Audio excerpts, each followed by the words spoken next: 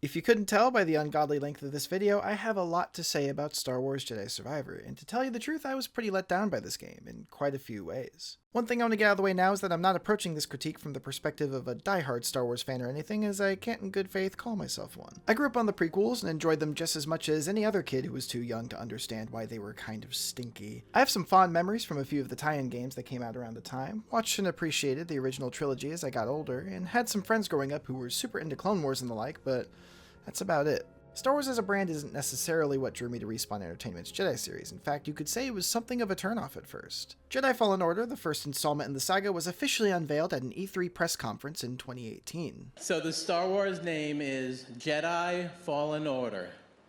Woo! So it kind of gives you some idea that you'll be playing a Jedi. So does that mean I get to like hold a lightsaber? Yes. Between which episodes is it? Between 3 and 4. Okay, all right, between 3 and 4. That sounds like a nice time. You got any other tidbits? No? It's not a nice... It's a dark time. It's a dark time. Bad time. At the time, my relative disinterest in the IP was steadily turning into disillusionment after witnessing Disney's botched attempt at a new trilogy, and the horrific fan response that followed. When I first heard a brand new Star Wars action-adventure title set before A New Hope was coming out, I was more than a little wary it was going to be another soulless cash grab. And then I learned EA was publishing it, which basically confirmed that. Keep in mind, we were fresh off the heels of the Star Wars Battlefront 2 launch debacle, and consumer trust in Electronic Arts was at an all-time low, for the 5th time that decade. So for a good while I ignored Fallen Order, assuming it to not be worth my time. However, I was eventually won over by enticing gameplay videos, solid review scores, and the fact that my roommate at the time was playing it and having a blast. When I finally gave it a chance myself, I was pleasantly surprised. Jedi Fallen Order is an incredibly competent fusion of Souls-like combat-centric gameplay and cinematic Uncharted-style action platforming that's enhanced by its Metroidvania-inspired game structure and clear adoration for the source material. I just name-dropped a lot of other games there, and there's a reason for that. Admittedly, Fallen Order is entirely derivative of products that came before it, this is true, but it manages to tie its commandeered elements together into a cohesive experience that's engaging and exciting to play. It helps that the series' first entry provides a fairly compelling story that pays dignified homage to elements that made the classic trilogy and prequels so beloved by fans of the franchise. All of this with completely original characters, not to mention stunning visuals and a brilliant adaptive score that brings the world to life. It's this authentic charm that, to me, lies at the heart of what makes this first game special. Jedi Fallen Order felt like the definitive AAA Star Wars experience, with all the atmosphere, high adventure, cheesy dialogue, and power fantasy fulfillment you could ever ask for. The game single-handedly rekindled an appreciation for the franchise I hadn't felt since the days of repeatedly dismembering my brother in LEGO Star Wars Co-op. Thanks to the first game's success, we received a second installment in the Jedi series nearly 3.5 years later titled Star Wars Jedi Survivor. There was a lot at stake with this long-awaited sequel, especially with a price tag of $70, which has become something of an ugly industry standard in recent days. The game not only had to prove itself a standalone next-gen title worth its steep price of admission, but it also had to be a worthy successor to the original. It needed to follow in the footsteps of acclaimed sequels like Batman Arkham City, Portal 2, and God of War Ragnarok, all of which masterfully evolved their respective predecessors in gameplay complexity, dramatic storytelling, and sheer scope. Jedi Survivor was a chance for the series to shed its identity as a derivative product, to fully spread its wings and develop itself into something more than just the sum of other games' parts. And if you look at the game at a glance, it would seem like it managed to be everything that it needed to, delivering enhanced scope, creative new ideas, and a beautiful expansive new world driven by next-generation hardware. At a surface level, the game looks really appealing, but that's the problem. It's only skin deep. Once you decide to delve deeper into the systems and dynamics of Jedi Survivor, you'll find a project that failed in its endeavor to be a worthy sequel. A project that brought earnest additions and revisions aimed at increasing scope and variety, only to end up hindering its core game loop more than enhancing it. A project that mismanages the evolution of the characters and world established in its predecessor, lacking much of the depth, heart, and intrigue that drove the original game forward. And most importantly, it's a project that lacked the confidence needed to break precedent and take its series to the next level, the consequences of which I'll be talking about over the next couple of hours. I've spent the better part of a year closely studying Jedi Survivor and its design. The deeper I've gone, the more shit I've found that totally baffles me, and at long last I'm ready to share my insane musings with you today. So join me as we dive headfirst below the surface of this game and see how far down we can go before we drown in the muck. We're fully reviewing the entire campaign front to back, and again, I have a stupid amount to say, so let's not waste any more time. This is Jedi Survivor, a deep dive into a shallow game.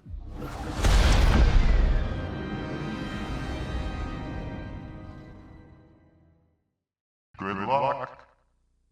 First off, if you're playing Fallen Order and Survivor back-to-back, you'll immediately notice a drastic increase in scale between the two games before you even start playing, the most notable difference being that the file size for Jedi Survivor is 3 times larger than that of Fallen Order. Yeah, your first mission in Jedi Survivor is to download the entire game off the PlayStation Store, because you're a rube like me who didn't splurge an extra Benjamin for a disk drive PS5.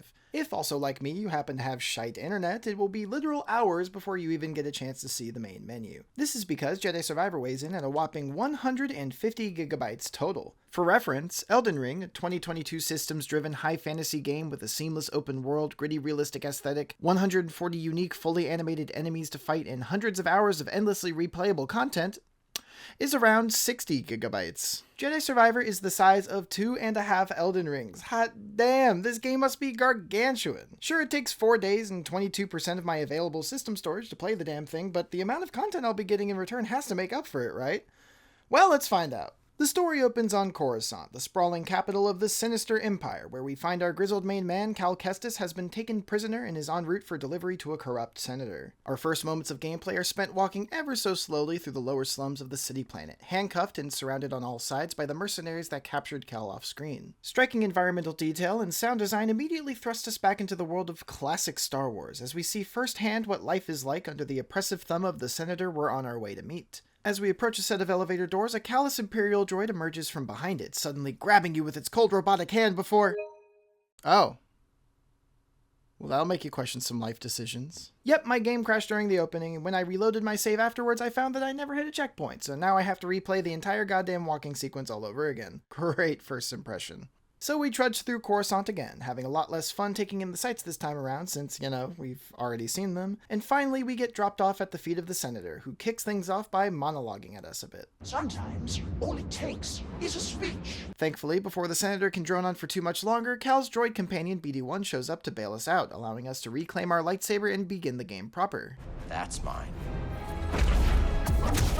From the get-go, you'll find movement and combat to be largely consistent with how it felt in Fallen Order, making it easy to get back into the swing of things if you're coming straight from that game. The opening does a good job of steadily reintroducing the original core mechanics in a way that feels natural and mostly unintrusive. There's definitely the odd blurb of text getting pushed in your face here and there, but it's not nearly as annoying as Fallen Order's tutorial, where the game would stop absolutely everything to make sure you can perform each minute feature it tells you about. I'm thankful that Jedi Survivor at least respects me enough not to hold me hostage until I can prove I'm not too brain dead to figure out how zooming in on a map screen works. Tutorial UI in Survivor is gracefully succinct for the most part, and the designers let the game itself do most of the teaching, which I appreciate. With the exception of that hiking sequence at the start, Jedi Survivor's opening wastes little time dropping you right into the action, which I feel gives it a leg up over Jedi Fallen Order's Bracca sequence in terms of pure gameplay. Coruscant, while still linear, feels closer in level structure to a typical adventure zone than Bracca did with its focus on cinematic build-up and scripted action sequences. There's little slices of side content that you can discover on your way through the city slums, be it your first few collectibles, hidden tidbits of world building to uncover, or teases for features you'll be introduced to much later in the campaign. It all helps the space feel more like an actual explorable level rather than an elaborate playable cutscene, as was the case in Fallen Order. Survivor's opening also reintroduces a majority of the Imperial enemy types that Fallen Order brought to the table, including the more difficult Purge Trooper variants. As such, some of the combat encounters here can feel fairly challenging if you're still rusty on the sticks. Thankfully, the opening introduces a handful of new features to make things easier for new players and more interesting for returning ones.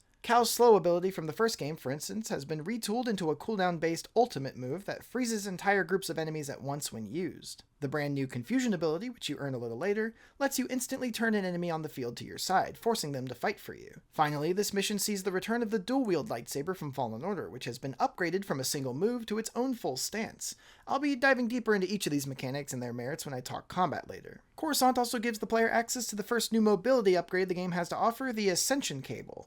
It's a grappling hook that you can use to zip to specific points during jumping puzzles, and it's often employed in tandem with other parkour elements like wall running surfaces and zip lines. It's not the most original idea for a new mechanic ever, and you're only really allowed to whip it out when the game explicitly tells you to, which isn't great, but I'd be lying if I said I didn't enjoy it when I had the opportunity to employ it. It's snappy to use, the haptics feel great on it, and I like the design of the proximity indicator they used for the grappling points themselves. It's a simple yet effective bit of UX design to convey the range of your hook. In particular, I really like this one moment in the opening where a crane moves into position to show you the indicator in action. It just tickles my brain when game mechanics can be wordlessly imparted to players like that.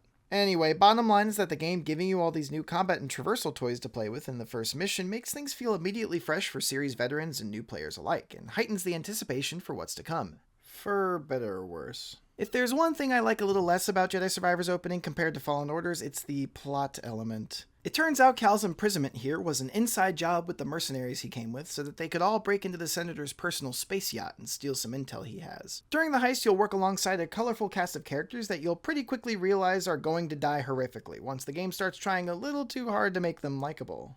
Hey, Cal, if you die, I get the mantis, right? You fellas got the yacht down, jetpack. Then I'll work my slicer magic. With my lovely assistant. This thing's too slow for you. It'll be my weekend ship. Me and the family. Yeah. Maybe next time you'll check for syndicate tats before you pick a fight. Hungry Klaatuinians. Ooh, you don't want that. Remind me to tell you about the Corita job sometime. Let's wrap it up before we have another Corita incident on our hands, yeah? Karina, saved your ass. You owe me a ship. Remember the siege on Blah Blah? Oh, don't remind me of the siege on Blah Blah. We have such a quirky history together, don't we, guys? After this mission, drinks are on me. I didn't have high hopes that these characters would last very long, and didn't personally feel all too bad when they inevitably bit it. The Empire shows up to completely wreck the heist, and as if on cue, the supporting characters we just met start dropping like flies. The intensity of the moment is admittedly well sold, and Cal's turmoil is palpable thanks to Cameron Monaghan's consistently good character performance, but as a player, I didn't personally feel shocked or saddened by these deaths. When it happened, I just sort of shrugged my shoulders and said, at least I don't have to hear them talk about the goddamn Corita job anymore. Compare this, if you will, to Jedi Fallen Order's opening and the way it handled the death of Cal's partner and confidant, Prauf. This Sid the Sloth-looking motherfucker lies at the emotional center of the first act of Fallen Order. He supports Cal on a precarious scrapping mission, urges his longtime co-worker to set out into the galaxy and make a life for himself. Cal saves his life using forbidden force powers, revealing his secret identity as a Jedi, and later, when cornered by the Inquisitors, Prauf chooses to die giving a badass pro-labor speech instead of ratting out his buddy to the cops. The history and relationship shared by Cal and Prauf is readily perceptible through just the handful of interactions Respawn chose to depict in Fallen Order's opening, and it makes Prauf's death carry a lot more dramatic investment for the player. Hell, Prauf's death hits so hard in Fallen Order that they're still milking it in the sequel. Haven't used these since the scrapyard on Braca. Prof gave them to me. Last time I saw a Lucre Hulk was Braca. Long time ago. Prof. What would you say now? They expect me to feel the same way about 4 characters that spend the majority of their limited screen time making non-sequitur references to things they did together in the past. Compared to Prauf, not a single one of them has enough presence to get proper development, making their relationship with Cal feel inauthentic and their deaths feel toothless. One of these soldiers, however, manages to outlast the rest, a plucky gunslinger named Bode who has an odd habit of bringing up his estranged daughter in conversation. I don't get to see her as often as I'd like, but at least I can provide for her. Must be hard, being away from her. Yeah, this guy's not going to be alive to see the end credits. You'd expect Bode to drop dead with the rest of the Coruscant crew, but as it turns out, he survives the mission and goes on to be a fairly integral member of Cal's adventuring party for the remainder of the game. His presence during the opening mission acts as an introduction to the AI companion system. At any time during combat when Cal is fighting alongside an ally, you can call them in to perform a special action. In Bode's case, he kicks an enemy of your choosing and drops an electric grenade where they stood to stun other grunts nearby. I can count on my hands the amount of times it actually helped. See, when Bode kicks someone, he sends them flying outside the effective radius of the stun grenade he throws down afterwards, causing it to miss its target entirely in most cases. The grenade's area of effect isn't very large to begin with, and he always places it directly under him even if the spot is completely devoid of enemies. He won't adjust his aim to hit nearby groups, so a lot of the time the grenade doesn't do a damn thing. Even when it does land, the stun will last for all of 2 seconds, and most of the time Bode just stands in place like a doofus instead of doing anything to capitalize on the situation. You'll watch him completely whiff his ability, and then immediately stop everything he's doing as if admiring what a great job he did. Thanks, Bode. Thanks for the help, Bode, buddy old pal. That being said, when he's not busy pondering the meaning of life in the middle of the fucking battle, Bode's basic combat AI is still fairly capable of dishing out pain on its own, so it's kinda nice to have him tagging along every now and then, I guess. We'll revisit the companion system later, but for now, at least we can appreciate some tag team glory kill animations that trigger at random every once in a while. Has anyone else noticed how many AAA games have been including those recently? It's like a thing right now. Following up the bloodbath of undeveloped characters is the only Inquisitor fight in the entire game, which was a pretty big disappointment to me given how integral they were as a faction in Fallen Order. I was particularly hoping to see further exploration of these sisters. To me, having one of them turn up every now and again like they do in the first game would have given the Empire a much stronger presence in the story, which was sorely needed, as I'll explain later. However, it was nice to settle the score with the Ninth Sis after all this time, and her boss encounter is decent for a beginner's trap. I don't quite care for the force dodge ability that she spams in the second phase of the battle, as it turns the fight into a frustrating waiting game, but the rest of her moveset does a nice job of reacquainting you with the ferocious pace of mano-a-mano lightsaber duels, and getting access to dual wield mid-fight was also pretty sick, even if the subsequent thrashing you give the boss afterwards does kinda oversell the power of the stance a little bit. It honestly feels like they designed the boss to be significantly easier to kill with dual wield so that the stance would seem objectively better than what you were using before, and I don't think it is. But that's a topic for later. Once we gracefully liberate the Ninth Sister's head from her shoulders, all that's left to do is fight our way back to Cal's spaceship alongside the last surviving members of the heist crew. After dispatching a few pesky stormtroopers on the way out, Cal and his buddies take to the skies, battling TIE fighters and maneuvering between metal constructs at death-defying speeds. All while you, the player, are sitting there doing nothing, because all of this happens in a cutscene. Like, okay, I can't really blame the devs for not putting in a whole ship battling sequence here, and the cinematic itself is pretty technically impressive for what it is, near Hollywood quality I might even say. It just makes me feel a little left out when the action game I spent $70 plus tax on goes through a whole action sequence without me being involved in the slightest. Still, it's nice to catch up on my text messages, I suppose. Cal escapes Coruscant with 4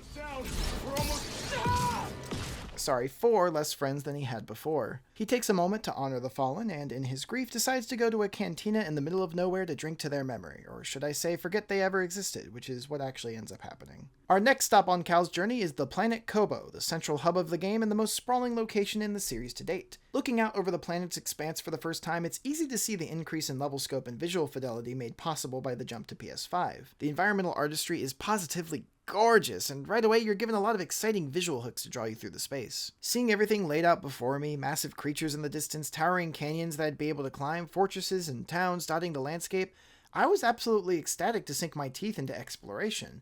Unfortunately, this enthusiasm didn't last much longer.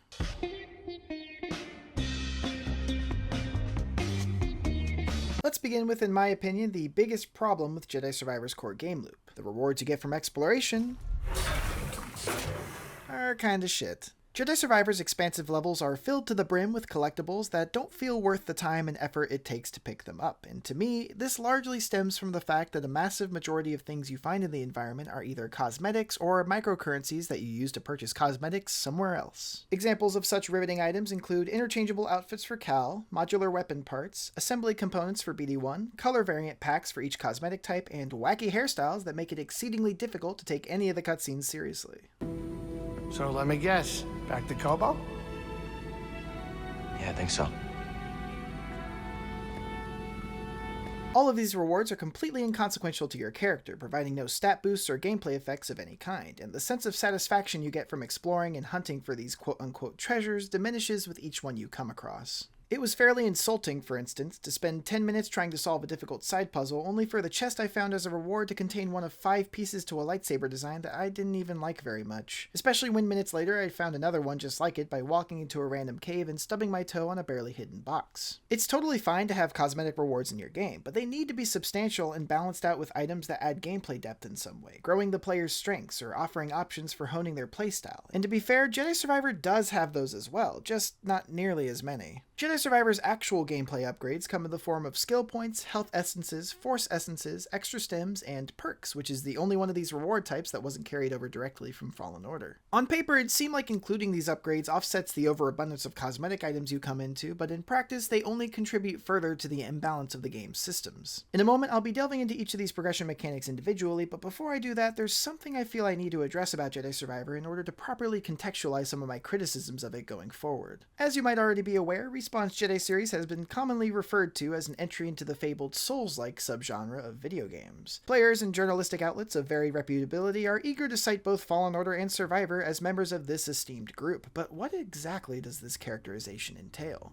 Unfortunately, the definition of Souls-like has, like many terms, been stretched to hell over the years, turning into something of a buzzword that publishers use to make their games sound more buyable. The term itself was coined as a way to liken projects to the Soulsborne series popularized by From Software, particularly their landmark title Dark Souls, a game that hardly needs introduction. When it came out, it fundamentally changed the landscape of the industry. Fucking everybody wanted to be Dark Souls. With its numerous accolades and widespread success across 3 main titles and several spin-off franchises, it's no wonder studios started trying to tie themselves to the runaway bandwagon by calling themselves Souls-like. For some games out there, being called Souls-like is a totally warranted comparison, but for Jedi Survivor, I feel it's far more debatable. There isn't really a clear consensus on what it takes to be a true Souls-like, but to me, the very essence of the genre can be boiled down into 3 essential design principles. Number 1, the game needs to have meaningful character progression. Deep systems-driven combat and intense challenge are certainly common among games compared to Souls, but to me a game isn't truly Souls-like unless it provides the player with a means of continually growing in strength, allowing them to surpass ever-rising spikes in difficulty.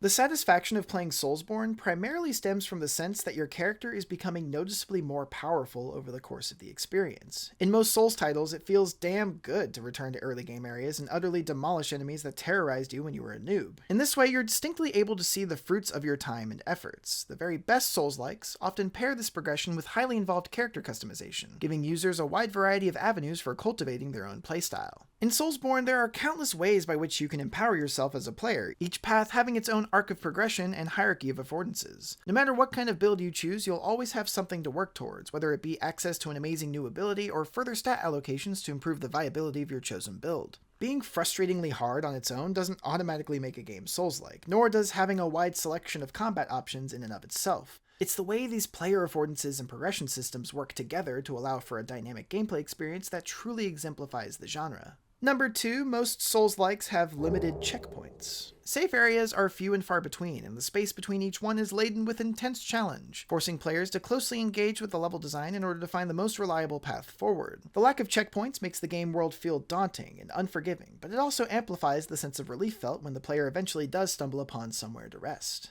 Another key aspect is that in most cases, core player progression can only occur at these clearly delineated checkpoints, an element that plays directly into the third and most crucial principle of the Souls-like: souls. In Dark Souls, leveling up your character requires you to exchange a certain amount of souls at specially marked bonfires throughout the game, bonfires being those checkpoints I just talked about. You earn souls primarily by defeating enemies or selling loot you find while exploring the environment. Souls can additionally be turned in at various merchants to purchase items and upgrade your weapons. In this way, souls function as both currency and experience points for your character. What truly sets souls apart from other forms of experience, however, is the fact that they can be lost at any time. When you get killed in Dark Souls, you drop all the souls you're currently carrying, and you have to run back to the spot where you died to retrieve them. If you die again before picking them up, they're gone. Forever. This design decision makes dying in Dark Souls a visceral and harrowing setback for the player, whereas surviving and getting to spend your souls is made all the more gratifying as a result. When you're carrying thousands of souls, stumbling across a new bonfire feels like finally getting to piss at a gas station bathroom after holding it in for several hours on a long road trip. Most games that call themselves Souls-like are built around some singular form of currency that gets dropped on death like this, and to me, it's the element that gives the genre its most distinct flavor.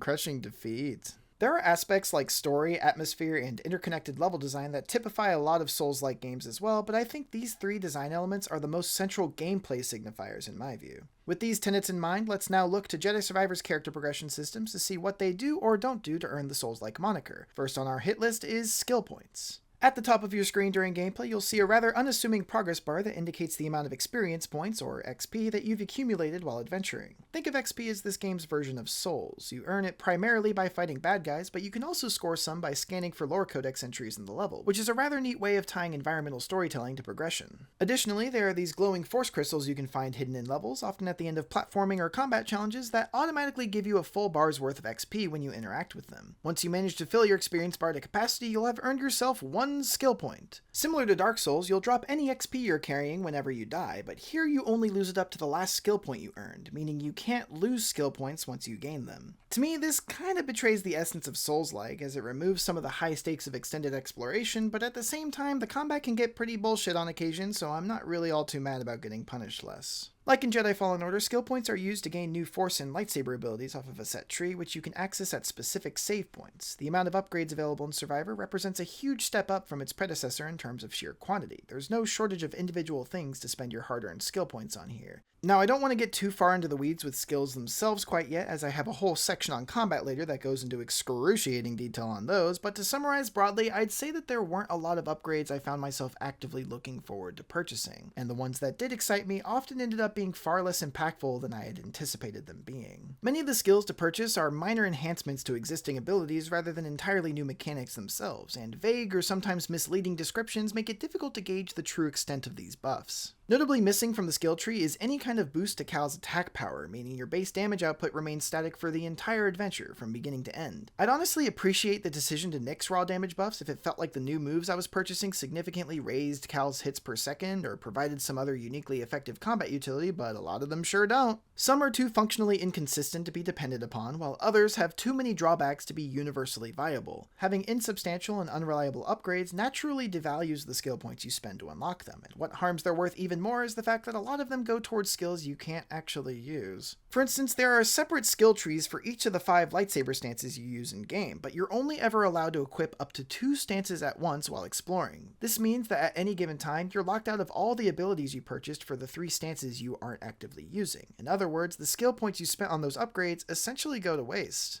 You can avoid spending points on stances you use less, but that only works for so long. Once you've maxed out the trees for your 2 preferred stances, you'll be forced to spend any remaining skill points you have on the stances you don't use. That, or you can just let the points accumulate over time until you have a ridiculous surplus. The fact that you don't lose skill points on death makes this even more inevitable. Compare this to actual Soulsborne games, where you can endlessly increment your stats on repeat playthroughs until your character basically becomes God. In these games, point allocation at level 200 can be just as consequential as it is at level 20. Jedi Survivor's skill tree system simply doesn't allow for that same kind of continual progression. By the end game, I feel like I'm spending skill points out of obligation more than anything else. All of this, to me, signals a failure in the first tenet of being a Souls-like, which is having meaningful character progression. Again, I'll explain my points a lot more cohesively in the combat section, but bottom line for now is that skill points are fine enough as a gameplay reward, but my lack of enthusiasm for the things they unlocked made them less exciting to find over time. For now, let's look at another batch of progression items you can collect. Health essences and force essences are fairly straightforward to earn. You find them as breakable force crystals hidden throughout the environment, identical in fact to the ones that give you skill points. Each one increases the amount of health or force afforded to you by a certain amount, health obviously being tied to survival, and force being used to fuel Cal's magic abilities, both of which are conveniently represented as bars on your heads-up display. There's certainly a lot of these essences to find throughout the game, but it's very hard to quantify how much they individually help you very much. Your only indication of growth after finding one is the gauge on your HUD expanding by a centimeter or 2 at most. The game never gives you an explicit numeric value for your maximum health or force, meaning there's no way to know exactly how much your capacity for either stat is increasing when you get an upgrade.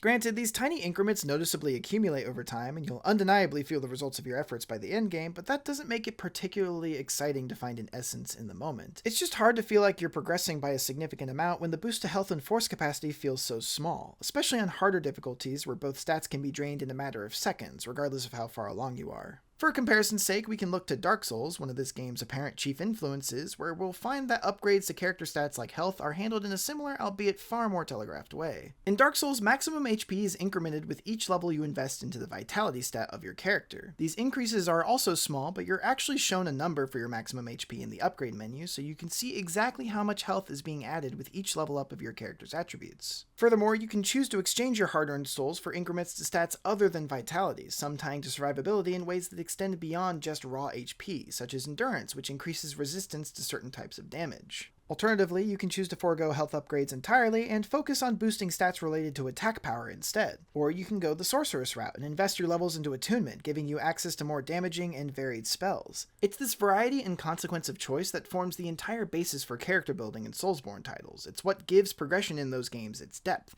and all of it is driven by the centralized currency of souls. Jedi Survivor, by comparison, offers few ways to directly or indirectly impact your health and force stats, and very few of them actually involve the game's own centralized currency of XP. You're expected to find most of your capacity upgrades in the environment, which, to be fair, makes a lot of sense. Exploration is a core pillar of the game's design after all. At the same time, I feel this choice undermines the role that XP is meant to play as the primary droppable currency that drives the Souls-like game loop. In Jedi Survivor, XP completely stops having any bearing on your character's basic stats by the midpoint of the story. There's only a handful of force and HP upgrades to unlock on the skill tree, and you can nab most of the important ones fairly quickly. Once you do, skill points and character stats become almost entirely decoupled from one another, and as a result, I end up caring a lot less about dying and losing the XP I've collected, which undermines the entire point of droppable currency to begin with. There's no point during a Soulsborne playthrough where you'll permanently lose thousands of souls and say, "Ah, gee willikers, they're gone. Well, I suppose I didn't really need those anyway. I can take this loss in stride." Dying in Dark Souls is so devastating because the souls you lost could have been used for anything, from leveling up your stats to buffing weapons at the blacksmith to purchasing support items and so on. If you're going to emulate a Soulsborne style gameplay loop, you have to understand that the more you sever the connection between character progression and your main droppable currency, the more you cheapen the impact of death in your game, and consequently the further you drift from actually being a Souls-like. Skill points not being dropped on death and having little bearing on HP and force to begin with makes dying in Jedi Survivor feel like a minor inconvenience rather than a proper punishment. These stats aren't even instrumental in character building. There's no way to respec yourself to favor HP over force or vice versa like you can in most Soulsborne games, and there's not really much benefit to be derived from doing so anyway. You can refund all of the skill points you've spent in Survivor, but all that does is reset the 3 buffs to HP and force you get from the resilience and Jedi concentration trees, and those bonuses are just as marginal as the ones you get from essences, which themselves can't be redistributed in any way. To me, this lack of autonomy and even the most fundamental stat allocation represents yet another subtle betrayal of the Souls-like genre and its emphasis on character customizability. Above all, the biggest detriment to health and force essences as a reward is that their immediate benefits are indeterminable to the player. Whereas Soulsborne is outwardly and transparently numbers-driven and mechanically diverse to the point of being almost overwhelming, Jedi Survivor never lets you look behind the curtain to glimpse the math at work in its systems, and keeps things too simplistic for its own good. Without any specific stat, percentage, or indicator of any kind to go by, character progression is, like the Force itself, something you feel rather than see, and I simply couldn't feel like I was progressing much when my health and force meters only ever grew in bite-sized chunks. I feel this particular problem could have been amended with more substantial increments for capacity upgrades, or a more readable unit of indication for each stat.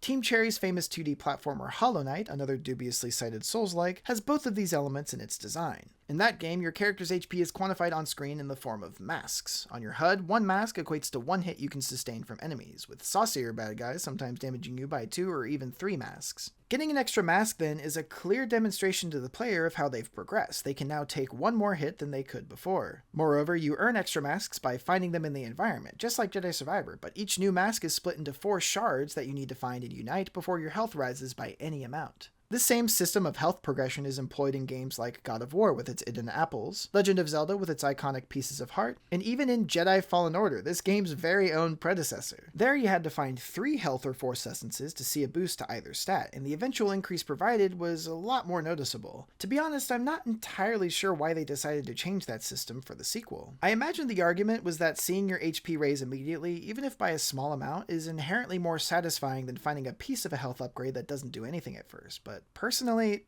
I disagree. Doing away with the latter approach in favor of instant stimulation robs progression of a fair deal of build-up and payoff. The build-up is looking for multiple parts of an upgrade, and the payoff is seeing your stats go up by a recognizably significant value once all the parts are found. Sure, the amount of HP you're left with at the end of the day is probably the same, whether you're finding 3 small health upgrades or gathering 3 pieces to a bigger health upgrade, but I'd argue one leaves you feeling far more accomplished afterwards than the other. To me, it's vastly more satisfying to watch your health bar grow all at once instead of little by little. I'm definitely nitpicking here, but it's these small decisions that add up over time in regards to the psychology of player rewards and why they don't feel so rewarding at the end of the day. Let's move on and look at another health-related progression item, stims, the game's equivalent to flasks for my Souls baddies out there. Stims can be used at virtually any point during combat by pressing up on the D-pad, and injecting one into your bloodstream will instantly restore a sizable portion of your health bar. There's a number by your HP meter that tells you exactly how many stims you have available to use, and you can refill that supply by resting at safe areas. Your maximum stim capacity can be increased by locating special caches in the environment, and seeing that number on your HUD go up when you find one will inevitably tickle your monkey brain. Stim containers are also visually distinguished from normal chests with a bright yellow color scheme and uniquely elongated shape, making it exciting when you spot one from afar. In the first place, having an extra heal on hand is vastly more useful for survival than a minuscule boost to your max HP. The game knows this too, which is why there's far less extra stims to collect than health essences overall. It's this relative scarcity that makes extra stims all the more satisfying to stumble across. My issue with them, ironically, is that despite being rarer than other reward types, I still feel you're given a few too many of them throughout the course of the campaign. Extra stims become largely inessential to hunt down once you have enough of them to out-heal nearly anything the game throws at you. By the time I reached the latter half of Jedi Survivor, I had around 8 stims available to use, making me almost unkillable in the majority of fights. And that was before I found 4 more stims later on, achieving near immortality.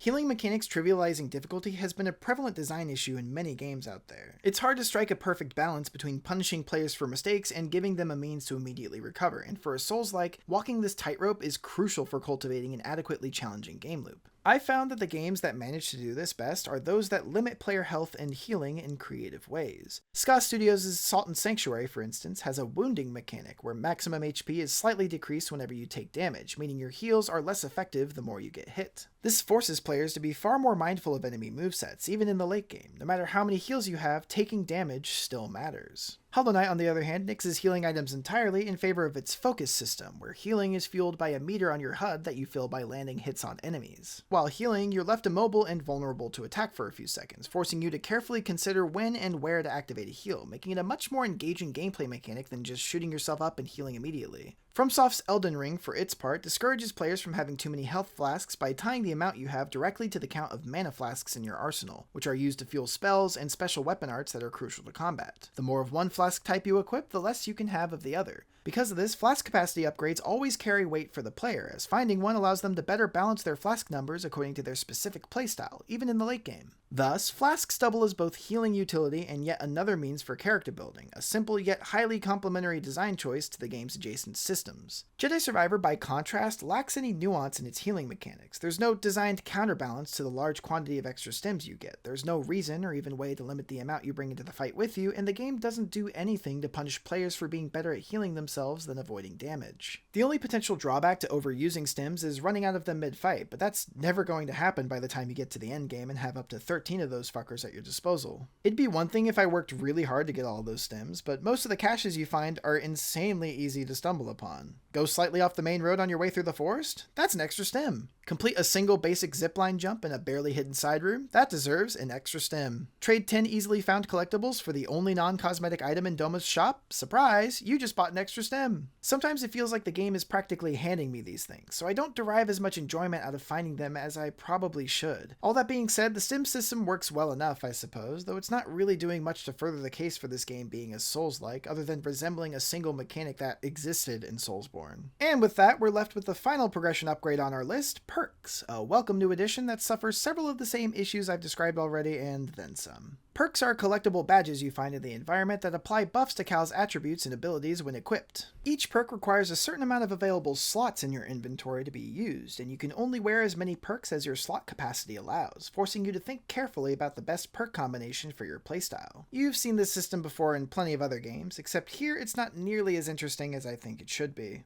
Each perk description vaguely mentions a buff to certain gameplay mechanics or stats, some applying situationally and others being balanced out by some kind of associated disadvantage. However, just like the health and force upgrades, the actual benefits granted by each perk are left entirely unquantified to the player, making it impossible to tell from the description alone how much better off you are with a perk equipped. The vagary of these descriptions can cause additional confusion when you're trying to wrap your head around certain conditional aspects of the perk. The Equilibrium perk, for example, grants a one-time increase to lightsaber damage after using any force ability. Dandy, except there's nothing visual whatsoever in-game or on the HUD to convey to the player that their damage is increased, so you basically have to guess when the buff is and isn't being applied. I would have really appreciated something to show that the perk was active mid-combat. Maybe the lightsaber flashing brighter when the damage is raised, or an icon above the health bar, or literally anything. The same goes for the Versatility perk, which temporarily boosts lightsaber damage after you switch stances. How much is your damage boosted by, and for how long?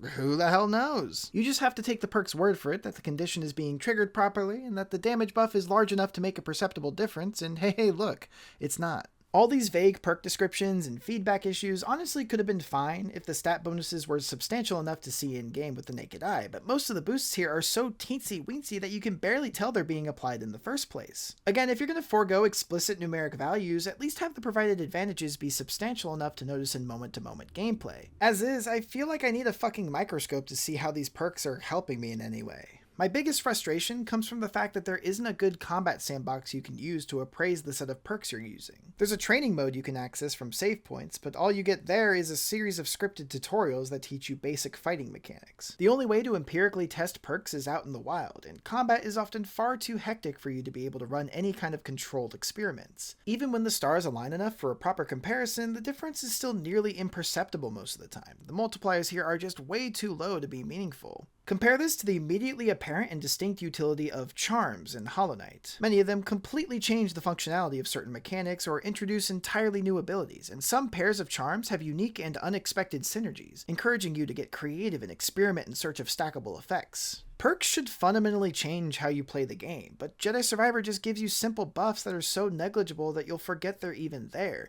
If you disagree with me and think perks are super distinct in Jedi Survivor, let me ask you this. What 3 perks am I using in this video clip? Go ahead, guess in the comments. Make my effing day. And before you clever bastards accuse me of it, no, I didn't decide to be cheeky and show you a clip of me with no perks equipped. And honestly, the fact that you thought that kind of proves my point even more. Some perks in Survivor are a little more clear-cut in their affordances, but have drawbacks that make zero sense. Fellowship, for instance, grants Cal an extra stim to use because Lord knows we need more of those, but the downside is that stims will not refill to max until Cal rests.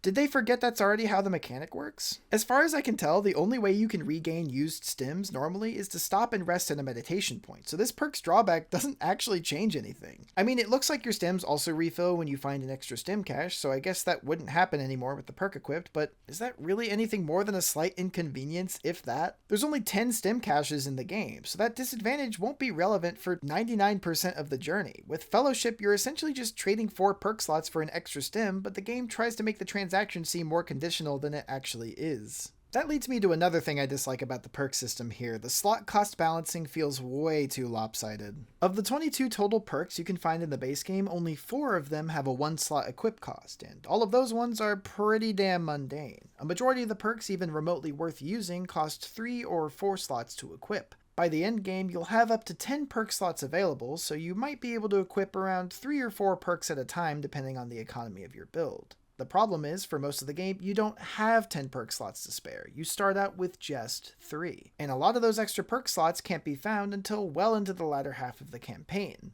This means that a majority of the perks you find throughout the experience are going to be too high cost to use unless you throw out every other perk you're using to free up the necessary slot space, and frankly, I don't feel like any of these perks are worth doing that for. With most perks being too high cost to use, your ability to experiment with different combinations and develop a build around them is ruined, especially in the early game. As a result, you're far less inclined to interact with the system as a whole, and by the time you have the resources you need to properly utilize perks, the eagerness to do so is all but gone. This may be more of a commentary on my own playstyle than anything, but at a certain point in my first playthrough, it completely slipped my mind that perks were even in the game at all. By the time I made it to the final boss, I suddenly realized I had gone through the entire second half of the campaign without ever filling the 5 or 6 empty perk slots I had accrued from exploration. Every time I found a perk, nothing about it would stick out to me as particularly game-changing or necessary to equip, and a lot of the time I wouldn't be able to put it on without upending my existing builds, so I'd just leave it to gather dust in my inventory. The benefits of perks were too meager to be worth their inflated slot costs, and their descriptions were so vague that I never felt like I could make an informed choice about how to properly utilize them to my advantage, so I simply ended up ignoring the feature entirely. For all of these reasons, I'd contend that perks are underdeveloped and don't help to make extended exploration feel worth it in my eyes. It's such a damn shame too, because perks could have really helped the character building in this game feel so much less anemic than it already does.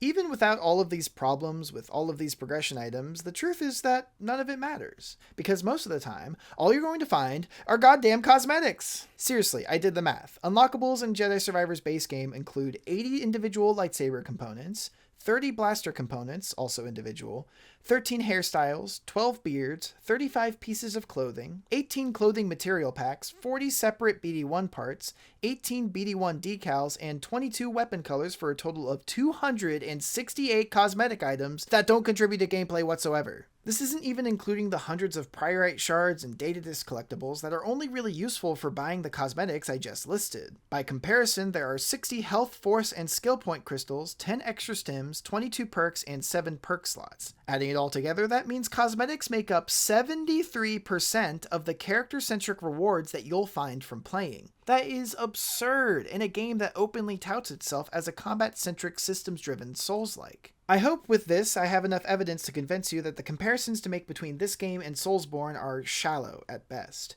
It feels like Jedi Survivor tried to mimic the base elements of a generic Souls-like without understanding how those pieces are meant to fit together to serve the greater design vision of the genre, a transgression that the game's predecessor Fallen Order was also accused of back in the day. And in reality, Souls is just one of the many contemporary influences that Jedi Survivor draws from in its structure, and its inability to properly adopt these various appropriated elements has cascading effects across the experience. For instance, the game takes heavy inspiration from the Metroidvania genre in its level design philosophy of rejection and reward, the underlying principle of which is that it's inherently satisfying to re-explore previous areas using the new traversal options available to you. But there's an undeniable level of disappointment baked into the DNA of every Metroidvania's game loop, that moment when you're struggling to get past an insurmountable obstacle only to realize that you simply lack the ability it requires, followed by a defeating walk of shame away. The trick as a designer is balancing that feeling of failure with the satisfaction you get coming back later with what you need, and being rewarded for your delayed gratification.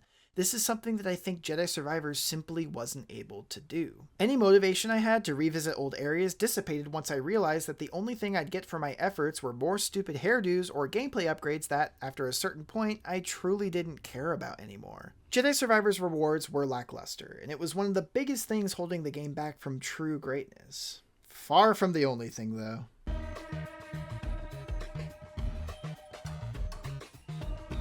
Buckle in, kids, this section's a doozy. Before we get back into the story, I'd like to talk about my experience with the game's combat, which is a pretty damn important element to nail in a game about laser sword wizards. I'm happy to report that this is one aspect of Fallen Order that was upheld rather nicely in its sequel. Survivor, like its predecessor, does a fantastic job fulfilling the power fantasy of being a Jedi Knight. Cutting down hordes of stormtroopers, droids, and spiky wide-mouthed testicle monsters is still unbelievably satisfying thanks to the amount of detail work that went into player haptics. Combat animations are excellent, superb sound direction adds weight and power to every swing and parry of the lightsaber, actions are responsive, and everything is underscored by generous use of the DualSense's dynamic controller rumble. Battles themselves are frantic and fluctuating. Varied enemies pour in from all angles to take you down with relentless melee and ranged attacks, forcing you to be light on your feet and adaptable on the fly. Your lightsaber and force abilities give you a wide assortment of tools for defending and attacking, and the way your moves flow seamlessly from one to the next allows you to effortlessly context switch mid-fight. Pretty much all of what you loved about the pace and polish of combat in Fallen Order is still proudly on display in its sequel, but with a few brand new features to round things out. The three most notable additions to standard saber combat are the dual-wield, blaster, and crossguard stances, which all accompany the triumphant return of the single and double blade orientations from Fallen Order. Like I mentioned before, all 5 of these saber types have special moves you can purchase off their respective skill trees, so we'll be briefly discussing what each of these unlockable abilities brings to the table as we break down each lightsaber moveset. Now, this does mean I'm about to go into some pretty excruciating detail here, so if you'd rather not listen to me yap for 25 minutes about every single little combat mechanic, and you just want my overall thoughts on combat, here's a timestamp to skip to. For the rest of you who are actually cool, let's kick off our lengthy combat analysis with a closer look at the all-new dual-wield orientation. In Fallen Order, dual-wield was just a single power move that dealt immediate burst damage to foes, but here as a full stance it takes on a completely different form. Its main draw in Survivor is its attack combo, a concentrated flurry of fast-paced swipes well suited to shredding enemy block meters and keeping consistent pressure on single targets. The stance's basic attack alone can completely wreck certain melee enemies as it continually interrupts their attack animations and leaves no room for them to counter, turning would-be difficult matchups into one-sided slugfests. However, while dual-wield's quick successive strikes is its greatest strength, its reliance on constant light attacks ends up making the stance as a whole feel the most button spammy of the lot. So to balance this out, the designers gave the stance a number of additional mechanics that emphasize timing over attack frequency. Dual-wield's primary special move, for instance, is the counter ability, where Cal turns off his lightsabers and enters a meditative state. While vibing in place, any melee attacks that hit you are instantly deflected and retaliated against, staggering the attacker and any other nearby enemies. If you recall, Obi-Wan used this same maneuver in the movies, just not very well. The counter effect lasts for as long as you hold the strong attack button down, with the caveat being that the move very quickly depletes your force meter if you use it continuously. You also can't parry unblockable attacks with the ability, meaning you have to be prepared to disengage it and quickly dodge away if your opponent pulls one out.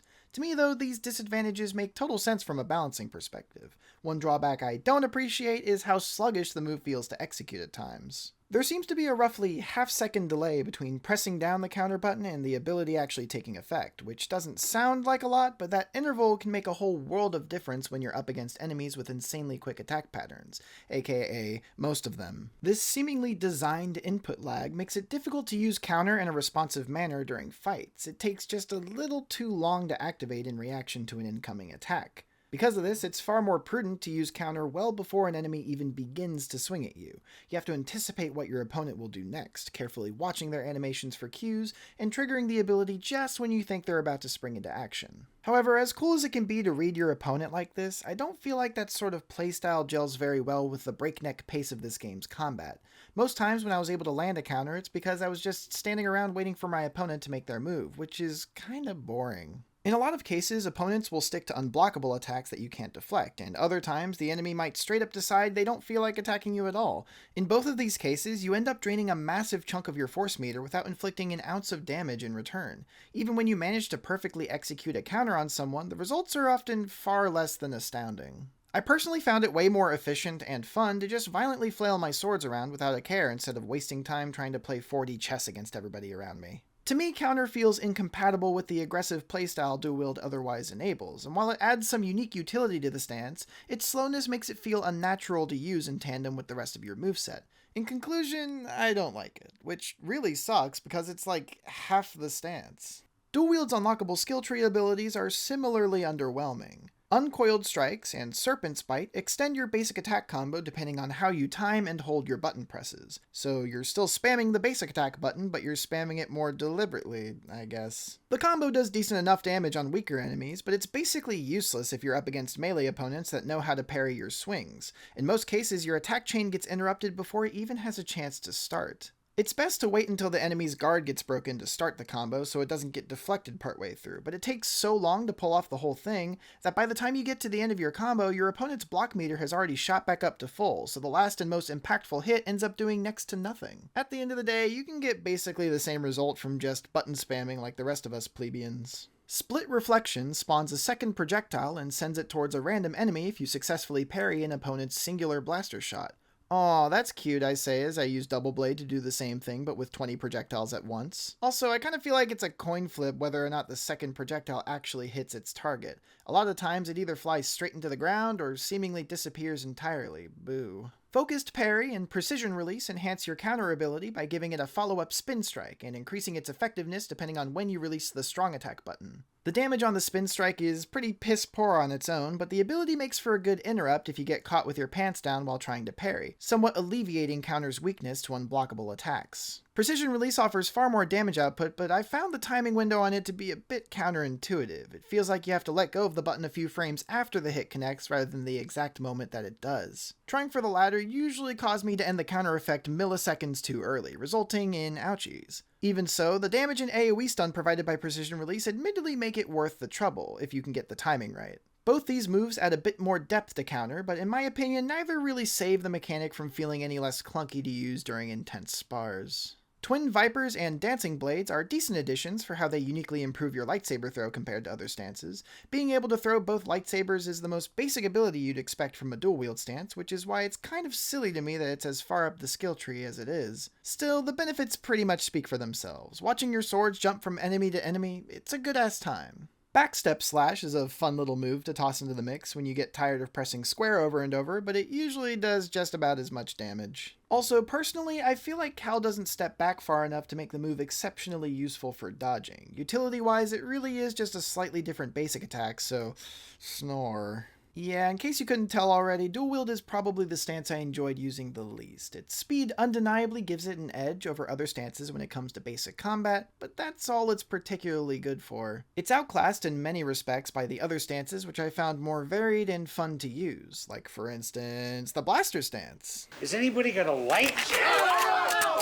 Blaster stance puts a loaded gun in one hand and a lightsaber in the other, and that alone is enough to make my nipples hard. As the name implies, the stance provides the greatest range utility out of all its counterparts, proving extremely helpful against annoying flying enemies or baddies perched way out of reach. Firing the blaster is simple and snappy to pull off, though it's a little unintuitive at first to use a face button rather than one of the triggers. You get used to it pretty quick though. Your bullets are powerful enough to take out smaller enemies with ease, and you can also charge up your blaster shot by holding down the fire button for a second, which increases its damage and knockback potential for tankier foes. There's also a really neat risk-reward system at play, where the blaster's ammunition refills with each lightsaber attack that connects, a welcome trade-off that prevents players from staying at a distance and relying on projectile spam. Comboing between melee and ranged offense on the fly is where this stance shines brightest, and the ammo refilling mechanic naturally pushes you towards that meta. The stance's many affordances make Blaster quite versatile in a variety of scenarios with most basic enemies, but it tends to have trouble with large groups and certain boss encounters. The stance doesn't have super great crowd control capabilities, so you're going to need to keep other stances like Double Blade on hand to fill the gap at times. You also might run into trouble with lightsaber wielding enemies now and then that can deflect your blaster bolts with ease, making a ranged approach a lot less prudent.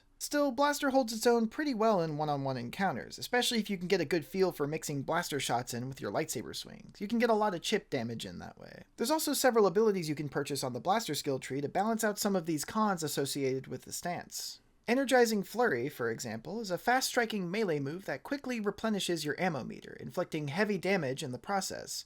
You know, when it actually works like it's supposed to. The range on the ability is super limited, and Cal doesn't move towards his target when he executes it, so you typically have to use it point blank on the enemy to see the intended results, and that's only if you don't get slapped in the face in the process. Regardless, it makes for a decent complement to the ammo refill system if you know how and when to use it.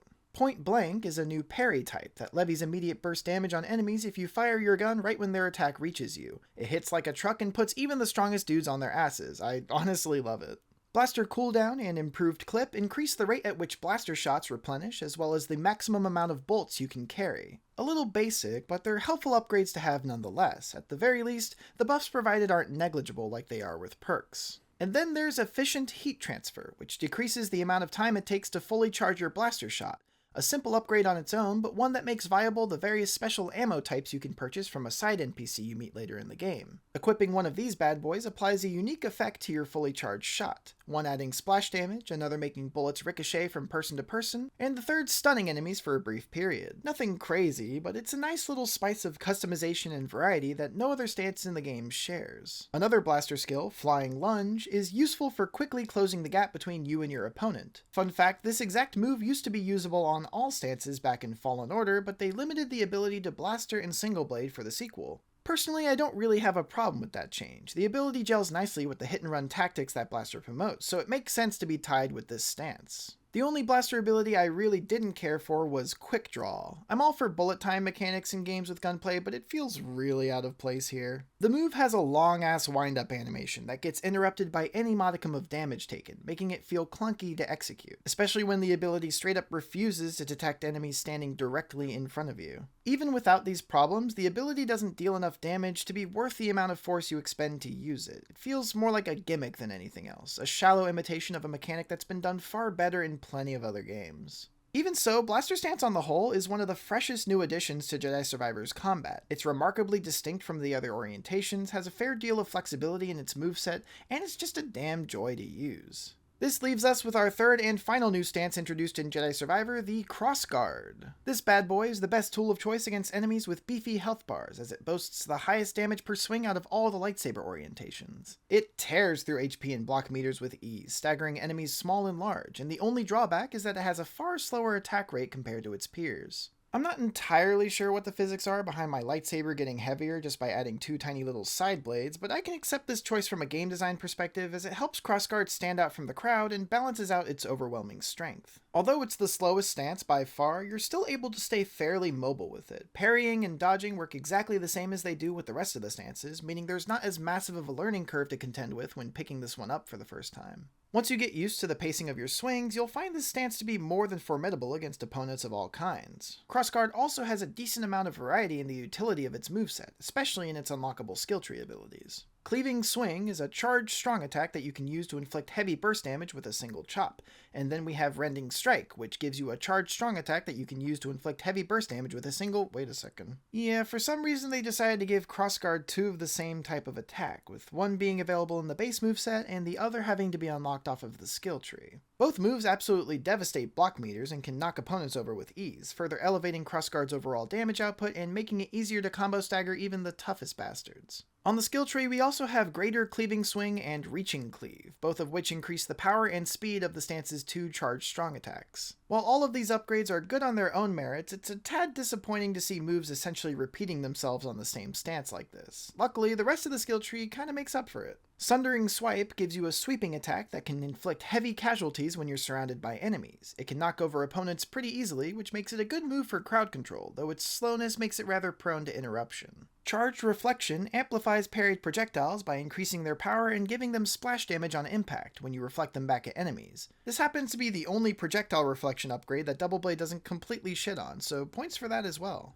You even have some decent ranged utility on Crossguard with Greater Impact, which allows you to send a damaging shockwave out when you slam on the ground, as well as Rolling Thunder, which allows your charged lightsaber throw to plow through targets in a line. I personally like Greater Impact a lot more. It's quicker to pull off, easier to aim reliably, and you don't have to kite enemies into a conga line for it to work at least halfway decently. All things considered, Crossguard is great for both multi and single target combat, giving it a ton of use in pretty much every type of encounter. It's a really solid addition to the combat system that, like the other new stances, holds up well when compared to the returning single blade and double blade orientations, both of which have received some interesting changes of their own. Single blade is still a good all-around stance, having aggressively adequate speed, utility, and control. It plays pretty much identically to how it did in Fallen Order, except of course it's been given a variety of new skill tree abilities that you can unlock. As a jack-of-all-trades style, Single Blade isn't exceedingly good at one particular thing. Most of what you can do with this stance can be done better with the other four. This extends as well to its skill tree upgrades. They round out Single Blade's affordances decently enough, but few of them stand out from the crowd in their own right. Lunging Strike, for instance, is another charged strong attack that deals heavy damage and can knock over enemies if you catch them unawares. Cyclone Slash, on the other hand, is another charged strong attack that deals heavy damage, and goddammit. Again, we have two moves on one stance that functionally do the same exact thing, and they're almost identical to the Crossguard ones, come to think of it. Same utility, same drawbacks, even the same button inputs. The only difference here is that Crossguard slams enemies like a wrecking ball, while on Single Blade, you might as well be whacking them with a yardstick. That being said, the smaller rev-up time with Single Blade's charged attacks do allow for more combo ability, which makes it easier to stunlock enemies, so it has that going for it, I guess. Twofold Reflection lets you deflect up to 2 enemy projectiles with a single block of your lightsaber. It's just a worse version of dual-wield Split Reflection, and like its contemporary, barely holds a candle to the Double Blade stance when it comes to parrying projectiles. Charged Throw has all of the same problems as Crossguard's Rolling Thunder, but it's at least a little faster to use. Dash Strike is just Blaster's Flying Lunge again, and Aerial Assault is a more damaging version of Crossguard's Greater Impact, but without the shockwave providing ranged multi-target utility. It's a lot of moves that already exist on other stances, and the rest of the skill tree upgrades are just simple damage or range enhancements to the other unlockable abilities, but I do want to quickly shout out Aerial Dash Strike for being totally badass. With that ability, you can zip towards an enemy on the ground from virtually any position, and it even lets you run some sick mid-air combos on flying creeps. It's probably the only single blade affordance that isn't replicated by any other stance. Overall, I think Single Blade does a good job from a generalist point of view, it just doesn't have that X factor that sets it apart like the other stances do. To be fair though, that's how an average stance is supposed to play, so I can't really expect anything too busted. The Double Blade stance, meanwhile,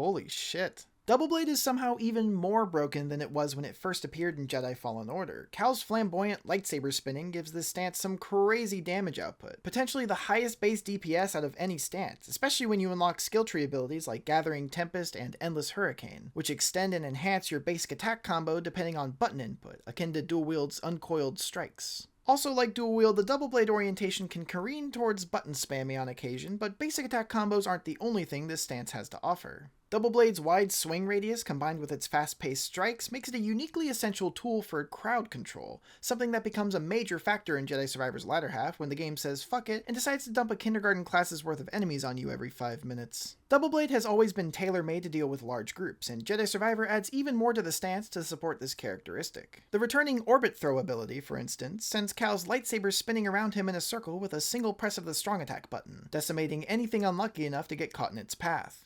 However, I believe the stance's absolute greatest strength is its ability to reflect a practically infinite amount of projectiles back at enemies, infantilizing basically every other parry upgrade in the game. The other stances can only send back 1 or maybe 2 projectiles at a time, and only after you level them up all the way. But with Double Blade, you're essentially invincible against ranged enemies for as long as you can hold down the block button, unless your block meter runs out, of course, but that only happens once in a blue moon. And the craziest part is this isn't some skill tree upgrade allowing this. Double Blade has this ability right out of the box. Considering how annoying blaster enemies can get when you're juggling a ridiculous amount of mobs in the late game, this sole benefit of the stance makes it pretty hard not to want to keep Double Blade on you at all times. Double Blade's additional skill tree abilities only further cement it as the de facto crowd control stance. Double Orbit lets you immediately follow up your orbit throw with a second rotation, making it even more effective of a meat grinder when things get a little too claustrophobic. Rising Storm sends Cal airborne, pulling in nearby enemies in the process, sometimes, and while airborne, you can combo into Repulsing Burst, which sends you slamming back down to the ground, damaging and staggering anything in a radius.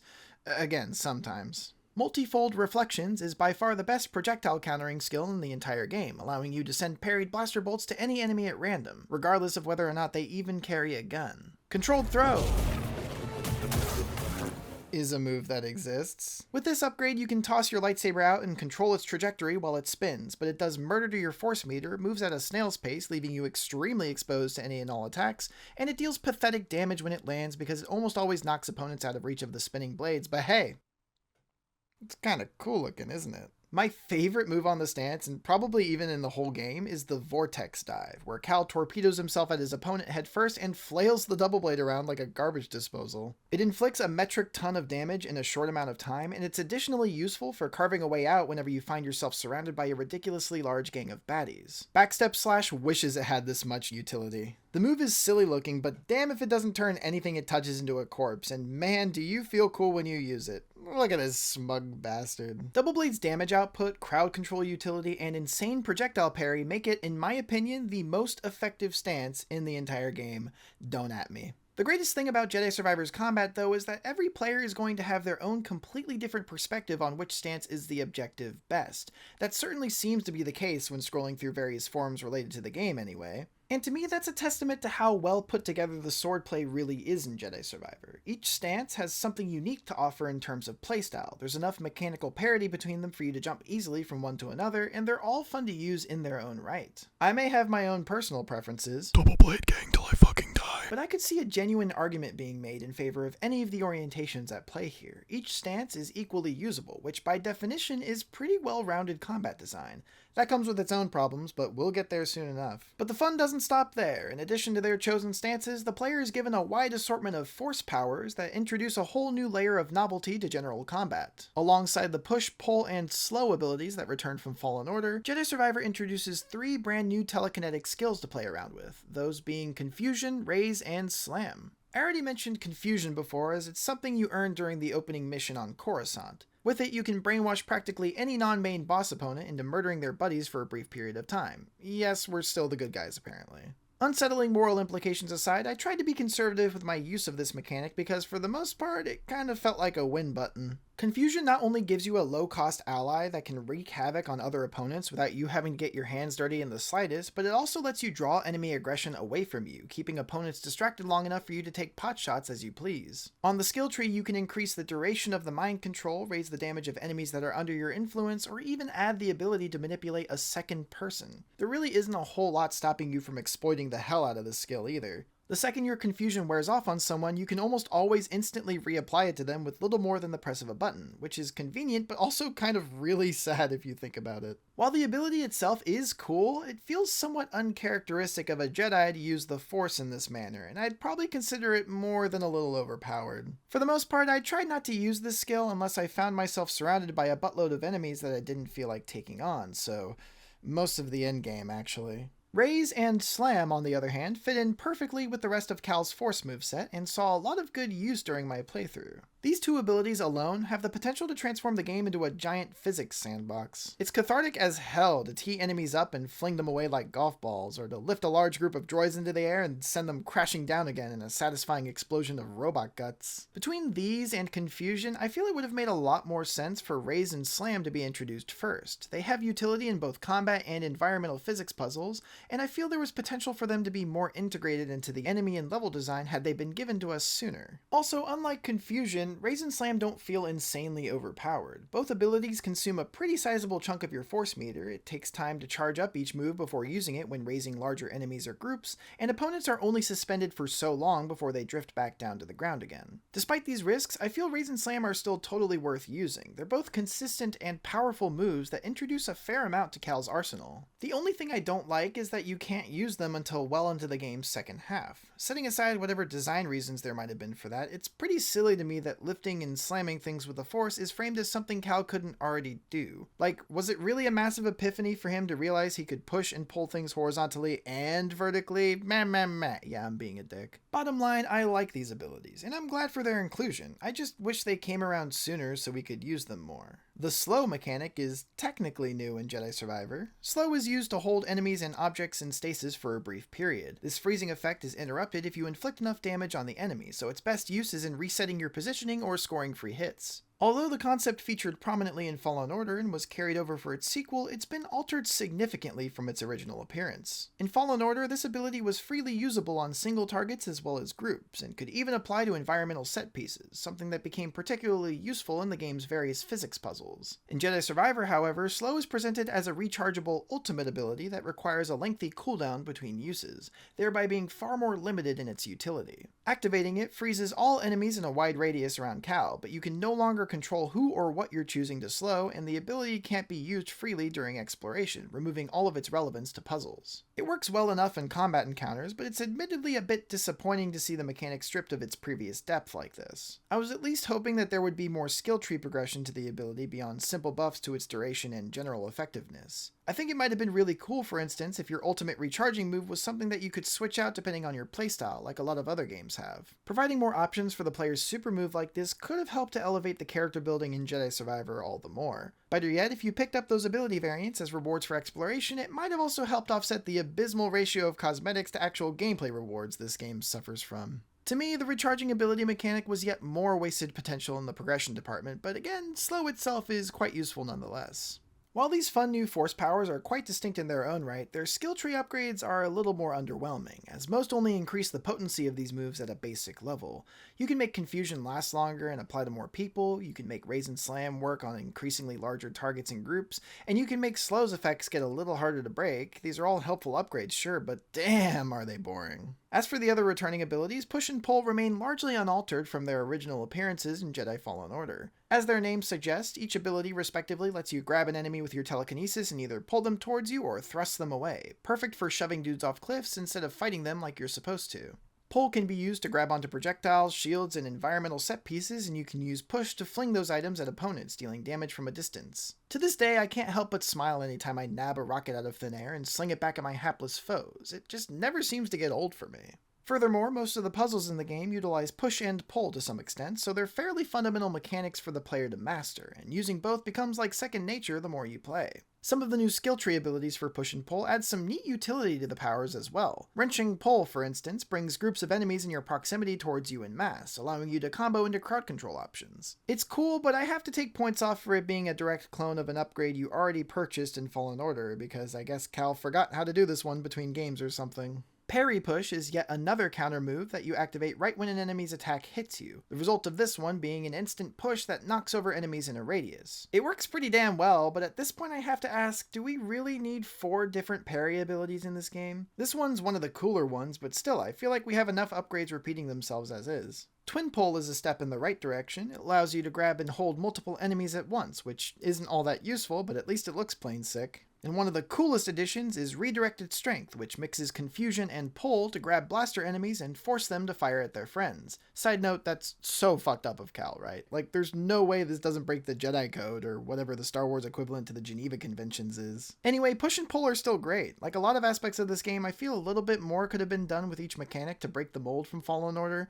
but both abilities work just as well, if not better than they did back then, so we can at least be thankful they didn't regress in any way. And yeah, that's pretty much everything Jedi Survivor has to offer with its combat options. Asterisk. If you managed to actually stay engaged while I ranted about abilities for this entire time, I love you. You're either a total nerd like me or have absolutely nothing better to do with your time.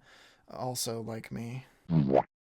Wow, with all these cool lightsaber stances, magic powers, and unlockable skills to tool around with, there's potential here for near endless replayability. I think Jedi Survivor could have gone down in history as having one of the most satisfying combat loops of all time if it weren't for that gosh darn pesky ol' everything else about the combat. For as much praise as you can heap on the look, feel, and novelty of Jedi Survivor swordplay, it's hard to ignore some of the missed opportunities and design problems that tarnish the fun of its systems. Now that we've set the stage by explaining all the fight mechanics to death, let's get into some of those broader issues. One thing that really hurts my enjoyment of the combat as a whole is the fact that you can only ever equip up to 2 lightsaber stances at a time. No more, no less. In effect, this means that at any given point during gameplay, you are completely locked out of up to 60% of your available moveset. You switch between saber orientations using the left and right directional pad buttons, each one corresponding to one of your 2 equipped stances. This is how stance switching worked in Fallen Order as well, except in that game there were only 2 stances to begin with, so you were never barred from using a specific move. In other words, all of Fallen Order's potential playstyles are readily accessible at any given point during gameplay. However, despite the addition of 3 brand new stances on top of the 2 originals, the developers of Jedi Survivor made the baffling decision to leave weapon switching almost entirely unchanged from its predecessor. I can somewhat understand not wanting to reinvent the controls given how natural it feels to use the D-pad in the heat of battle, though I feel something as basic as a weapon wheel could have sufficed in all honesty.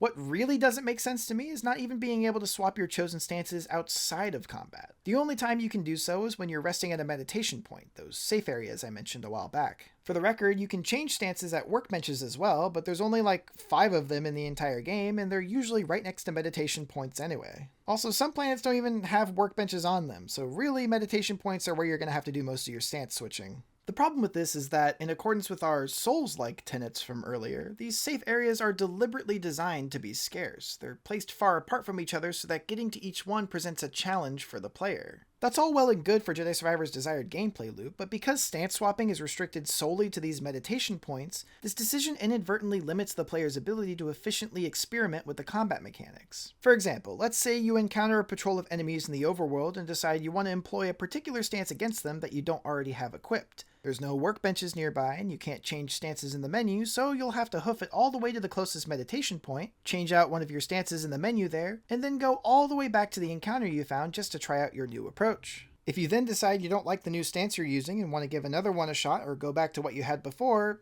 have fun backtracking again. This same issue extends to perks as well. You can only swap them at meditation points, so you can't compare and contrast them out in the field without having to run back and forth over and over to change your setup. Not even the most mechanically diverse Souls games seem to have this problem. In Elden Ring, if I want to switch from my dinky dagger to a behemoth godhammer in the middle of a fight, I have the inalienable right to do so.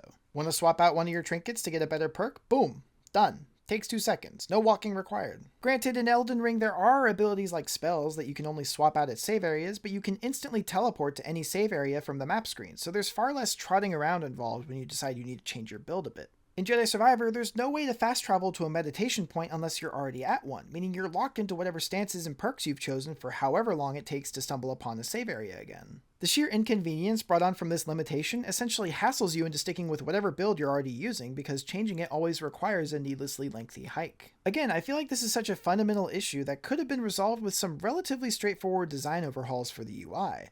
The blatant omission of any changes to the system whatsoever leads me to believe that limiting the player's moveset in this manner was either a deliberate design choice or a product of laziness. Maybe they thought that the amount of available combat options needed to be reduced like this to avoid overwhelming the player, but I feel like that notion would be fairly insulting to the intelligence of the Souls-like enjoyers this game wants to appeal to, who happily spend 30 hours looking at this bullshit. Or maybe keeping it to 2 stances at a time was a limitation meant to encourage players to specialize in a certain type of playstyle rather than trying to be good at all the stances at once. Even if that's the case, why make it so goddamn hard to experiment then? If you want me to make an informed choice about which stances I prefer, then let me switch between all of them at will so I can weigh the benefits and drawbacks immediately instead of having to walk a half mile anytime I want to try something new. As is, I'm inclined to just brute force any problem I encounter with the stances I have on me instead of doubling back and changing. It stifles strategic and creative play. There isn't even a good in-universe reason that Cal can't switch his stance outside of meditation points, and the game contradicts this rule at numerous junctures. When you ride a mount on Kobo, for instance, Cal automatically switches to the blaster stance so that you can fire on enemies from horseback, even if blaster isn't one of the stances you have equipped. Also, each time you unlock a new stance in the story, you're given the chance to swap out one of your currently equipped orientations for the one you just picked up.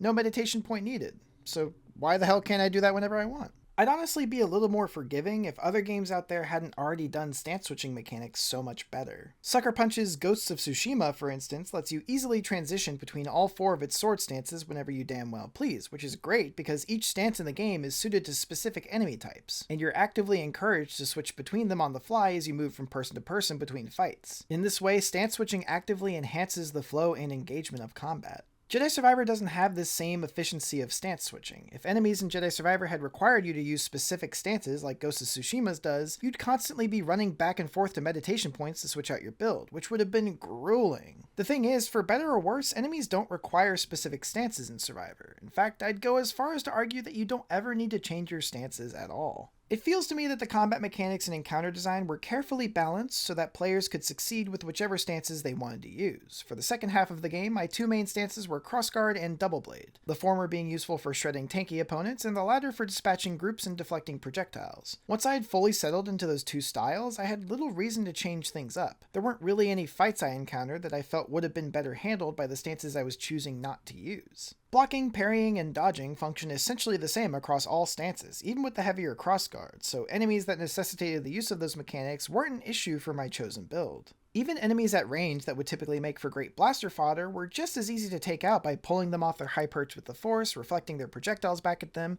or simply chucking a whole-ass lightsaber their way. For that matter, any other shortcomings my chosen build had were easily made up for by the OP Force abilities I had at my disposal. Even then, I only really had to pull those out when I was getting overwhelmed by sheer numbers in the late game. Most of the time, I could get by just fine with my lightsaber alone, and hell, I didn't even have to use my skill tree abilities in a lot of cases. Don't get me wrong, it's nice to have so many different options for taking out enemies, and I appreciate the game supporting player choice by having all of those strategies be viable in some manner, but it makes the combat experience feel more flat when one stance can steamroll almost everything in your path. I never felt like the game challenged me through its scenario design enough to make me change up my fighting style or be more strategic about which stances to employ. It never really mattered that much what stance I brought into a fight so long as I was good at executing the base mechanics of the game. Furthermore, never expressly needing to adjust my build at any point made me even less likely to interact with character systems like perks, which already weren't contributing much to gameplay variety as is. All of this leads to a combat experience that feels rather static by the end. Despite all the options you're given, you end up deeply engaging with relatively few of them. Jedi Survivor's one-size-fits-all philosophy for its combat design also compounds rather unfortunately with a continual decline in encounter variety over the course of the experience. Undoubtedly, there's a wealth of unique enemy types to find in Jedi Survivor's early game, as each planet you explore is absolutely teeming with inhabitants for you to mercilessly kebab with your lightsaber. Once you get past a certain point in the story, though, you'll start to notice that the only thing changing about the enemies you fight is the amount of them being thrown at you. For example, for most of the campaign, you'll be trading blows with members of the Bedlam Raiders, a group of armored brigands that collectively have the personality of a thumb. Near the beginning of the game, you're introduced to the Veteran, a souped-up version of the normal Raider archetype with a powerful electric spear. Despite the fact that he's initially presented to you as a named boss, you refight this same guy like 50 times. Raider Veterans are particularly annoying because half the time fighting them is spent watching lengthy grapple animations that trigger anytime you get clipped by a red attack or swing your sword at them one too many times. The game doesn't change these enemies in any way throughout the experience. They have the same moveset from start to finish, and because you'll likely be sticking to 1 or 2 stances for most of the campaign, each fight with a veteran plays almost exactly the same as the last. When you're having to fight the same elite enemy in almost every late game encounter, fighting them starts to feel like a chore, and dealing with multiple at once just makes things all the more frustrating. Don't even get me started on the frickin' Hammer Raiders. Each one takes a million hits to kill regardless of which stance you're using, and on harder difficulties, most of their attacks have the ability to instantly put you into a fucking coma if they land. Cal can sustain multiple lacerations from a main story boss's lightsaber just fine, but drop 2 heavy bastards with hammers in front of him and suddenly he's got the survivability of a Victorian child with glass bones. Most human-build enemies with any sort of melee weapon on hand have a white stance gauge that displays underneath their health bar. This meter represents the amount of hits they can block before being staggered. Most damage you deal gets negated unless the opponent's block meter is depleted, so it's best to chip away at the bar as quickly as you can throughout the fight. You can do this by landing attacks or parrying your opponent's melee swings with your lightsaber. Once you break the enemy's stance, they'll get stunned and be left wide open for a good skewering in most cases. Thing is, if you're dealing with someone that has a ridiculous amount of HP like our roided up hammer friend here, you'll only be able to slice a few bits off their health bar after stunning them before their block meter instantly refills and you need to start from scratch again. This isn't so bad. Like, I don't necessarily want the fight to be over the second I drain the block meter, even though games like Sekiro have proven this can be done really well, but here it makes melee encounters with certain enemies feel rather cyclical. You get stuck in this pattern of breaking their block, doing a little damage, breaking their block again, doing a little more damage, and on until someone drops dead. Again, it starts to feel like busy work, because these same types of fights repeat themselves all throughout the game. Jedi Survivor's combat feels best when you, the player, are able to set the pace of the fight, and that control gets ripped away from you when you're having to constantly wait for the BX droids to stop dodging every swing, for the veterans to stop blocking you in place every 10 seconds, and for the hammer guys to just chill the motherfuck out. What becomes genuinely exasperating is when the designers seemingly get bored and decide to drop several enemies like this into a single encounter just to make things more difficult, leaving you to suffer the consequences. Enemy recurrence is rampant in the latter half of the campaign, and especially in some of the endgame encounters. It's kinda hard to appreciate the combat as much when you're getting flash grenades spammed into oblivion by 4 carbon copies of the same bounty hunter enemy and the 1/5 duplicate that has a boss health bar for some reason. This, to me, is where the lack of meaningful character progression really rears its ugly head again. It'd be one thing if the scenario designers were upping the ante like this in response to Cal becoming enormously stronger as you advance, but he so isn't. There's no upgrades on any skill tree that increase Cal's base damage output, so aside from getting better at dodging their attacks through sheer muscle memory, you're not becoming inherently more efficient at taking on difficult enemies no matter how far along you are in the story. Sure, you have some lightsaber abilities that are marginally more damaging than others, but a lot of those are stance-specific and have drawbacks that make them hard to use in group fights, which really hinders their endgame usefulness. I suppose the intention was for perks to be the primary means of increasing your power across the board, but as I talked about before, they kinda suck at that. Any damage increases you get are, again, stance-specific or tied to some invisible condition, and I think the buffs provided only ever increase damage by like 5 to 10% anyway, which is basically unnoticeable when you don't have any damage indicators to go by. Without substantive power upgrades, it ends up taking just as much effort to kill elite enemies in the early game as it does in the late game. As such, having to deal with several of them at once doesn't make the fight feel more varied and interesting, it just makes it feel more drawn out. You're given far fewer openings to drain your opponent's block meter, and because of that, it takes even longer to get through the cycle of staggering and damaging them. Meanwhile, these assholes hit just as hard as they always have, but now there's 2 of them, so you're getting your health bar drained twice as fast. It's shit like this that makes me understand why the devs saw the need to load you up with so many free extra stims. They become a goddamn necessity for a lot of these endgame encounters. Makes you realize the only aspect of your character that's truly progressing from start to finish is the amount of damage you can take. You can throw yourself into the final boss with no other upgrades in tow aside from HP capacity, and you'll probably have a remarkably similar experience to someone who 100% completed the game and maxed out all the skill trees. Sure, you'll have a lot less cool lightsaber maneuvers and force abilities to whip out during the fight, but how much were those really evening the odds? As neat as some of the skills are on paper, I have to admit that a lot of them didn't really shine when I needed them to. Moves like controlled throw are cute and all, but do absolutely dick to help me when I'm facing down a Rancor that wants to use my skull as a jockstrap. Trying to use any ability that leaves you even remotely exposed before or after the attack will usually end with you getting laid out instead of the boss you're fighting. What's aggravating about skills in general is that a fair amount of them feel like they're there to look cool rather than provide a specific benefit over other combat options. Why purchase the focus sight ability, which lets you hold a button down to auto-dodge melee attacks like you're in the Matrix, when you can just use any of the 5 counterattacks in the game to do the same thing but way better? You're telling me you really want to spend 2 skill points on an ability that eats your entire force meter and inflicts, 0 damage as a result? While we're at it, why use Crossguard's Rolling Thunder with its stupid long charge-up time when the Greater Impact ability does the same thing on top of being quicker and easier to pull off, having a better area of effect, and costing less skill points to purchase? Why use the controlled throw ability?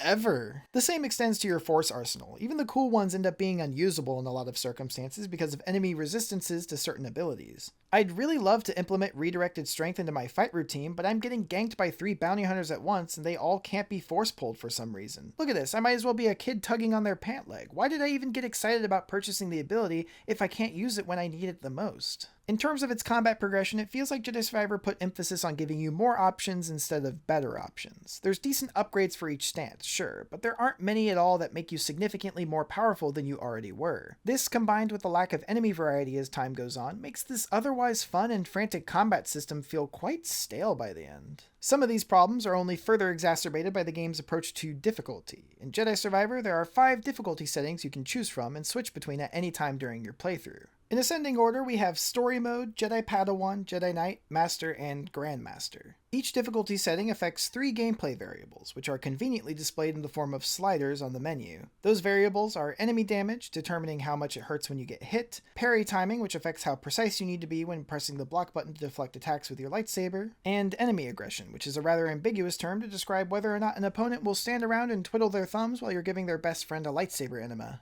To me, the best high difficulty modes in games flip the experience on its axis, requiring the player to far more intensely engage with the mechanics and systems at work. A fantastic example of this that I like to highlight is Grounded Mode from Naughty Dog's Last of Us series. In Grounded Mode, enemy damage is maximized while their health remains unchanged, and their intelligence is turned up to 11, meaning they don't necessarily take longer to kill, but you can't afford to be careless while fighting or avoiding them. In addition, the munitions you need to fight and survive are severely limited compared to what's available on lower difficulties, forcing players to be far more resourceful when tackling combat encounters. The game confronts you with many different scenarios requiring intense strategic planning and execution, and not all approaches will work in your favor. However, the frequency at which you die makes it easy to continually experiment with all of the tools at your disposal and find the best path forward. This not only brilliantly complements the game's themes of persisting in an unforgiving world, but it immerses the player fully in every affordance the game has to offer. Jedi Survivor, by comparison, feels like its higher difficulties do nothing more than add unnecessary padding and frustration to the experience. There is very little difference in gameplay between difficulties aside from the fact that you need to play a lot more conservatively in the harder ones. If you thought you were being punished too much for trying to use lightsaber skills mid-fight as is, try playing the game in Jedi Grandmaster mode. It's nearly impossible for you to effectively use the moves you're spending countless skill points on without your health bar being annihilated in the process. Even when you successfully land an ability on someone, damage output is so inconsistent on certain abilities that it might not have even been worth the trouble to begin with. It's far more optimal for me to just ignore the skills entirely and focus on dodging and attacking with basic lightsaber swings, and that sucks. Higher difficulties should force you to interact with more mechanics, not less. Furthermore, playing on higher difficulties highlights some of the ludicrous damage scaling that some enemies have. Even on Jedi Master Mode, the second highest difficulty, the difference between an attack that ravages your HP and one that barely hurts at all is entirely arbitrary, making a lot of deaths feel cheap. Get shot right in the face by a blaster bolt? It's nothing, rub some dirt on it. Take a direct hit from a bounty hunter captain's explosive rocket? That'll take maybe a tenth of your health off at the most. Get scratched a bit by a monster's claws? Instant death. How the hell does that make any sense? These damage scaling issues are particularly exemplified by the game's boss battles, and if you've played the game, you'll know there's one fight in particular that stands out as the most egregious example, and that's motherfucking goddamn Spawn of Ogdo. This dopey looking frog bastard first assailed our screens in Jedi Fallen Order as Ogdo Bogdo, where he appeared as an infamously hard beginner's trap in the opening area of the game. Apparently, this vile creature somehow found a willing partner to carry its seed before it croaked, tee-hee, resulting in the Hellspawn you meet in Jedi Survivor. Similar to his dad, Spawn of Ogdo can be discovered rather early in your playthrough, and if you're misfortunate enough to fall into his lair, he'll give you about 5 seconds to pray to whatever gods you worship before he sends you directly to them. If you haven't found enough health capacity upgrades when you reach this guy, and most players won't have, you'll barely be able to sustain a single hit without ragdolling. That's because the damage on every single attack is about 10 times higher than what it should be. Getting a live grenade strapped to your chest and having it detonate point blank somehow does less damage than getting touched by a dust cloud that gets kicked up from an attack that didn't even hit you. I get that I'm playing on a hard difficulty, but Cal getting murked by particles in the air just makes him look like a fucking loser. Several of Ogdo's moves are completely unblockable and unparryable as well, and that nimble bastard can and will chain together several in a row just to ruin your day. His attack patterns are learnable enough on their own, but the fact that a single solitary mistake can result in death is just insulting, especially given the thing insta-killing you looks like an obese trash bag. If I was dying over and over to a Master Sith Lord in hiding or something, I probably wouldn't mind getting curb stomped as much, but no, I'm over here getting reamed by a fat-ass frog. While he can drop you like a sack of potatoes in a matter of seconds, you'll only be able to wear down his overcompensating health bar one tiny sliver at a time.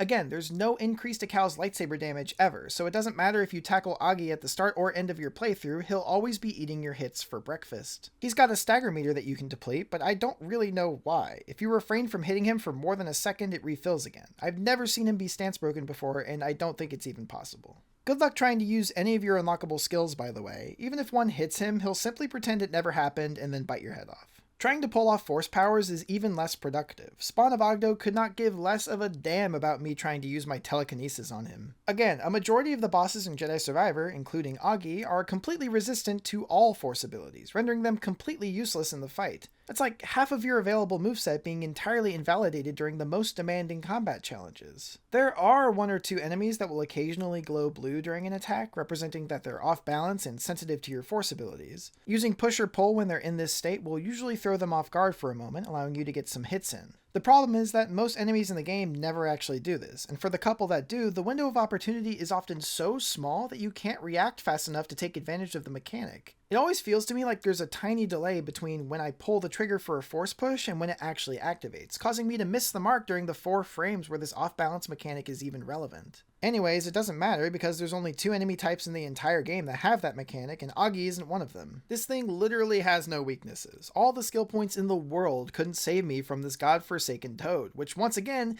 made me deeply question why I was wasting time investing them to begin with. I think the worst part is that the late game's insistence on enemy spam extends to boss encounters as well. If you thought fighting one spawn of Ogdo was fun, how about fighting him and his dad at the same time? Or what about fighting 2 Rancor bosses at the same time? Doesn't that sound super fun?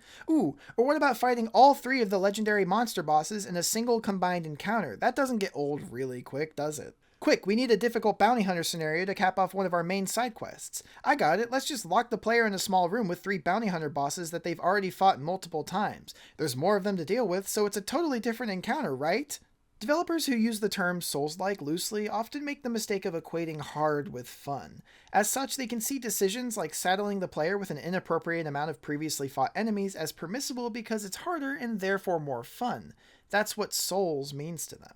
What they fail to understand is that players don't push through frustrating combat encounters for the sake of difficulty itself. Soulsborne fans are happy to throw themselves to the meat grinder in every FromSoft game because there's usually worthwhile rewards to be found at the end, and every encounter brings something unique to the table. These games are constantly surprising you with their enemy designs, and passing through the veil into a boss fight always excites you because you know that you'll come across something you haven't seen before on the other side. It devalues a well-crafted enemy and the novelty of the game itself when you're repeating that enemy ad nauseum. Imagine if you spent hours fighting Elden Ring's Malenia only to later find a boss encounter where you have to fight 2 of her at once. It wouldn't just be too hard, it would feel lazy. It wouldn't even matter what the reward is, most players wouldn't want to do it.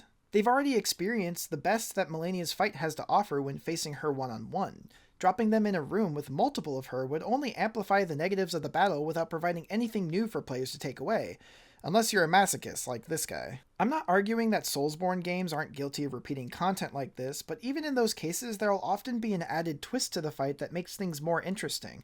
And to begin with, many of the FromSoft titles that do repeat bosses offer far more variety and depth in their overall combat systems than Jedi Survivor does, making these lapses a bit more forgivable. While Jedi Survivor's combat on its own is undeniably competent, with great production values and general game feel, close analysis of the game's systems in their totality reveals an inherent imbalance that hinders the experience as a whole, especially in regards to experimentation, progression, difficulty, and variety. There were some great new ideas present in Jedi Survivor, but the game doesn't do enough to support these novel mechanics and to encourage players to utilize them to their fullest. Regardless, if you're looking for a game that provides fun, responsive combat at a surface level, one that near perfectly encapsulates the feel of being a lightsaber-wielding Jedi Knight straight out of the Star Wars movies, then Jedi Survivor will be right up your alley. That part is genuinely as good, if not better, than it's ever been. If, on the other hand, you came into the experience hoping for the deep, engaging combat mechanics and satisfying progression systems that typically go hand in hand with games in the Souls-like vein, you're probably going to be a little bit more disappointed.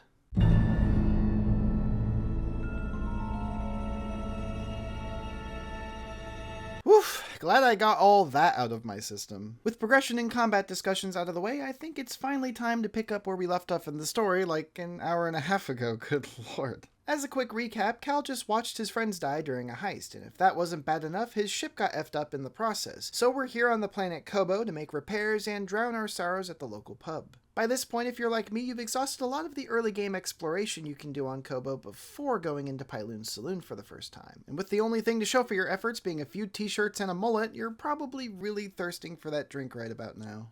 So at last, let's head off to Rambler's Reach Outpost, the only patch of civilization for miles on the vast, beautiful frontier we now find ourselves in. As you mosey on through the first areas of the game, you'll likely come across a few of the NPC characters that populate the planet. For instance, just outside of Rambler's Reach, there's a prospector who reports to you that some of her peers ventured into a nearby cave and never came back, our very first quest hook. She'll recount the details of this tragedy to you while standing awkwardly in place and swiping incessantly on her iPad, presumably rejecting all the horny alien men on Space Tinder. Sadly, any nuance or emotion being provided by the voice actor's performance gets completely lost in this Disney World animatronic-ass idle animation, which you can clearly see looping every 5 seconds or so. You just wanted the prior right. I'm gonna level with ya. Yes, and now that mine's all mine. Better be careful. Who knows if there's another Rancor down there. You're just yanking my chain, right? Right? And this is one of the better NPC interactions. Most times it's... Don't worry about me. Okay. When it's not characters making eye contact with nothing in particular, it's impassive gestures that don't even remotely sync up with the lines being spoken. You'll be lucky to find a side NPC in the overworld that has much articulation beyond facing your general direction and procedurally flailing their arms around every once in a while, occasionally with horrific results. On most characters, there's little to no facial animation aside from the weirdly good lip syncing, which is about the only thing maintaining the illusion that you're not essentially talking to a 3D cardboard cutout. On a good day, you might find an NPC performing an action like polishing a gun or warming their hands on a fire, but they'll usually be so engrossed in their menial task that they won't even so much as look up from what they're doing while speaking to you. Girl, what are you even doing? What's more amusing is that when you're talking to more than one character at once, each NPC, including Cal, swivels to face whoever's speaking. So if there's a lot of back and forth in the dialogue, everyone in the conversation bobs their head around in unison between every other sentence. It looks so robotic. You'd think a game touting itself as next-gen and charging $10 more than most other titles on the market would have more immersive NPC animations than a Ubisoft game from 2009, but once again, I digress. Alongside the friendly yet lifeless faces you meet on Kobo, you're sure to run into more than a few armored dudes who command the silly droids you've been viciously disassembling on your way through the landscape. These fellers are members of the Bedlam Raiders, the primary enemy faction that Cal fights throughout the story. They mainly read as stereotypical Badlands thugs that murder anyone who comes near them. Real exciting stuff. For the most part, they're slightly harder to kill versions of stormtroopers with just as little personality to boot. Since Kobo is largely off the grid in regards to the Empire, these are the bad guys you'll be encountering the most throughout the game. The Raiders also operate with legions of reactivated Clone Wars machines at their beck and call. You'll rarely find one of their ranks without a few clankers on patrol with them. I was super excited to hear droids would be making an appearance in Jedi Survivor, mainly because I knew they'd be charmingly incompetent as ever, and they did not disappoint in that department. Another base for the Bedlam Raiders. We're unstoppable! Who programmed clankers to talk so much? Take a look at that view. Is that a giant crater? Wow. I got it so easy. Guard the cliff, crush the locals, look at the scenery. Know you're there. What is there? Nobody's getting past me. Not without a blaster hole in him. I wonder if I'll get promoted for doing such a good job. Come on, just don't look down. Whoa. I looked down! Then I'll get the other droids to guard the cliff. Oh, but then I won't see the scenery. Now that's a dilemma. Dilemma solved. Battles were so much more fun with these whiny little bastards in the mix shouting one-liners, many of them getting genuine laughs out of me. When droids were on patrol, I'd often put off starting the fight just so I could duck out of sight and listen to them argue with one another about whose metal ass was shinier. That is not how numbers work. While eavesdropping on such riveting conversations, you might start picking up hints of a supposed leader among the Bedlam Raiders, an imposing cyborg named Ravis. Ravis sees. That's why I follow. Why we all follow. He has the strength to lead. A strength these prospectors will never have. Learning of a main antagonist diegetically like this was incredibly cool, and it built intrigue for the adventures to come. I can appreciate details like this that help the world feel more alive than the brain-dead NPCs would lead you to believe. Ravis himself stands as one of the more memorable key figures in the game's unfolding plot. You meet him as you approach Pyloon's saloon for the first time, catching him in the act of assaulting an adorable frogman named Turgle, who tried to sell him a fake copy of an artifact he wanted. Crimes against Turgle are strictly against the Jedi Code, so Cal intervenes, and the ensuing scuffle is where you're first introduced to the Raider veteran enemy that I talked about earlier, presented to you as a named boss fight before being downgraded to flunky status thereafter. I'm glad, though, that we at least got to learn the name of this specific veteran before we lasered a new orifice into his chest. Encountering a lone Jedi in the wild amuses Ravis to no end, and he gets so tickled watching Cal dismember his buddy that he decides not to body you in retribution right then and there. His deep, sexy voice and mysterious motivations leave a real impression at first, making him a distinct character right from the start. Be seeing you. Oh, baby. As it eventually turns out, Ravis isn't even the main antagonist of the story. Oh, we'll get to that little tart soon enough. But for now, with the coast clear, you make it into Pyloon's at last, and reunite with your favorite multi-armed nerf herder Grease, who wastes no time reassuming his role as Cal's surrogate space uncle, complete with groan-worthy quips and wholesome life advice. Grease was probably the most endearing character in Jedi Fallen Order, a crotchety, distrustful lout who slowly warms up to Cal and the ways of the Jedi throughout the game, culminating in a palpable bond between the two by the end. That bond remains strong in Jedi Survivor, though it's clear a lot has changed in the time that passed since the end of the last game. Most notably, we learned that Grease lost a whole arm. Damn, dude! I can't wait for them to explain how that happened. Since Fallen Order, Grease has given up on dangerous piloting missions, choosing instead to settle down here on the frontier as the owner of the fine establishment we now find ourselves in. As Grease and Cal speak, we learn the reason why the original crew of the Mantis went their separate ways, that being Cal's inability to hold himself back from conflict and the harm that he brought upon his loved ones as a result. A running theme of Jedi Survivor's story is the endlessness and futility of war, as well as the drastic actions one takes to perpetuate the cycle of violence, or for some, attempt to escape it for good. Grease is, at the moment, out of the rebellion game, and urges Cal to reconsider his warpath as well, but Cal insists that he's lost too much to abandon his fight against the Empire now. What does their sacrifice mean if I go and I just give up and stick my head in the sand? For Cal, there will only ever be the next mission, whatever it may be, until the war is won, or, barring that, until he finally ends up getting killed by a giant fucking amphibian, most likely. Not wanting to stay in one place for too long, Cal asks Grease to spare some ship parts so he can repair the Mantis and be on his way. This is where things take sort of a sudden turn. While rummaging for scraps in Grease's smelly dark basement, Cal accidentally stumbles into an ancient Jedi shrine that no one has ever found before until now. Not even Grease, who lives 50 feet above it. Inside, he finds a several hundred-year-old droid named Z, who through imparts onto Cal the final message left behind by Jedi Master Santari Khri, a powerful Force user from the Old Republic who had knowledge of how to reach a legendary hidden planet known as Tanalorr.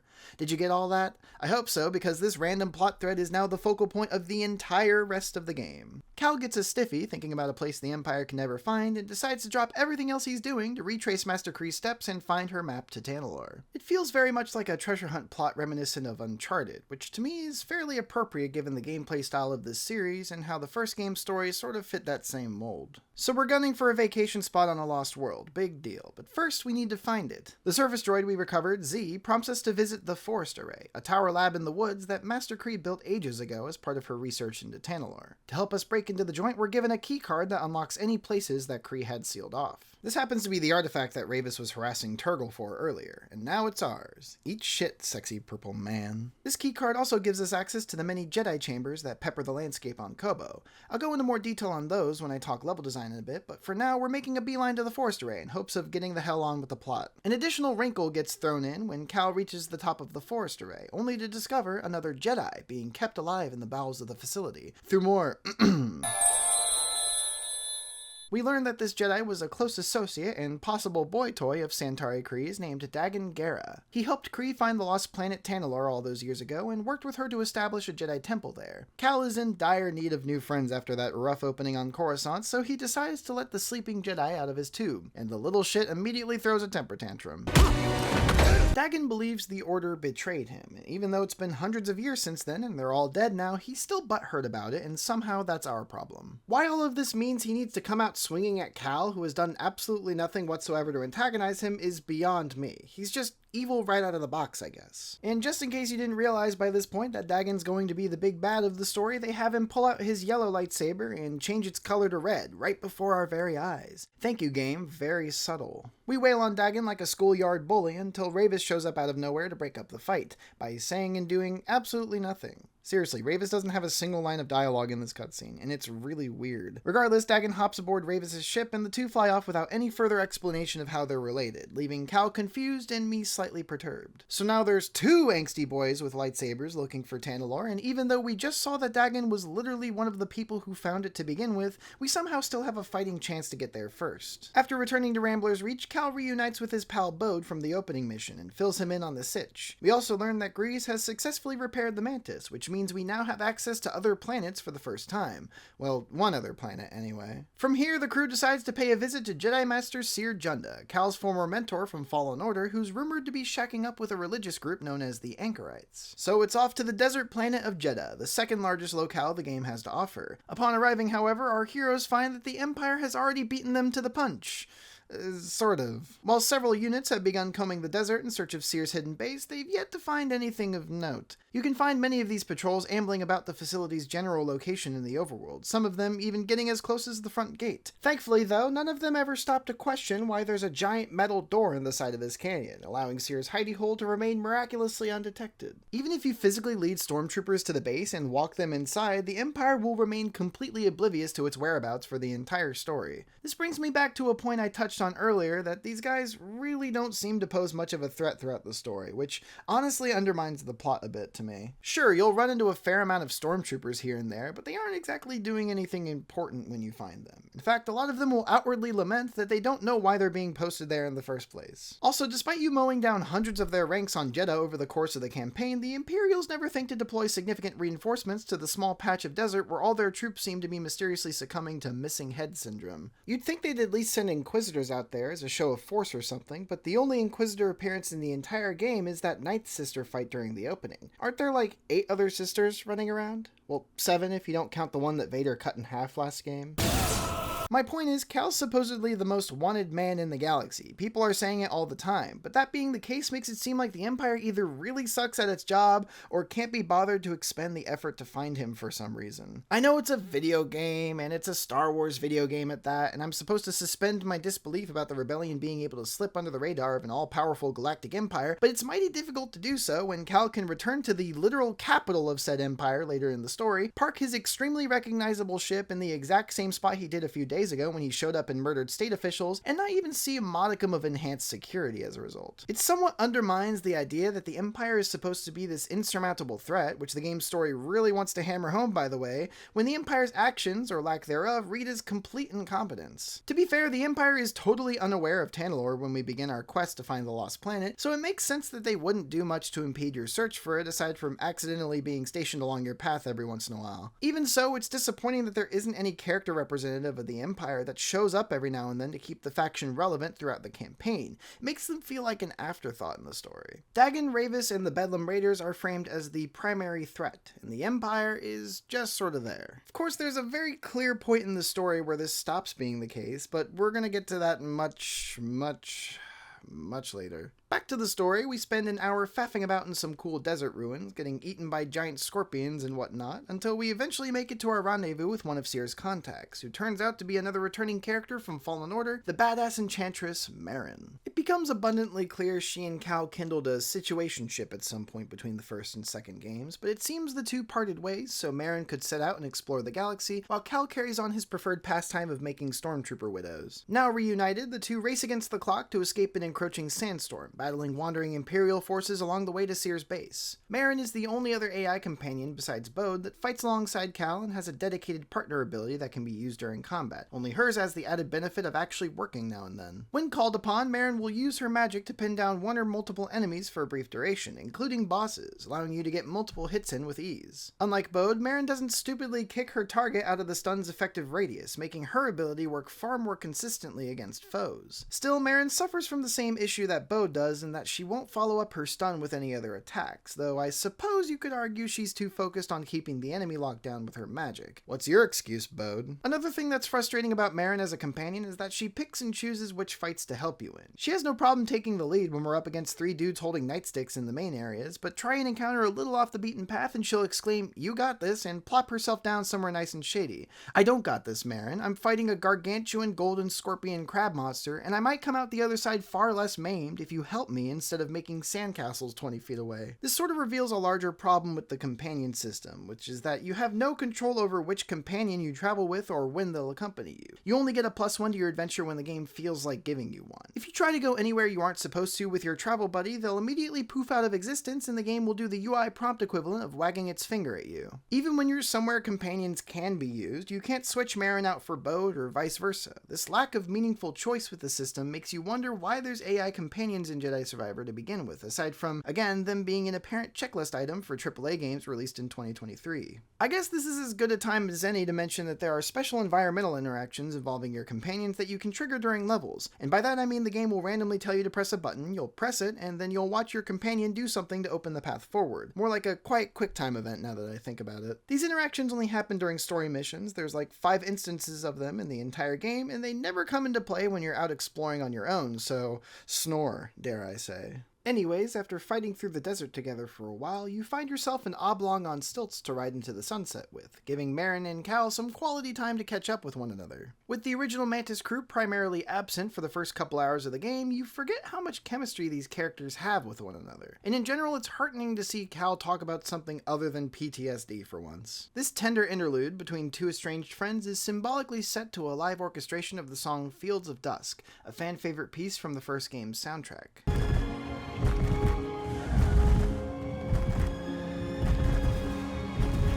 While we're on the subject, god damn, this game's music is phenomenal. The composers Gordy Hobb and Stephen Barton did a fantastic job of authentically recapturing the grandiose, whimsical personality imbued in the score of the original Star Wars films. Jedi Survivor's music pays loving homage to the iconic orchestration styles and motifs employed by John Williams, but without ever feeling too derivative of them.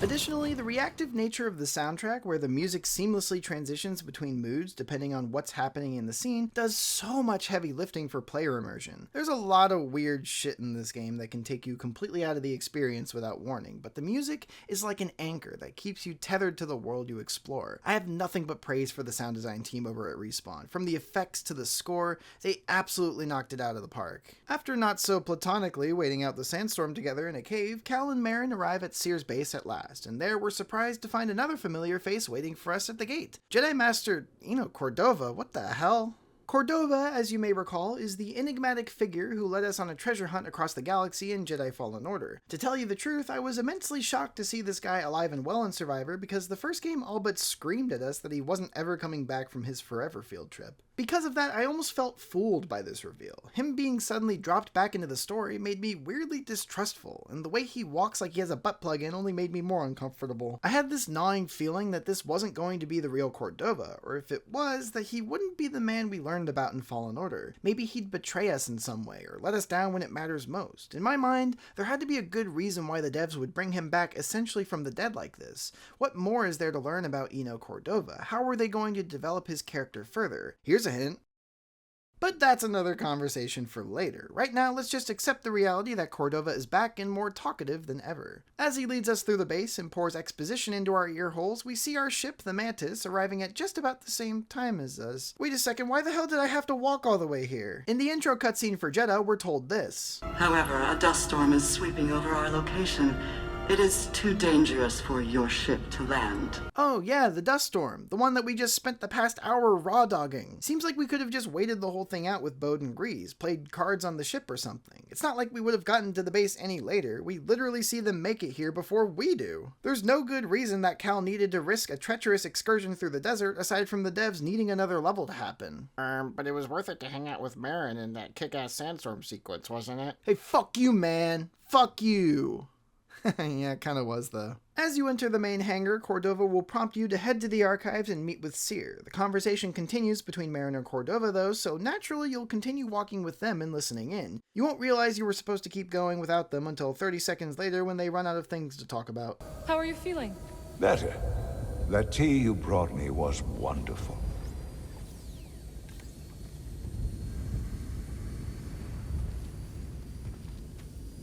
God, even the main character NPCs behave like broken Chuck E. Cheese mascots. Along that same vein, I find it annoying that most attempts to talk to these main character NPCs result in them shooing you away. It seems they only ever had 1 or 2 dialogue interactions on deck before they started repeating themselves or completely ignoring my presence altogether. The archive is growing, but there is still much work to do. I'll leave you to it. Friends like these, am I right? Speaking of friends, we finally get to see Cal's big reunion with Cere, one of the most pivotal characters in the story of the first game, except something feels off. Cal Kestis. Welcome to Jeddah. I knew the storm wouldn't deter you. You're rebuilding the temple archives. We're trying. As long as this knowledge remains, the legacy of the Jedi survives. This is their first time seeing each other in God knows how long, and yet there's a marked coldness to their interactions. It appears the rift between Cal and the rest of the Mantis crew is especially wide when it comes to him and Cere. Something happened off-screen that irreparably broke their relationship. We touch on this past strain somewhat during this first cutscene, but it gets shelved pretty much instantly in favor of the Tanalorr stuff. Can't let those pesky character moments get in the way of our fetch quests now, can we? As a matter of fact, there are some nice moments of reconciliation between Cal and Cere, but they're pretty easily missable. Most of them occur in optional NPC interactions that you can initiate between missions. It hurt when you left. Felt like you quit on us in the middle of a fight. I know. But you were trying to restore the order. Rebuild what was lost. The fight was never your goal. Are you so sure it's yours?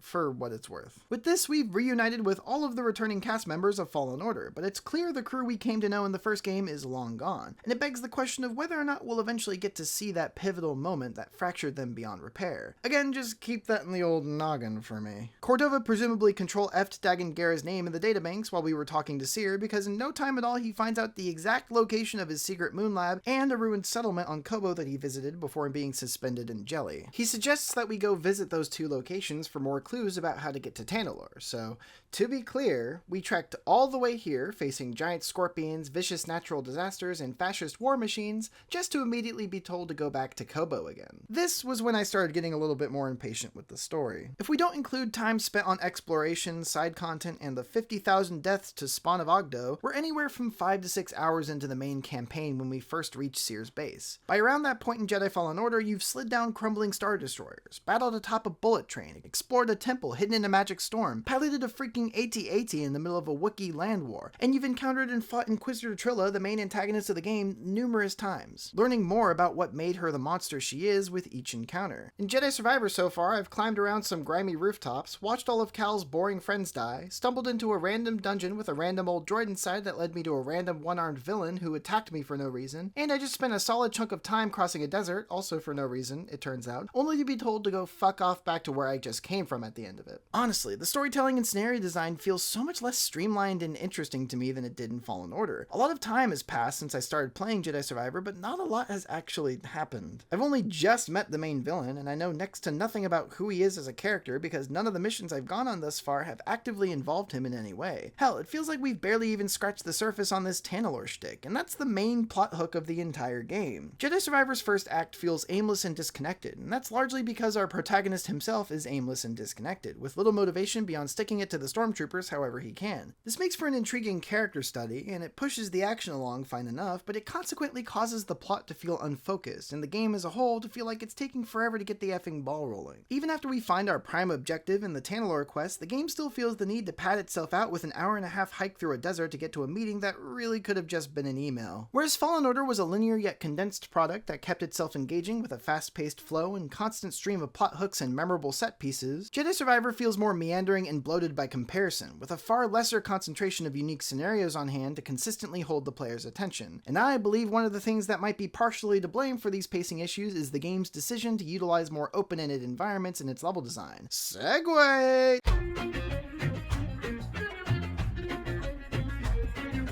The open-ended level design of Jedi Survivor is arguably the game's most significant difference when compared to its predecessor. Jedi Fallen Order's explorable planets, while still fairly interconnected in structure, are far more confined and linear than their counterparts in the sequel. Most adventure zones in the first game consisted of branching corridor-like pathways that only occasionally intersected with one another, linked together sporadically by unlockable shortcuts or larger subregions that tied together multiple areas. Traversal being limited by the game's level layouts in this way made it so that you often only ever had one or two ways to get from point A to point B, and most of them involved watching Cal sidle through tight spaces or waiting in several ridiculously long elevators. For that matter, there was no fast travel available to the player in Fallen Order, meaning you'd often find yourself retreading these same level bottlenecks over and over, especially if you were gunning for 100% completion. These problems came to be a common source of criticism among those who played the first game, and it would seem Respawn made addressing these concerns a driving force for their level design philosophy in the next series entry. Jedi Survivor takes its predecessor's level design and stretches it out in all possible directions, with fully explorable maps featuring vast plains, towering geometry, and nooks and crannies of all kinds to slip into. As I've discussed at length already, there isn't a whole lot of worthwhile hidden goodies to find amongst these locales, but there is an undeniable joy in the act of exploration itself, facilitated largely through the game's wonderful visual presentation and map flow.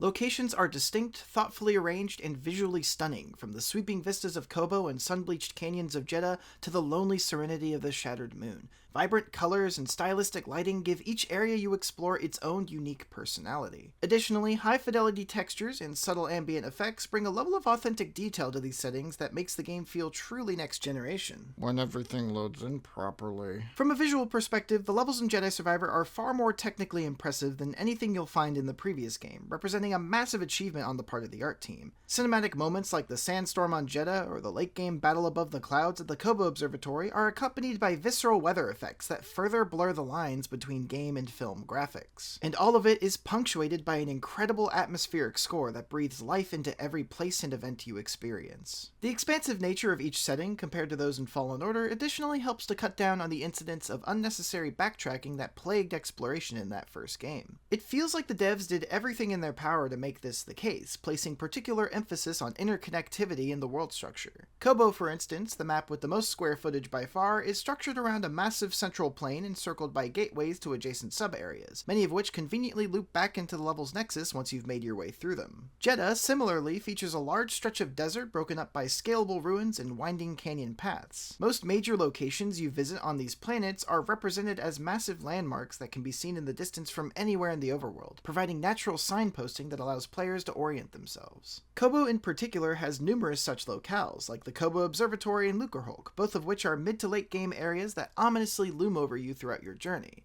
I've always loved games that do this. Seeing gargantuan structures on the horizon kindles this overwhelming sense of awe and intrigue, and it's quite rewarding to eventually summit these distant constructs and look back down on the spot where once you gazed up in wonder. Epic moments like these serve as an implicit indicator to the player of the progress they've made, and it helps ground the world in an authenticity of space that makes it feel truly grand and cohesive. This touches on another element of this game's level design that I'd like to praise, its verticality. Most levels in Jedi Survivor feature terrain that layers over top itself, with the player's objective typically residing at the top of the level. The devastated settlement, for instance, takes place in a massive volcanic rift with ruins embedded in its surrounding cliff walls. To reach your objective at the top, you'll need to use lasers to unblock air geysers in the middle of the level and get carried into the updraft by bat creatures, allowing you to reach more elevated sections of the map. The level is a constant climb to the top, and this unique method of scaling your way up the ravine makes for an engaging trek. My favorite level in Jedi Survivor, the Shattered Moon, also puts the player's objective at the top of the level and starts them off at the bottom, as does the Lucrehulk, Fogged Expanse, Kobo Observatory, Forest Array, and Sanctuary Temple sequences. This simple structural trick is repeated so many times throughout the experience because on the whole, it works every time. Verticality and level design perfectly complements the parkour mechanics at work in Jedi Survivor. After all, being high up makes jumping puzzles feel more treacherous. Additionally, having the player constantly move towards higher ground trains them to always be seeking elevation as a means of progression, and because of this, players won't find themselves getting nearly as disoriented when exploring these more complex levels. With environments in Jedi Survivor being so spacious, sightlines are rarely broken, and thus it's easier to ascertain the path forward by observing your surroundings, especially those above you. If you're feeling lost or stuck, more often than not, simply getting high will reveal the way forward. No, wait, cut that. Don't. You wanna buy some death sticks? To further balance the sheer increase in level scale from its predecessor, Jedi Survivor introduces a variety of new traversal options that streamline movement and provide the player with more tools for exploration. For instance, during your early game mission to break into the Forest Array, Cal gains the ability to tame certain kinds of fauna and ride them, providing a number of benefits. As I mentioned earlier, you can use your animal magnetism to hitch yourself to the talons of a cute bat monster, or the Relter if you want to use its Christian name. Riding the Relter lets you glide over huge expanses of the level, often giving you a means to bypass obstacles and access entirely new areas. We also have the Neko, a dollar store chocobo that can run fast and leap super high. Dismounting at the top of their jump allows you to get even more verticality, letting you just barely make it to out-of-reach places. You can, of course, also use this extra jump to clear wide gaps, albeit by kicking your mount into the pit of death you would have fallen into otherwise. Sorry, old Bessie, it's nothing personal, I just really needed that white plastic jumpsuit. Say hi to Yoshi down there for me. Mounts are good fun, but they're fairly situational, only really being applicable in the game's hub areas and in 1 or 2 required checks during story missions. If you're in an area that allows them, you can call nearby mountable animals towards you with the tap of a button. Even if there's not a mount in your general vicinity, the game will conveniently spawn one into existence right next to you, a miracle of life. Unfortunately, though, this only works for Nekos and their desert-dwelling cousins, the Spammels. The only way to get the Relter is by finding one perched at its nest atop specific vantage points in the map, meaning that they're only really ever useful for getting down from tall places faster. Despite the novelty of mounts, I found myself craving something more substantial as time wore on with Jedi Survivor. We already got the grappling hook in the opening mission, but like mounts, you can only use that ability when the game explicitly lets you. What we're really looking for is a true Metroidvania upgrade, a freely usable traversal option that turns basic movement completely on its head, unlocking a whole realm of possibilities and exploration. Sadly though, in Jedi Survivor we don't see an ability like this until about halfway into the campaign, but once you get that ability, you'll be forever changed. Well, your circle button will be anyway. The air dash ability is, in my opinion, the quintessential addition to Cal's moveset, though it is a relatively simple one. By pressing the dodge button mid-jump, Cal will use the force to propel himself forward, granting a boost to horizontal speed and zeroing out your falling velocity for a brief moment. This allows you to stay in the air a little longer and cross far greater distances than you ever could before, drastically increasing the overall mobility of your character and upping the hell out of the ante for parkour sequences. Mere moments after being given this awesome new power, you'll get your hands on yet another new mobility upgrade, Marin's Charm, an item that allows you to pass through green laser barriers by air dashing into them. Each time you do so, your double jump and air dash cooldown are both reset, letting you perform each move again immediately afterwards. These green laser grids are often strung together in daisy chains along with other level elements like swing bars, grapple points, and runnable surfaces, making for some seriously satisfying continuous parkour challenges. To make things even cooler, dashing through a laser gate sprinkles a bit of damage onto your air dash at times, letting you barrel into unsuspecting enemies that wait for you on the other side of the threshold. It feels great during the 3 instances where it's applicable. Makes you wish there was a perk or something that gave air dash some damage utility of its own. Imagine darting all over the arena, knocking over enemies in your path. I bet it'd be a lot of fun if fun was something perks were allowed to be in this game. Regardless, Marin's Charm is a fantastic pairing with air dash that immediately raises the engagement and pace of exploration and parkour. These two moves harken in all the best ways to classic platforming heavy games like Noel Barry and Maddie Thorson's 2018 love letter to the genre, Celeste. The best designed platforming sequences in that game force you to make split-second decisions as you rapidly maneuver through obstacles using the mechanics given to you. As it turns out, this type of challenge translates quite well into the context of the Jedi series, and the designers really make it work in their favor in later sections of the game. My only complaint about the air dash itself is that even though it very visibly halts all vertical momentum when you activate it, it doesn't reset the amount of fall damage you'll take after landing, leading to some pretty questionable looking deaths. This same problem happens with the double jump ability too. I sort of get why it's designed this way, as I imagine letting players essentially negate all fall damage with the press of a button could have been exploitable in a fair amount of instances, but that fact doesn't quite alleviate the feeling of bullshit you get when you watch Cal die from a 2-foot drop. That aside, the fun of parkouring with the air dash and Marin's charm can't be overstated. They truly turn the game around in all the best ways, completely changing how you approach platforming from here on out. This once again makes me a little shocked that these mechanics aren't established sooner. For comparison, Hollow Knight has a near identical dash mechanic that the player gains in the second main area of the game, roughly an hour or so into the experience. Jedi Fallen Order as well introduces one of its elementary parkour abilities while running partway through its first real level. Both of these games implement their core movement mechanics early so that they can be more intimately ingrained into the design of their maps throughout the experience. Jedi Survivor waiting so long by comparison to introduce its most transformative features undermines the game's first half by making it feel too similar in gameplay to Fallen Order. It makes it so that until around 8 hours into the campaign, you're essentially the same exact Cal you were in the last game, except now you have a grappling hook that you can use once every 20 minutes. Cal has only one other mobility upgrade that he gains well into the latter half of the story, an enhanced version of the grappling hook that lets him latch onto floating balloon targets, hang on to them for a short period of time, and then sail off in a chosen direction. This one's pretty fun too, but again, its introduction being so late into the campaign prevents it from seeing heavy enough utilization throughout all of the levels. Like, there are some neat puzzles using the mechanic, but aside from required moments like these during late game story missions, the ability doesn't see much use overall outside of getting you to the occasional collectible. The upgrade itself is, once again, entirely situational, only ever coming into play when one of those balloon targets shows up.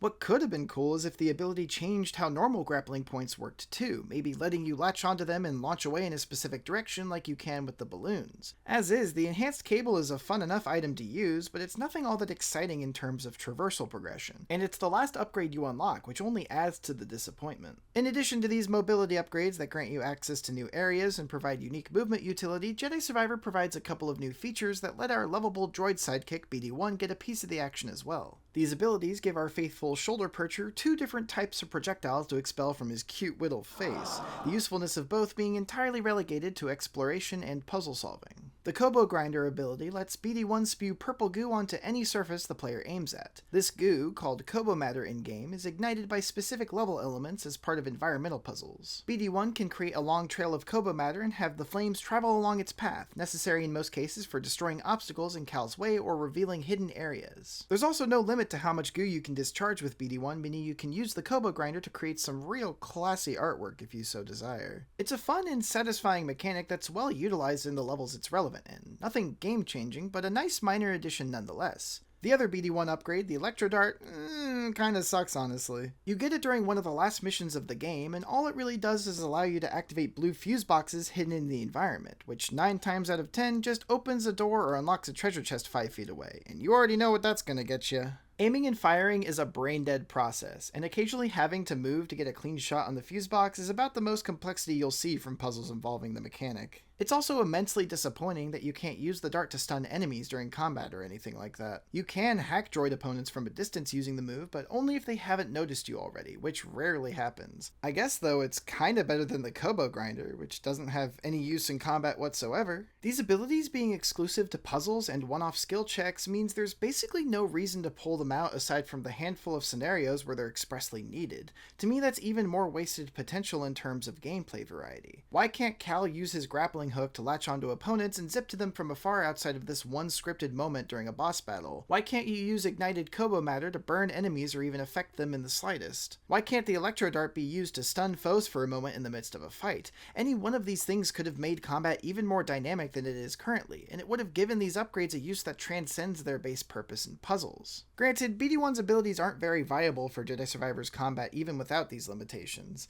To shoot projectiles with your droid, you have to press a D-pad button to enter a firing mode and use the right stick to slowly aim at your target. Worse still, Cal moves at a snail's pace and can't perform any other actions while you're in this state, which is definitely too clunky to be usable during these fast-paced fights, but also, it didn't have to be that way. Maybe instead of having to free aim with BD1, they could have made it so pressing his designated D-pad button during fights would make him automatically fire a projectile at a targeted enemy like Atreus does in the God of War games. Or maybe BD1 could have had his own special companion ability like Merrin and Bode do, one that changes depending on which of his ammo types you have equipped. God of War had this one too. There's plenty of things that could have been done with BD1 to involve him more deeply during combat, but that would have taken extra work, so the game simply throws its hands up and makes BD1's button do absolutely nothing mid-fight. I just wish this game had the balls to go the extra mile and transform beyond the rules it established for itself in Fallen Order. I wish there was more thought put into having the cool new mechanics it brings to the table work synchronously with all aspects of the game design instead of everything falling into isolated silos. Now, this isn't to say that Jedi Survivor doesn't do a good job of utilizing its mechanics in combination at times. In fact, there are some great examples of the game doing just that in several of the Jedi chambers you can find scattered across the landscape on Koboh. These mini-dungeons take a page directly, and I mean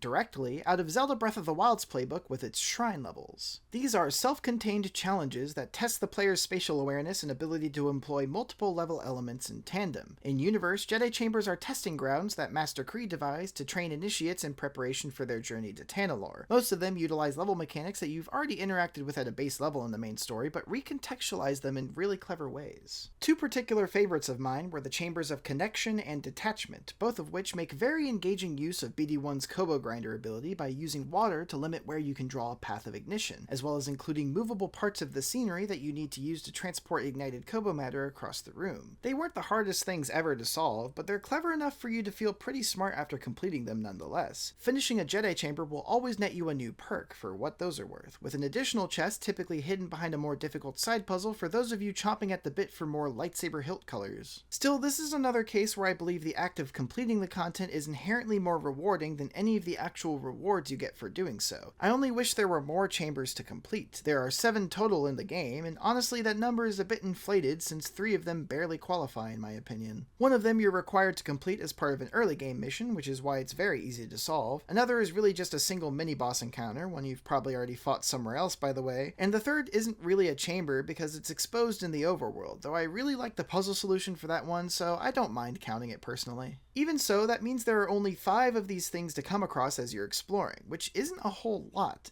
Also, in case you were wondering, your only reward for beating all the Jedi chambers is a map that reveals every hidden Force crystal in the overworld, making it easier to get health, Force, and skill point upgrades. Cool, I guess, but considering you won't find all the Jedi chambers until the endgame when you probably have all the upgrades you need anyway, this reward feels like a too little too late kind of thing to me. Thankfully, if you're hankering for more things to solve, the puzzle quality of the chambers extends to general exploration as well, and there's no shortage of little side areas that require you to flex the old noggin. Even with the surplus of cosmetic rewards killing my exploration libido, I still felt compelled to seek out mini puzzles across the world because they're inherently fun to interact with. I especially like how most brain teasers in the game involve the extended traversal mechanics in some way. Take for instance the paths of Persistence, Conviction, and Restoration on Jedha, 3 optional ruin areas with puzzles that involve pushing a marble along a set path so that it reaches a shrine at the top of each structure. Players need to figure out how to manipulate the marble's track using nearby switches, which can only be accessed through movement mechanics like climbing, wall running, dashing, or grapple launching to higher ground. And some of the switches are time sensitive, forcing players to optimize their movements and complete the puzzle before it resets. There's a lot of simple yet elegant force and parkour challenges like this all throughout Jedi Survivor, and it makes for some truly fun exploration, even without a necessarily worthwhile reward at the end. In my opinion, where the game's parkour shines brightest is in the optional Force Tear challenges. Force Tears are these hidden portals you can find on each planet that transport you to what I can only assume George Lucas sees when he takes too much melatonin before bed. They're not the most exciting things ever, a lot of them just lock you into a small arena and shove a ridiculous amount of enemies in your face that you need to kill as fast as possible. Others force you to juggle several overpowered mini-bosses at once, which is where that godforsaken father-son Ogdo fight comes from. There's rarely any other unique spin on the scenarios beyond murder everything in front of you, and also you can only use dual wield for some reason. And of course, your only reward for completing any of these is a single skill point. Gee, thanks. A select few Force Tears, however, will present you with platforming challenges instead, with the twist being that these ones were designed by sadists. These obstacle courses force the player to engage with every single movement mechanic at their disposal in rapid succession, with very little room for error. Figuring out the optimal path through the course is often a brain teaser of its own. In one Force Tear, you'll have to hop, skip, and dash your way up a series of zip lines, a difficult task in itself, before you realize that the last zip line leads to nowhere. This happens to be the one and only instance in the entire game where you're required to switch directions on the zipline to progress, and even then you've still got a timed dash jump through a laser grid to contend with, all while avoiding electric sparks that run along the wires. One wrong move and it's back to the start. These challenges feel so much like Celeste in that they take what you've learned about movement and hit you upside the head with it. With how restrained the platforming challenges can feel in the main game, it was refreshing to see the devs go buck wild like this. Such an odd yet welcome change of pace. Individual slices of content like these few force tears, as well as the Jedi chambers and various smaller interactions you find in the overworld, exemplify the very best of Jedi Survivor's level design. Thanks to the handful of new traversal and puzzle abilities afforded to us, non-combat challenges feel far more streamlined and mechanically engaging than anything we've encountered previously in the Jedi series. The designers did a better job of clearly telegraphing important level elements, reducing the misguidedness and frustration that often accompanied some of Jedi Fallen Order's levels. Compared to the first game, you're spending remarkably less time fumbling around with physics objects and running all over the place trying to figure out which random piece of the environment you're supposed to interact with to proceed. Satisfying abilities like the air dash and Kobo grinder make executing a solution just as fun as figuring it out, and there are often multiple ways to approach a given problem using the affordances available to you. For all of these reasons, I'd contend that the level design of Jedi Survivor is just as good, if not better, than its predecessor. In a vacuum. Unfortunately, like most aspects of Jedi Survivor, things stop looking so pretty when you take a closer look at the consequences of certain unfortunate design decisions that were made. Let's get into some of those. It feels like one of the primary goals Jedi Survivor set out to fulfill as a sequel was making itself seem bigger in every conceivable way compared to its predecessor. Numbers-wise, it undeniably accomplishes this. More lightsaber stances, more skill tree abilities, more collectibles, more side characters, a longer story, and most importantly, significantly larger levels. It would seem bigger is better was a driving mantra of this game's development, but what effect does such a philosophy have on the level design? Well, first we need to clarify something. While trekking across the wide-stretching plains of Kobo with landmarks looming on the horizon for you to travel to, it's tempting as a knee-jerk reaction to describe what you see as open world. From an outsider's perspective, categorizing Jedi Survivor's levels this way just feels right. Level transitions are seamless, certain areas are expansive and freely traversable, and the way that you need to probe the environment for pockets of content evokes the spirit of discovery-based exploration that stands as a hallmark of open-world gameplay. For Jedi Survivor, however, this would be a misnomer. The game's own FAQ page on its official website explicitly states that it is not open world. This is an important distinction to make because, similar to the Souls-like moniker, the term open world comes with its own set of implications, in addition to being another buzzword that makes publishers froth at the mouth. Open world games are often designed with player autonomy at the forefront of the experience. In other words, freedom is typically upheld above all other design pillars. I'm not just talking about simply being able to go wherever you want, either. In the very best open world titles, this emphasis on freedom extends to every aspect of the game's design, from character upgrades to branching story decisions, all the way down to the way you physically move throughout the space. Insomniac's Spider-Man series is a fantastic example of this. The web swinging and character mobility in those games is fine-tuned to give the player absolute free reign over how they traverse the map, from the darkest alleyway to the tallest tower. Movement in Spider-Man is so dynamic and fun that I'll spend hours letting New York City burn while I fly around and do epic mid-air tricks. I think Uncle Ben said it best: with great power comes sick fucking triple helixes. In addition, there are many different ways you can approach the varied combat encounters you find in the overworld. You can hang in the rafters and wait for your prey to waddle out of sight before stealthily webbing them up. You can spring traps using set pieces in the environment to your advantage, or you can jump right into the fray and overwhelm your opponents with the powerful gadgets in your arsenal. Spider-Man's game systems have been finely tuned to conform and react to whatever playstyle you choose to employ, something that perfectly complements its freely explorable levels. Everything is made with the open world in mind, making the product as a whole feel far more cohesive. Furthermore, the sequel to Spider-Man had the same job as Jedi Survivor in that it needed to enhance the scope and gameplay complexity of its previous titles. Like Survivor, you can see this reflected in Spider-Man 2's expanded map, which is now almost twice as big as it used to be. To compensate for this level growth, the game adds mechanics like gliding and slingshotting to ensure you're not spending more time just getting from place to place instead of experiencing the new content. There's also a wealth of side missions and meaningful collectibles breadcrumbing the overworld that you can interact with as you're speeding to your next objective. These introduced features help to set Spider-Man 2 apart from its predecessor by redefining what moment-to-moment gameplay looks like compared to previous entries. For another example of a game that does this wonderfully, look to Breath of the Wild and how it completely reinvented the established formula of the Zelda franchise in its jump to open world. Like Jedi Survivor, Breath of the Wild sought to vastly enlarge the space you play in compared to previous series entries, but rather than just taking the player character Link and dropping him into the open world with the same exact moves he's always had, Nintendo chose to better support its newly expanded levels by orienting every other aspect of the game's design around them, from movement to combat to puzzle solving and beyond. The all-new climbing system, for instance, provided an impetus for verticality and terrain never before possible in a Zelda game. Link's glider, like the Relter Mount in Jedi Survivor, further supports this verticality by giving you exceptional mid-air mobility. But in Breath of the Wild, you can use it at almost any time and place, making it a defining feature of the player's core movement. Breath of the Wild also introduced a total combat overhaul that gives the player an unprecedented amount of ways to tackle enemy encounters of all kinds. To this day, new discoveries are constantly being made by the fan community through experimentation with the game's intricate physics and combat systems. None of this would have been possible if the game's developers had been too afraid to discard the design staples that typified past Zelda games. Unbinding itself from the shackles of convention like this allowed Breath of the Wild to stand alone as a new, exciting experience that redefined the entire franchise it came from and set a strong standard for all open-world games to follow. Titles like Breath of the Wild and Spider-Man 2 as well understand that the choice to expand the scale of your levels needs to coincide with an expansion or revision of the rest of the game's systems. It's not enough to simply make your maps bigger. Making a change to level size without adjusting the rest of the experience to complement that change can negatively impact the balance of your entire game loop.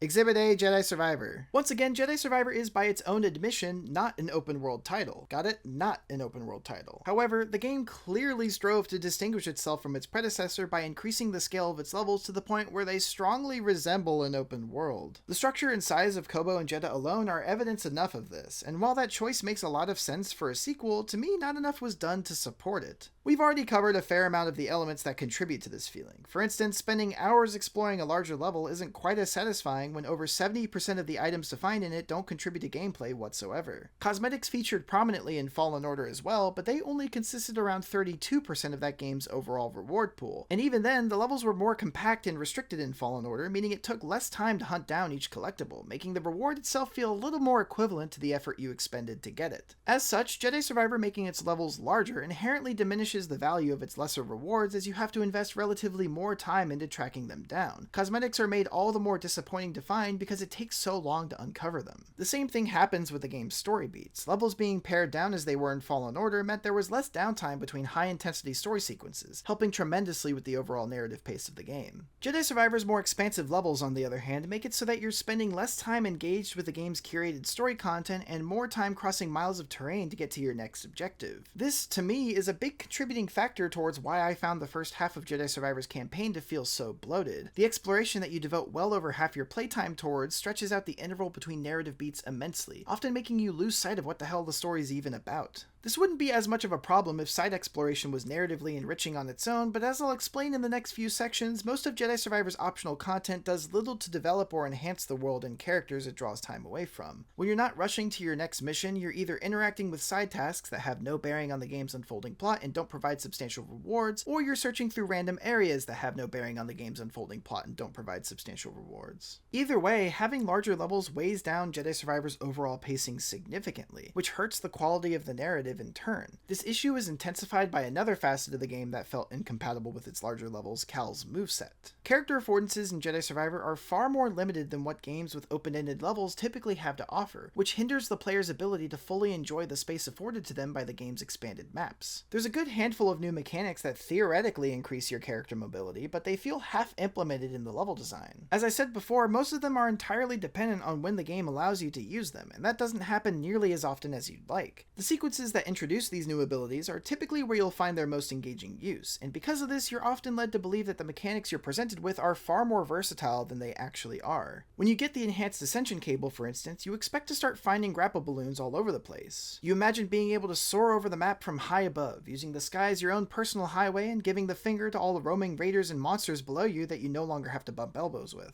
But once you get back to the main areas of Koboh with the new ability in tow, you find none of this to be the case. The balloons you need simply don't show up enough for you to freely employ your new move in the way you hoped to. even though I really like its inclusion in this game, the same sadly goes for Merrin's charm as well. More often than not, it's used just for basic progress checks in the overworld rather than being employed in jumping puzzles to the same extent as in forced terrors and story missions. And for as much as I like the air dash, a majority of its usage for me was spamming it to get around slightly faster at ground level. Jedi Survivor's maps are massive in scale, but not enough of that extra negative space is filled in with places to employ your movement upgrades in unique ways, making even the best ones feel monotonous to use. Further example of Jedi Survivor not using its afforded space to the fullest can be found in the combat design. For one, enemy scenarios rarely include obstacles or interactive set pieces that help encounters stand out from one another. A lot of fights in the game take place on flat, open terrain, devoid of anything to navigate around or take advantage of. Most of the time, there's not even physics objects that you can pick up and chuck at enemies. It's usually just you and your opponent in a completely empty room with the occasional pit that you can push them into. And this being the case neuters the player's ability to creatively approach combat, throwing strategies involving clever force utilization or even stealth right out the window. Honestly, why does this game even have a stealth kill mechanic? Almost every enemy notices you and starts screaming to their buddies the second you get within 30 yards of them. The game knows this too, and so 90% of encounters have no elements designed into them that enable stealth. I'm not saying that Cal needs to be able to play like Arkham's Batman, evading detection and taking out enemies one by one. All I ask is, why have more expansive levels when they don't change a single thing about combat or expand your options as a player? Why can't the level design mesh with the fighting mechanics in a way that lets your new abilities be used in interesting ways? Again, it's the problem where every aspect of this game is being kept apart like food on a school cafeteria lunch tray. Imagine the combat is mashed potatoes and the level design is that delicate gravy on top. Mashed potatoes and gravy are fucking delicious together, but Jedi Survivor says multiple flavors at once. That's too complex for your palate, stupid. Here's a bowl of just potatoes and maybe we'll spoon feed you some gravy once you've cleared your plate, you disgusting little freak you. Now get out there and find some more color variants for your fucking spoon. We've already talked at several junctures about how the combat mechanics alone aren't progressive enough to keep you consistently engaged throughout the campaign, which is why it's crazy to me that more wasn't done in the level and scenario design to supplant this lack of depth. There are notable exceptions to this throughout the game that I'll try to call out when I get to them, but they're few and far between, honestly. Even looking solely at the level design itself, I feel not enough was done to account for the sheer increase in environment scale and character mobility. The game does inherently benefit from these larger spaces in the sense that there's more freedom in where you go and how you approach exploration to an extent. For instance, there's a surprising amount of climbable terrain among the crags of Koboh, allowing you to access all kinds of high-up places. Because of this, there may be any number of methods by which you can get from point A to point B, which theoretically solves Fallen Order's more limited exploration problem. With your jump and air dash alone, you can reach some pretty obscure spots, many of which have no content in them, making you feel like you ended up somewhere you're not supposed to be, which is admittedly a little fun on its own, you know? Who doesn't like to rebel against the devs now and then? At times, it can almost feel like you're cheating with the amount of ways you can bend levels to your will like this. And then you'll accidentally skip an entire sequence of the game and realize, yes, you're definitely cheating. Freedom of movement is an inherent benefit of open-ended levels, to be sure, but this freedom can easily undermine the polish and nuance of your level design if proper steps aren't taken to address blatant map exploits, and it seems a fair amount slipped through the cracks this time around. Like I said, I appreciate a lot of the environmental puzzles you can find in the overworld, but a good handful of them have some rather severe oversights that allow you to circumvent them almost entirely. For example, there's a puzzle here during the Sanctuary Temple mission where you have to use a big pushable block to make your way up to a climbable grate above you. The block is trapped behind a gate nearby that opens when you yank on a nearby cord, and it starts closing as soon as you let go of the cord, meaning you'll have to quickly pull the block out with the force before it gets locked away again. Or you can skip all that by jumping off a tiny ridge on the wall that you're able to stand on for some reason. Not sure that's supposed to be there. What about this one at Devastated Settlement? You're trapped in a room with a laser beam that you need to use to ignite BD-1's goo, but the laser beam doesn't hit any surface in the chamber that your goo can attach to. So you'll need to cleverly force pull the giant cube you found earlier in the puzzle to block the beam, acting as a makeshift surface you can apply your ability on. Very clever.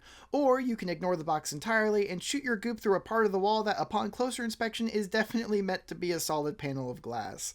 Oops. Here's a doozy. There's a complex optional puzzle in the barn on Koboh where you're supposed to use a Neko to reach an entrance to the building's interior. You can then use your mount summoning ability to get the Neko inside with you while you hold the front gate open by pulling on another cord. You'll use this Neko again to reach a high up ledge that houses a mechanism for raising an elevator nearby, and then you'll need to get a second Neko in the room so you can leave it on the elevator and lift it up to the barn's second floor exit. From here you can use the second Neko one last time to reach a ledge outside the barn, unlocking a new section of the map to explore. Sounds like a real brain teaser, doesn't it?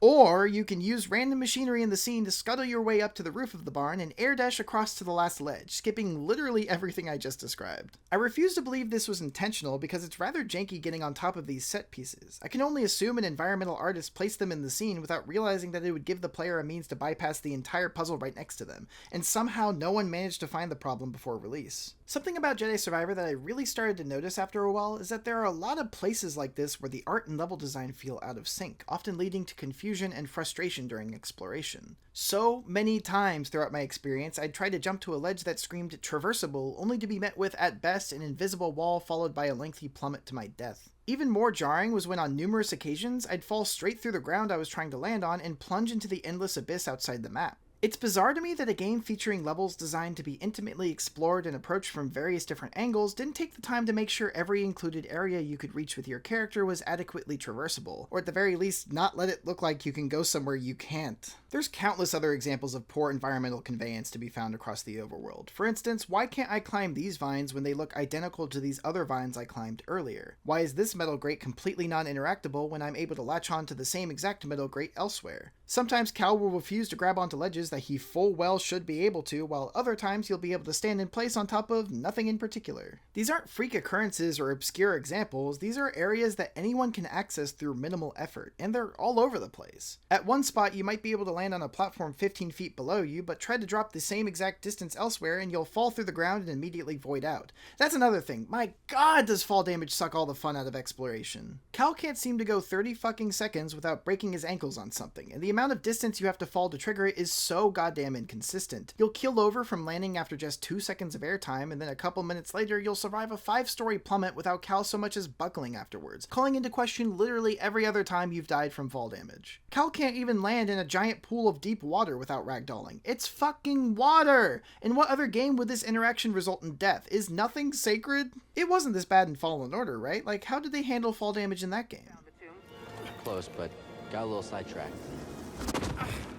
Oh, nice, they didn't. Granted, because there was less verticality in Fallen Order's levels, you were far less likely to find instances where fall damage was relevant. Most void outs in the game happen when you fall down a bottomless pit or something, which reads totally fine from a gameplay perspective. In Survivor, most instances of fall damage happen in mid-air, seemingly triggered by Cal falling a certain distance rather than hitting a specific out-of-bounds zone. Apparently, Cal is so deathly afraid of heights that plummeting more than 15 feet makes him have a heart attack and die before he even makes impact with anything. It's ridiculous. I won't say that fall damage shouldn't be in Jedi Survivor at all, as that probably caused problems of its own, but I do think the threshold for a deadly fall should have been increased significantly, or at least been more consistent. I think it could have reduced frustration immensely. Again, these problems are more than mere annoyances. They actively discourage players from employing their traversal mechanics to the max. After all, why bother trying to fully explore every corner of a level in search of obscure, out-of-reach areas when most attempts to do so result in you hitting an invisible wall or voiding out immediately? Most of these problems wouldn't be so bad if the devs had done a better job telegraphing which areas were actually traversable for the player. As is, when you're jumping to a ledge, you have absolutely no way of knowing it's accessible until you either land on it or fall to your death. Certain visual elements in the scene can be straight up misleading as well. It truly feels like artists on the team were making decisions absent of level designer input, leading to severe dissonance between the two. One rather funny example of this can be found after the Kobo Observatory mission. After beating the boss there, you take an elevator straight back down to the surface, which doesn't make sense, as anytime you look at the observatory from afar, there's no elevator shaft under it like the one you see on your map. The structure is entirely free-floating. I got curious and took a relter down under the observatory to confirm that the elevator didn't exist, only to be proven wrong in just about the worst way possible. To be fair, Jedi Survivor was developed almost entirely remotely during the COVID-19 pandemic, which may explain some of these apparent lapses in communication between departments. Still, it's baffling that some of these issues didn't come out of the woodwork at any point during the QA process. I suppose, though, they had some bigger fish to fry. What I'm getting at is that the game's larger levels inevitably gave the devs more ground to cover when searching for issues in their map design, and it would seem this allowed a lot of problems to fly under the radar. All in all, I want to stress that it's clear that a lot of talent, thought, and hard work went into making the levels of Jedi Survivor believable, beautiful, and fun to adventure through. Some of the sequences here offer the most engaging and exciting gameplay in the series to date. However, like so many aspects of this game, there were a lot of missed opportunities and oversights present that held things back tremendously in my eyes. While many many of the smaller chunks of content that felt more traditional to the series were just as good if not better than what came before in Fallen Order, I still feel that the more expansive overworlds featured prominently in the game did more to weigh the experience down than it did to elevate it. Jedi Survivor's larger levels are under-supported by the rest of the game's systems, and their noticeably lesser polish compared to the game's more confined spaces makes them feel even more incohesive with the rest of the experience. Although general traversal can still be satisfying in a lot of ways, hampered player autonomy and a lack of meaningful rewards strip these grander locales of their motivation, making a lot of the game's exploration feel aimless. Now, the side content could have helped alleviate some of this feeling, but...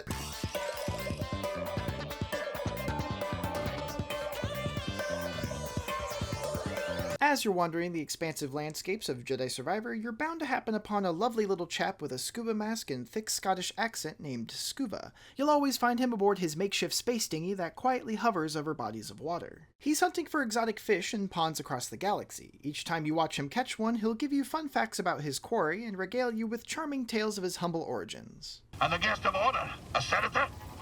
What's did I say? Perrin in the tank. Again, Scottish accent, so subtitles recommended. After meeting him, Scuba will become a regular patron at Pyloon's Saloon on Kobo, and each fish he catches will be added to the large aquarium in the middle of the bar for you to gaze at and wonder for all of a few seconds. Scuba's quest, if you can call it that, epitomizes a majority of the side content that you'll be interacting with in Jedi Survivor. While adventuring, you'll encounter a diverse cast of quirky characters in the overworld that you can convince to come hang out at your bar. Throughout the game, you'll slowly watch Pyloons fill up with new customers, some of whom offer services like exchanging currency for items, providing rumors about things to find out in the wilderness, or allowing access to entirely new kinds of content altogether. The prospect of being a cantina owner in the Star Wars canon is admittedly pretty sweet, and even though it doesn't make a whole lot of sense for wanted fugitive and war criminal Cal Kestis to openly advertise the place he hangs his hat, I still like the idea of going around and recruiting people to join your fan club, steadily transforming your saloon into the hottest joint this side of the Outer Rim. It gives you a nice emotional connection to a location you constantly revisit, and it's neat to watch the place blossom over the course of the campaign, one of the few truly dynamic elements of Jedi Survivor's world.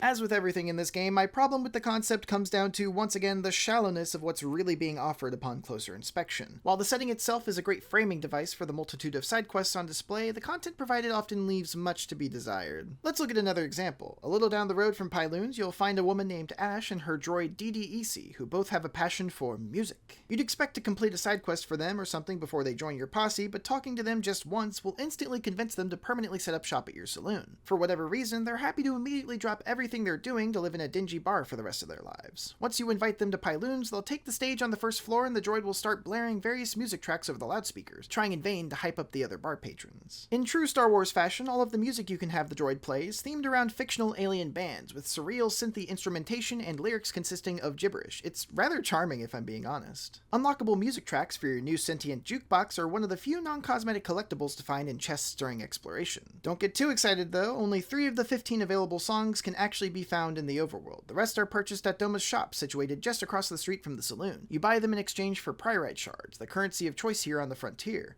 What exactly are Priorite shards, you might be asking?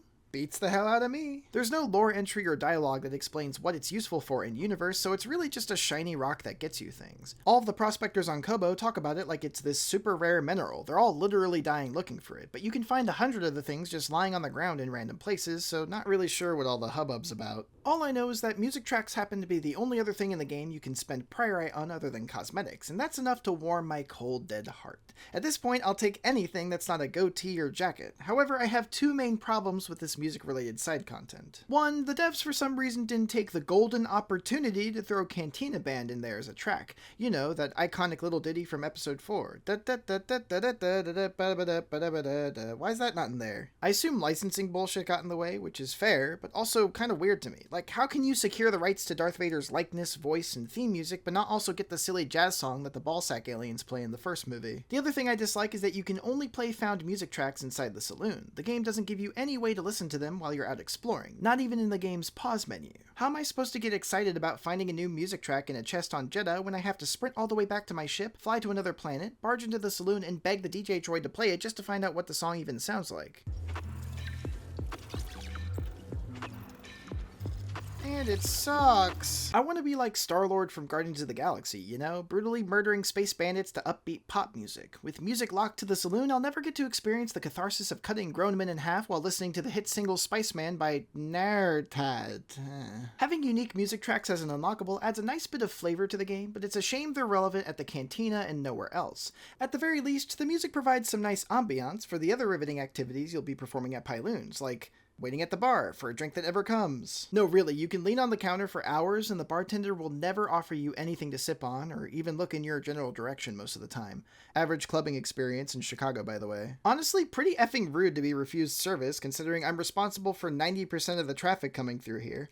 Come to think of it, is anyone ordering food? How the hell are we breaking even on this place, Grease? After getting enough non-paying customers through the door, you'll unlock the second floor of the building. Up there you can find Z, the droid we rescued at the start of the game, who's opened up her own storefront for us. At least somebody's profiting here. Rather than taking money, Z will exchange her wares for Jedi data discs that, like priorite shards, can be found throughout the environment at random. Trade enough of them and she'll give you a couple perks, a single perk slot upgrade, or some new cosmetics for BD1. It's mostly cosmetics. Z's an adorable character though, so I'll look past it. This time. Next to her is that aquarium from Scuba's quest that I mentioned earlier. The more fish you help him collect and put in it, the cleaner it gets over time. Also, you can sometimes see Scuba swimming laps in the tank every now and then, which is a pretty cute detail. Again though, it's only really something you'll appreciate in passing, and filling the aquarium with all fish types doesn't get you any reward other than bragging rights, if you're one to brag about that sort of thing. Although I suppose the real reward at the end of the day is getting to hear the rest of Scuba's enthralling backstory.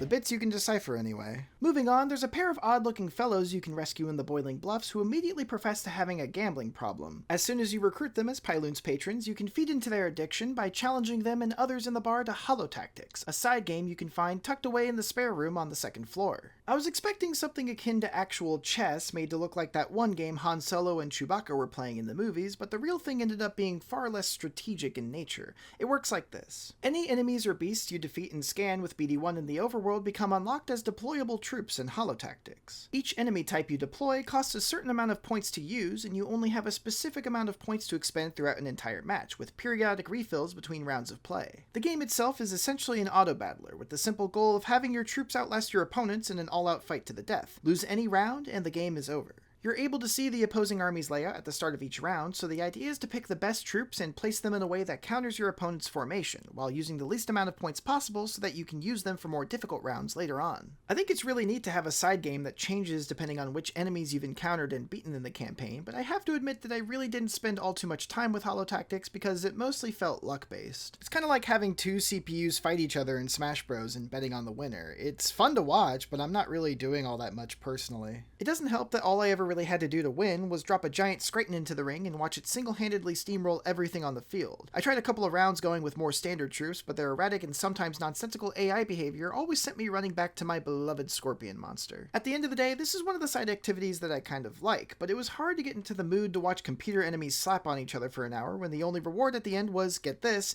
more cosmetics I don't need. From Pyloon's second floor, you can access the roof of the saloon. If you've completed the Sanctuary Temple mission and met the kindly old hermit lady who lives in the canyons on Jeddah, she'll teleport to Kobo and make her home on top of your bar. By recruiting her, you'll unlock gardening. Wow. You can find seeds in the overworld and then take them back to Pyloon's and plant them in the dirt. And there's like 1,000 of them, and they'll grow and look pretty, I guess. You only have a certain amount of plot space to use though, so keep planting plants and the nice hermit lady will open up more plots eventually. Excuse me, but what the fuck does any of this have to do with being a Jedi Knight? All of the side content we've seen thus far has been completely superfluous from a general gameplay perspective, doing nothing to add to player progression or mission variety beyond giving you another checkbox to tick off for completion. Having these extra goodies to hunt down would be a great way to offset the deluge of cosmetic rewards you find all over the place if they weren't basically cosmetics themselves. Finding Scuba gives you a little fish to look at in your bar. Beating him in Holotactics gives you the opportunity to cosplay as a registered sex offender.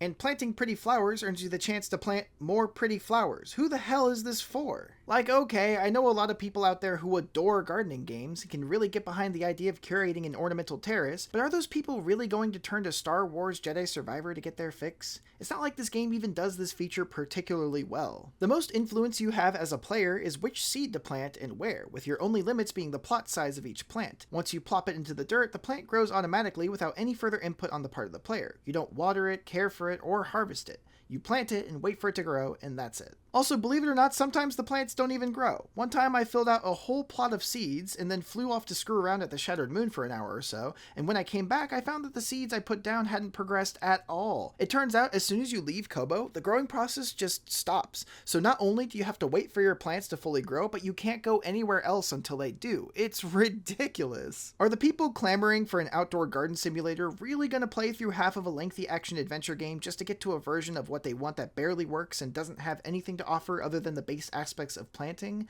No, they aren't. So why is it here? This feature was obviously an expansion of the terrarium system from Fallen Order, where you could plant things in your ship. In that game, though, there were only 10 seeds to find across the entire galaxy, and the confined levels in that game made them a little easier to track down. Collecting them was simple, too. You just scanned them with BD1 when prompted like any other environmental codex item. In Jedi Survivor, you find seeds and random patches of overgrowth that you need to cut with your lightsaber. Your only indication that a piece of scenery will yield seeds is an easily missed green particle effect that usually gets obscured by surrounding foliage. Oh, and the best part about seeds is that there's 145 of them to find. Granted, you don't need to find all of them to complete the garden at Pyloon's. You just need to completely fill every plot that gets opened with fully grown plants, which takes fucking forever. And your reward for doing so is a map that reveals where all of the remaining uncollected plant seeds are, which is stupid because my garden is already full. If I want to plant any of the seeds I find after maxing out my garden, I have to tear up the flowers I painstakingly planted over the course of the campaign and wait for the new ones to grow again. And honestly, I can't be bothered to do so. So now I have 100 little waypoints clogging up my map pointing to collectibles that I have no incentive to collect. It just pisses me off and makes me wish I never did the gardening minigame to begin with. This is another example of Respawn taking something that worked in the context of the more limited first game and pointlessly scoping it up to the point of being too much in the sequel. Finishing the planting side quest does zero to benefit you in any aspect of gameplay.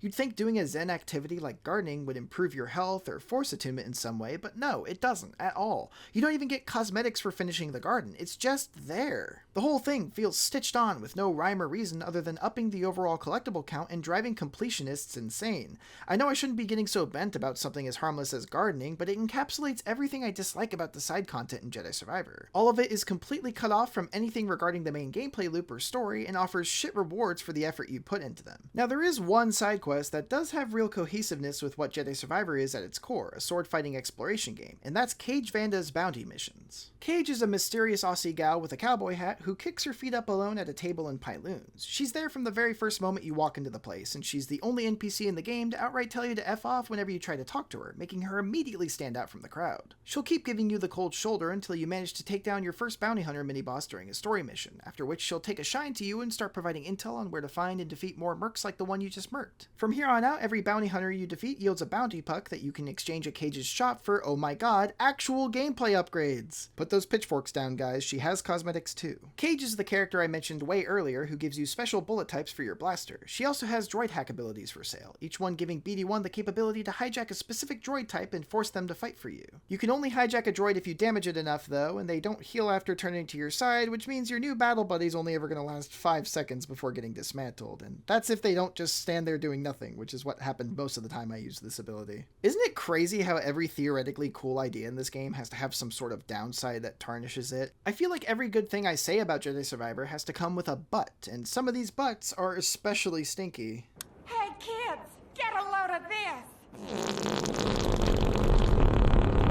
Still, Cage's side quest is the only one in the game that has you actively re-exploring old areas in search of new bosses to fight, which makes its existence in this action exploration game feel far more justified than fucking gardening. It also helps that the quest has an actually pretty sick payoff after you wrap up all of the available bounties, with the only downside being that the process of beating all the hunters is nauseating. Yeah, here's another stinky butt for ya. There are 12 bounty hunter missions that Cage will send you on. Some are as simple as walking to the spot she tells you to and killing whoever's waiting for you there, but others are far more annoying. The biggest problems are that 1, all of the bounty hunter enemies are almost entirely recycled straight from Fallen Order with little to no change to their moveset, and 2, all of the bounty missions have you fighting these same 4 variants over and over and over again. The later bounties simply take the same enemy types you've already fought numerous times and puts you up against all of them at once. As I've already explained in the combat section, duplicating the same elite enemies doesn't change how I fight them, it just makes things take longer, making me more likely to want to avoid combat altogether. Cage's bounty missions are some of the worst offenders of this practice, and it drags down the side quest as a whole. Two missions in particular stand out as prime examples of how the late game just totally gives up with its enemy scenarios. The bounty hunter Kili Oso is shacked up on Jeddah, and you'll need to go through the previously explored Sanctuary Temple level to reach his hidey hole. Problem is, despite having all of the traversal upgrades in the game, you have to take the same exact route into the ruins as you did when you first went through this area, except this time the path is being puppy guarded by 50 identical bounty hunter enemies. Also, when you actually get to fight the big bad, he runs away and hides behind 10 of his friends instead of giving you a unique boss fight. Even on his own, he plays exactly the same as the other shield enemies surrounding him. I hated this encounter. The other stinker is, as it happens, the final bounty hunting mission you're given. Your target, Joe the Cannibal, is built up to be the biggest and baddest of the brood. She's taken up residence in the wreckage of the Lucre Hulk on Kobo, an area that you've already explored by this point in the game but mysteriously can't fast travel to anymore. When you get there, you find that all of the bad guys in the area now take an entire calendar year to kill, and of course there's a million of them. By now, I was so done with getting ganked by a small army every 10 seconds that I just ran straight to the boss without bothering to stop and fight anyone unless I really had to. And what epic battle waits for you on the other side of this mess? Another bounty hunter droid that fights identically to the rest of them with a hammer raider and magna droid bullying you at the same time. Snore! What makes all of this even more frustrating is that Cage only gives you one bounty mission at a time. Mind you, I don't mean that you need to complete one bounty mission to unlock another. You can have any number of active missions and tackle them in whichever order you choose, which is good. I mean that when you go to Cage at her table in Pyloon's saloon, she'll tell you about a single bounty hunter encounter and then refuse to talk to you again even if she has more missions available for you. You have to physically leave the building and immediately re-enter it, and only then will she give you another mission. And sometimes she'll just say some canned dialogue instead, forcing you to do yet another lap. I sometimes spent 5 whole minutes running in and out of the building trying to get all the available bounties so I wouldn't have to keep coming back later. Why couldn't she have said, here's the bounties I have available for you to find, and then the waypoints magically show up on my map all at once? I get they wanted Cage to give you a brief spiel about each individual bounty hunter character before you go fight them, but couldn't she have done that after she gives me all of the assignments? The way it's set up now feels blatantly disrespectful to the player's time. Sad part is that despite its problems, this is far and away the best side quest in the entire game. It's the only one with any real bearing on the main game loop, offering unique encounters and bosses outside what the story has to offer. Had more of the side content been like Cage's, this game probably would have felt like a much more complete package to me, and it still kind of blows chunks. There's a fair amount of other recruits at the saloon that I haven't mentioned yet, as well as 1 or 2 quest NPCs at Seer's base on Jeddah, but a majority don't do anything other than feed rumors to you about where to find Jedi chambers or legendary creatures on the planet. Don't get too excited about that second one either. Legendary creatures are just boss variants of regular monster enemies with bloated stats and pretty recolorations. I'm reluctant to classify some of them as bosses even, considering they can take less than 15 seconds to kill. Just look at this shit.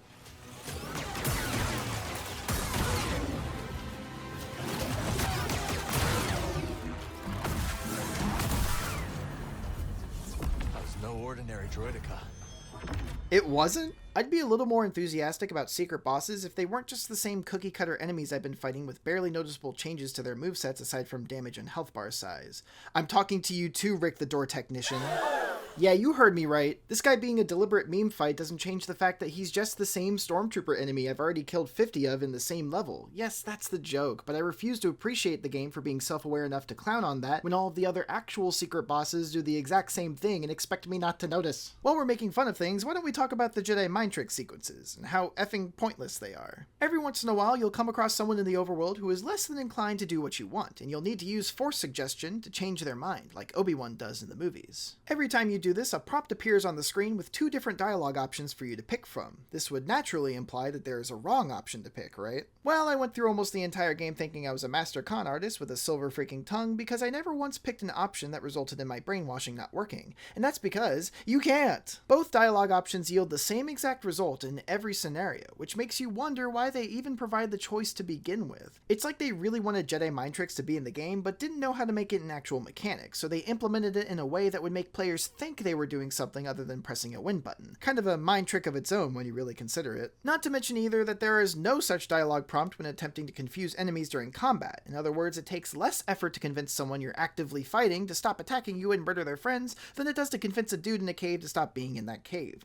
The lack of consistency in mechanics drives me absolutely bonkers. It makes the game feel that much more of a hodgepodge of ideas. And you know what? That's all the side content there is to be found here. 1 or 2 underwhelming boss hunt quests and a slew of unrewarding minigames, some of which barely qualifying as such, that don't mesh at all with the rest of Jedi Survivor's offerings. Jedi Survivor strives to appeal to player motivations that are inherently antithetical to the aspects of the series that brought in its core audience to begin with, and it's not even providing anything of real substance to the players it's trying to draw in with these gimmicks. Could you imagine if Dark Souls had a random-ass gardening minigame thrown into it? Wouldn't that feel so ridiculously tone-deaf and out of place? Dark Souls doesn't need gimmick side content to draw you in. It knows that its core game loop alone is substantial enough to be worth your time and money. Jedi Survivor, insecure in its own game loop, chooses to make several failed attempts at game variety that do nothing to reward you for engaging with them. The decision to prominently feature such content is made all the more baffling when you consider the fact that they're charging $70 for all of it. If you enjoyed Fallen Order a fair deal and were excited to squeeze every second of playtime you could out of Survivor to make that steep price point worth it, you'll be disappointed to find that half that money went towards content that you might not even care enough about to do.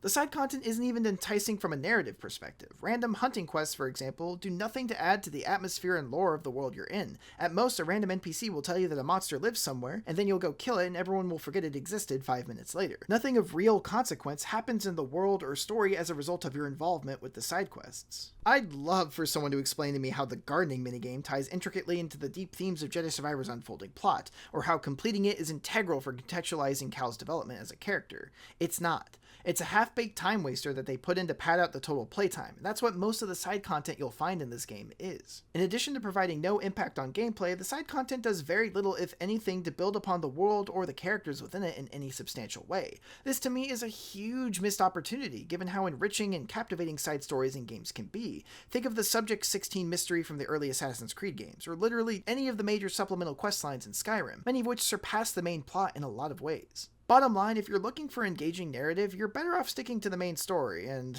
well...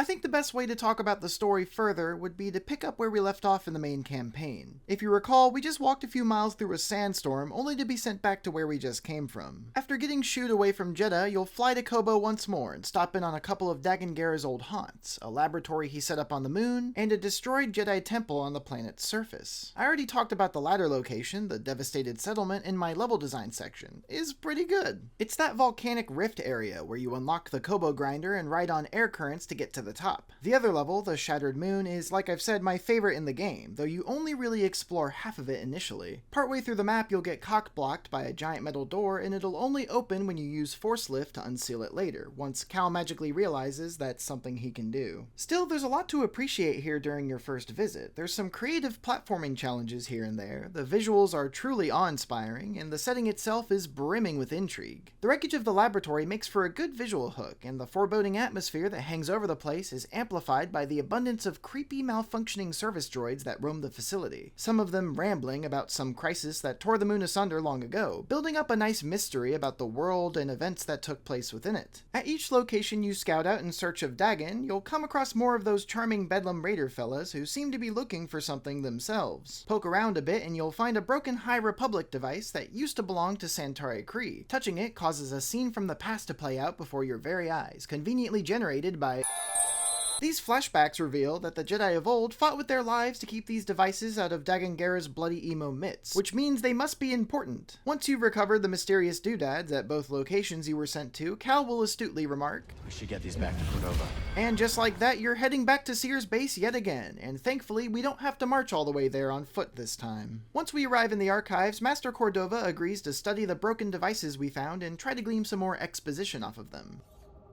A strange device. Wow, so true. Thank God they brought this guy back from the dead, am I right? While Cordova plays around with our rubbish, we need to find something important to do. Luckily, there happens to be an urgent situation conveniently unfolding on the other side of the desert that requires our immediate attention. Seer alerts us that a bunch of stormtroopers have formed a digging crew and are moments away from accidentally unearthing a refugee safe house, putting the lives there at risk. So it's up to Cal and Merrin to cross the dunes and save the day. With this, the second half of Jeddah's plan planet map opens up for us to explore to our wee heart's content, this time with Merrin by our side. That is, until she poofs away again the second you leave the main desert area. Nice while it lasted, I guess. The path to the besieged sanctuary temple is perilous, snaking through canyons beset by extreme gusts that buffet you at every turn, slowing your movement and carrying you severely off course during jumps. Most of the platforming puzzles here involve you blocking the wind with pieces of the surrounding ruins by pulling them out with the force. Other times you'll use the air currents to your advantage, propelling yourself forward with them or using them to give your jump some extra height. Traversal through this precarious terrain is made all the more difficult by roving patrols of stormtroopers and monstrous beasts alike. The way to the safe house is so dangerous, in fact, that refugees seeking asylum are apparently dying in droves trying to navigate it.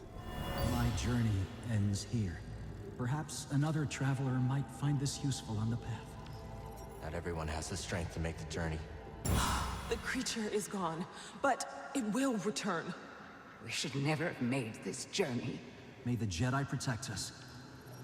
The buildup of civilian casualties here inevitably makes one ponder why Cere is forcing these poor people to scuttle over cliffs and perish from exhaustion, instead of giving them a place to stay in her giant underground Minecraft base down the street. It's not like having them there would put them in any more risk than this bullshit, especially considering that the Empire found the refugee safe house anyway, despite it being far more remote and hidden than Cere's base. Don't try and tell me there's not enough space to house them either. Most of the rooms in Cere's hideout are completely empty, and the ones that aren't only have 3 or 4 canned anchorite NPCs walking around that don't even acknowledge your presence most of the time. God only knows what they're even supposed to be doing. I got bored and tried following one of them around on their daily routine, only to watch them endlessly repeat a cycle of walking 10 feet and staring at the wall for a few seconds. Ah yes, this vacant corner of the room appears to be in order. Better go check on the other 3 though, just to be safe. Greetings, brother. Let us commune with one another without speaking or moving in the slightest. Alright, good day to you. Cere's base as a whole has this rather unsettling mood to it that I think is unintentional. The hangar you arrive in whenever you return to Jeddah is utterly still and devoid of life. No service workers unloading cargo, no people standing guard, there's not even any background music playing. It's dead quiet aside from the hissing of the Mantis's engines.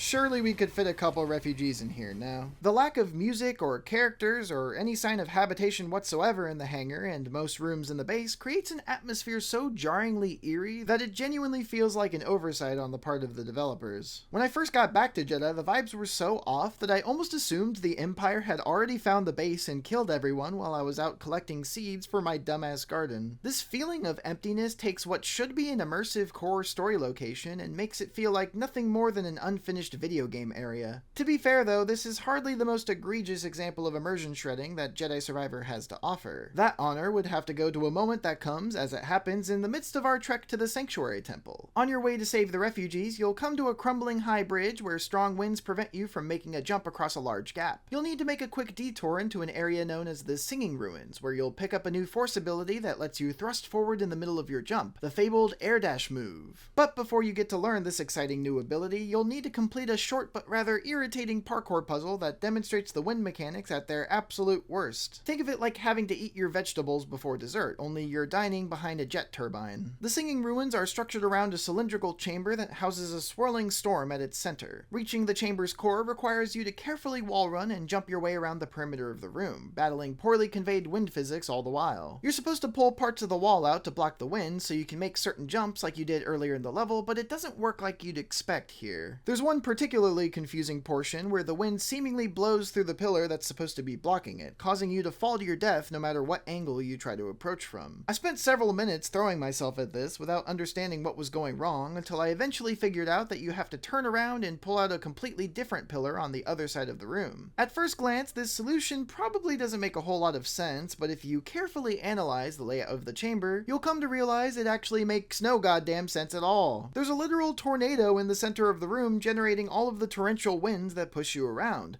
I'm no physics expert, but I don't think one little piece of wall is going to do much to stop that, especially not on the opposite side of the room. It could maybe make sense if the wind direction were perfectly horizontal as it circled the room, but me getting blown away even when I'm behind this pillar would seem to suggest the wind is working more like this, which again makes the solution to this puzzle kinda nonsensical. Even if you could somehow make a case for the far pillar blocking the wind perfectly all around the room, there's still a giant gaping hole in the wall right past it that more wind could totally come through in reality. Once you figure out you need to pull that random pillar out, the rest of the chamber is trivial to get through, so it's not that big a deal. I just find it to be a surprising lapse in puzzle quality for this game. Even if the way to get past is relatively simple, I can't imagine playtesters were figuring it out through intuition. If anything, I imagine most people just blindly force-pulled things in the environment until the puzzle solved itself. Puzzles are supposed to make you think critically and creatively, but that's impossible to do when the premise defies all intuitive logic. When you finally make it to the chamber's central pillar, there's one last jump you need to make through the vortex to reach the exit. The second you try, though, Cal will immediately ragdoll and get swept away by the wind so fast that the camera can barely track him. You watch Cal's lifeless body slam into a wall before the screen flashes to white, sending us into a flashback. Before we talk about the sheer hilarity that follows, I'd like to take a beat to discuss how Force abilities were given to you previously in Jedi Fallen Order, as doing so will be necessary to properly put into context how batshit insane this next sequence is. In Jedi Fallen Order, Force abilities are bestowed upon the player through sporadic flashbacks to Cal's youth. A major theme of the first game was Cal needing to reforge his connection to the Force after severing it in the wake of his tragic backstory. At many points during Fallen Order's runtime, Cal will come across an insurmountable obstacle or threat that reminds him of training he endured as a young Padawan, prompting him to immediately relive those repressed childhood memories. During these flashback sequences, you take control of a much younger Cal as he performs exercises for his Jedi Master Jaro Tapal, who teaches him, and by extension the player, new abilities that will help him overcome the trials he faces in the present day. In this way, Cal isn't necessarily picking up new abilities during his journey, rather he's relearning moves that he once knew before he cut himself off from the Force out of grief, shame, and fear. Thematically then, Cal picking these abilities back up represents him overcoming those strong negative emotions to become the full-fledged Jedi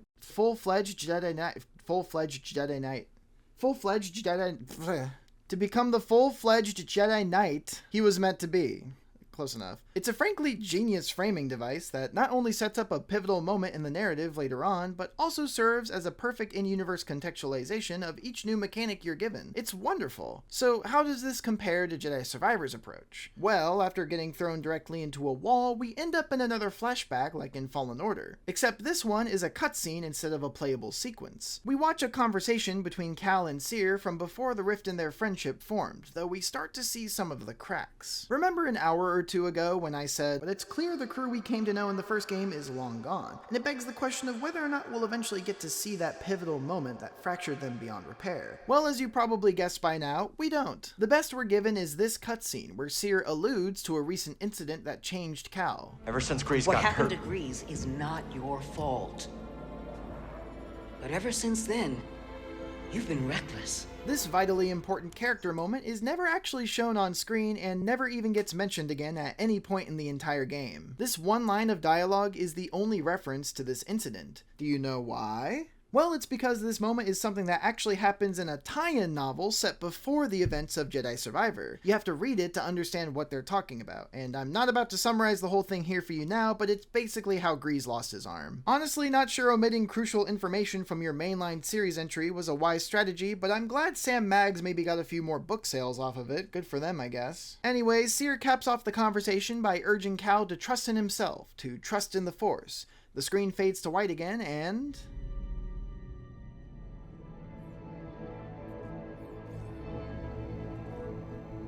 Okay, I'll bite. Huh? Did I skip something? What the hell just happened? For one, how in the hell did Cal make it out of that tornado shit without getting so much as a scratch on him? Before the flashback, we saw him get tossed around like a shoe in a washing machine before ramming face first into solid rock. But once we snap back to reality, he's standing in place like nothing ever happened. It's like they forgot to put a cutscene here of Cal pulling himself off the ground, or maybe ran out of time to put one in. It's so weird. The jump cut into the scene is actually so abrupt that the game itself struggles to load in the level geometry and lighting effects in time. Also, where the hell are we now? How the heck did we end up in a completely different area? Looking behind you, there's a hole in the wall that seems to connect to the vortex chamber we came from, so evidently, Cal threaded the needle through this hole while traveling at Mach speed, had a moment of clarity and reflection mid-fall, and then landed upright on both feet like a fucking cat. Another thing, not to be that guy, but how did that particular flashback result in Cal suddenly knowing how to boost himself through the air? Cere says, trust yourself. And suddenly we have full mastery of an ability that Cal has never been able to perform before. We can only assume that he felt inspired to invent a new force technique by recalling a tangentially related conversation from his past, all while his body was helplessly thrashing in the wind. Flashbacks to moments with Cere like this are used to contextualize all of the new force abilities Cal gains throughout Jedi Survivor, and they usually make just about as little sense. For the mount taming ability, Cal gets startled by an animal and flashes back to a time when Cere told him, "You can't fight your way out of some situations." And that piece of advice is so profound that Cal simply recalling it instantly grants him the power to bend animals to his will. What? Wouldn't it have made more sense if he remembered Cere taming a beast herself in the cutscene, or if the two were doing something even remotely animal-related during the sequence? As is, the flashback and the ability unlocked by it seem totally non sequitur. The Raise and Slam ability is the only one that I can make a case for. At least in that flashback, we see Cere perform the ability on a group of stormtroopers, and the trigger for this particular flashback is Cal getting stuck in a room with shielded turrets that can only be destroyed by yanking them off the wall with the slam ability. Makes way more sense in my eyes. Funnily enough though, you can find one of these turrets in a random shack at the start of the game, which begs the question, how come the memory didn't trigger for Cal when he was getting gunned down right then and there? I guess you have to be under a specific amount of duress for the flashback to trigger? I don't know. Flashback triggers in the first game could sometimes feel a bit arbitrary in their timing as well, but more often than not, there were also deliberate supernatural elements at play to help contextualize things. For instance, most flashbacks in that game were triggered as a result of Cal interacting with a visually distinct tear in the Force, suggesting that these relived memories were being induced by a mysterious external power rather than happening on a whim. And there was often more to the sequences than just the memories themselves, with some sections providing mild symbolism or visual intrigue. The most plot-significant flashback, the one detailing Cal's escape from the Jedi Purge, only happens when Cal meditates in a temple that we're explicitly told contains overwhelming Force energy. It wasn't always perfect, but Fallen Order at least attempted to provide some more diegetic reasons for these flashbacks, instead of having Cal randomly think back to a conversation from years prior whenever the game required the introduction of a new ability. Also, even though I like Cere as a character, and I understand why they used her as a focal point for this, I feel like it could have been a lot cooler if Cal had somehow connected to Master Kree instead. Possibly within the Jedi chambers she left behind. They are training grounds after all. Maybe through flashbacks, Kree could have taught you techniques that haven't been used since the days of the High Republic, rather than Cal seemingly conjuring them from thin air. Hell, imagine if Cal was learning these moves from the villain of the game, Dagan Gera, either by watching him perform them in flashbacks or connecting with him through the Force somehow. It could have been an interesting dilemma for Cal to have to learn Force abilities from someone who's actively tapping into the dark side. I can imagine it could have given more weight to the attempted parallels between Dagan and Cal that I'll discuss later, and in the first place, it could have provided far more opportunity to flesh out Dagan's character and give him a more frequent presence in the story, which we really needed, by the way. There may be a ton of reasons why the developers decided against such choices, but there had to have been ways to retool these scenes so they serve the narrative better than what we got in the final product. Compared to the genius of Fallen Order's framing device, Survivor's approach to the storytelling around its abilities feels so unbelievably lazy. Gone is any nuance in how the plot contextualizes the game mechanics. Gone is the clever relationship between the player and Cal as they both learn/relearn their new abilities side by side. And the connection between these cutscenes and the abilities you earn them from is tenuous at best. All that said, new Force abilities are just one facet of the problems I have with Jedi Survivor's storytelling overall. Another aspect of the game that I found to be lacking was its connection to the larger Star Wars universe. No, I don't mean that Dagan Gera should have been related to Palpatine or some other shit that Disney would pull. I mean that the plot itself feels rather disconnected from the world and historical context in which the game's events take place. Jedi Survivor's story happens during the height of the Galactic Empire, and yet, as I've mentioned before, the Empire's presence has been drastically diminished to make way for these shitcans. It makes sense for new Star Wars content to focus around new factions and worlds, and I honestly do want them to, but it feels like the existing canon kinda got too sidelined as a result. I feel, for instance, that the story was sorely missing some kind of character representative for the Empire that served as a reminder of the threat they posed to Cal and his friends. All of the characters that could have filled that role died in the first hour. Maybe another Inquisitor could have been following us around during the story, hell-bent on bringing us to justice for our slaying of the Ninth Sister in the opening mission. Better yet, why not utilize Commander Denvik a bit more? Denvik is a fairly integral character to the game's overarching plot that for some reason doesn't get introduced until the second-to-last mission. Confronting him in the third act of the campaign could have been a lot more impactful if we weren't meeting him for the first time right in that moment. Have the stormtroopers talk about him in passing conversation like the Raiders do for Ravis, or maybe have him broadcast messages at us trying to taunt Cal out of hiding like Inquisitor Trilla did in Fallen Order. Denvik practically doesn't exist until the very end of the game, and he leaves the story just as quickly as he enters it. Because of that, he comes off as just some other dude, even after you learn the role he's supposedly been playing in the background all along. Having literally anyone around to better represent the will of the Empire would have done wonders to help hammer home Cal's intense desperation to find Tanalorr. Like I said, the Empire is there, technically, but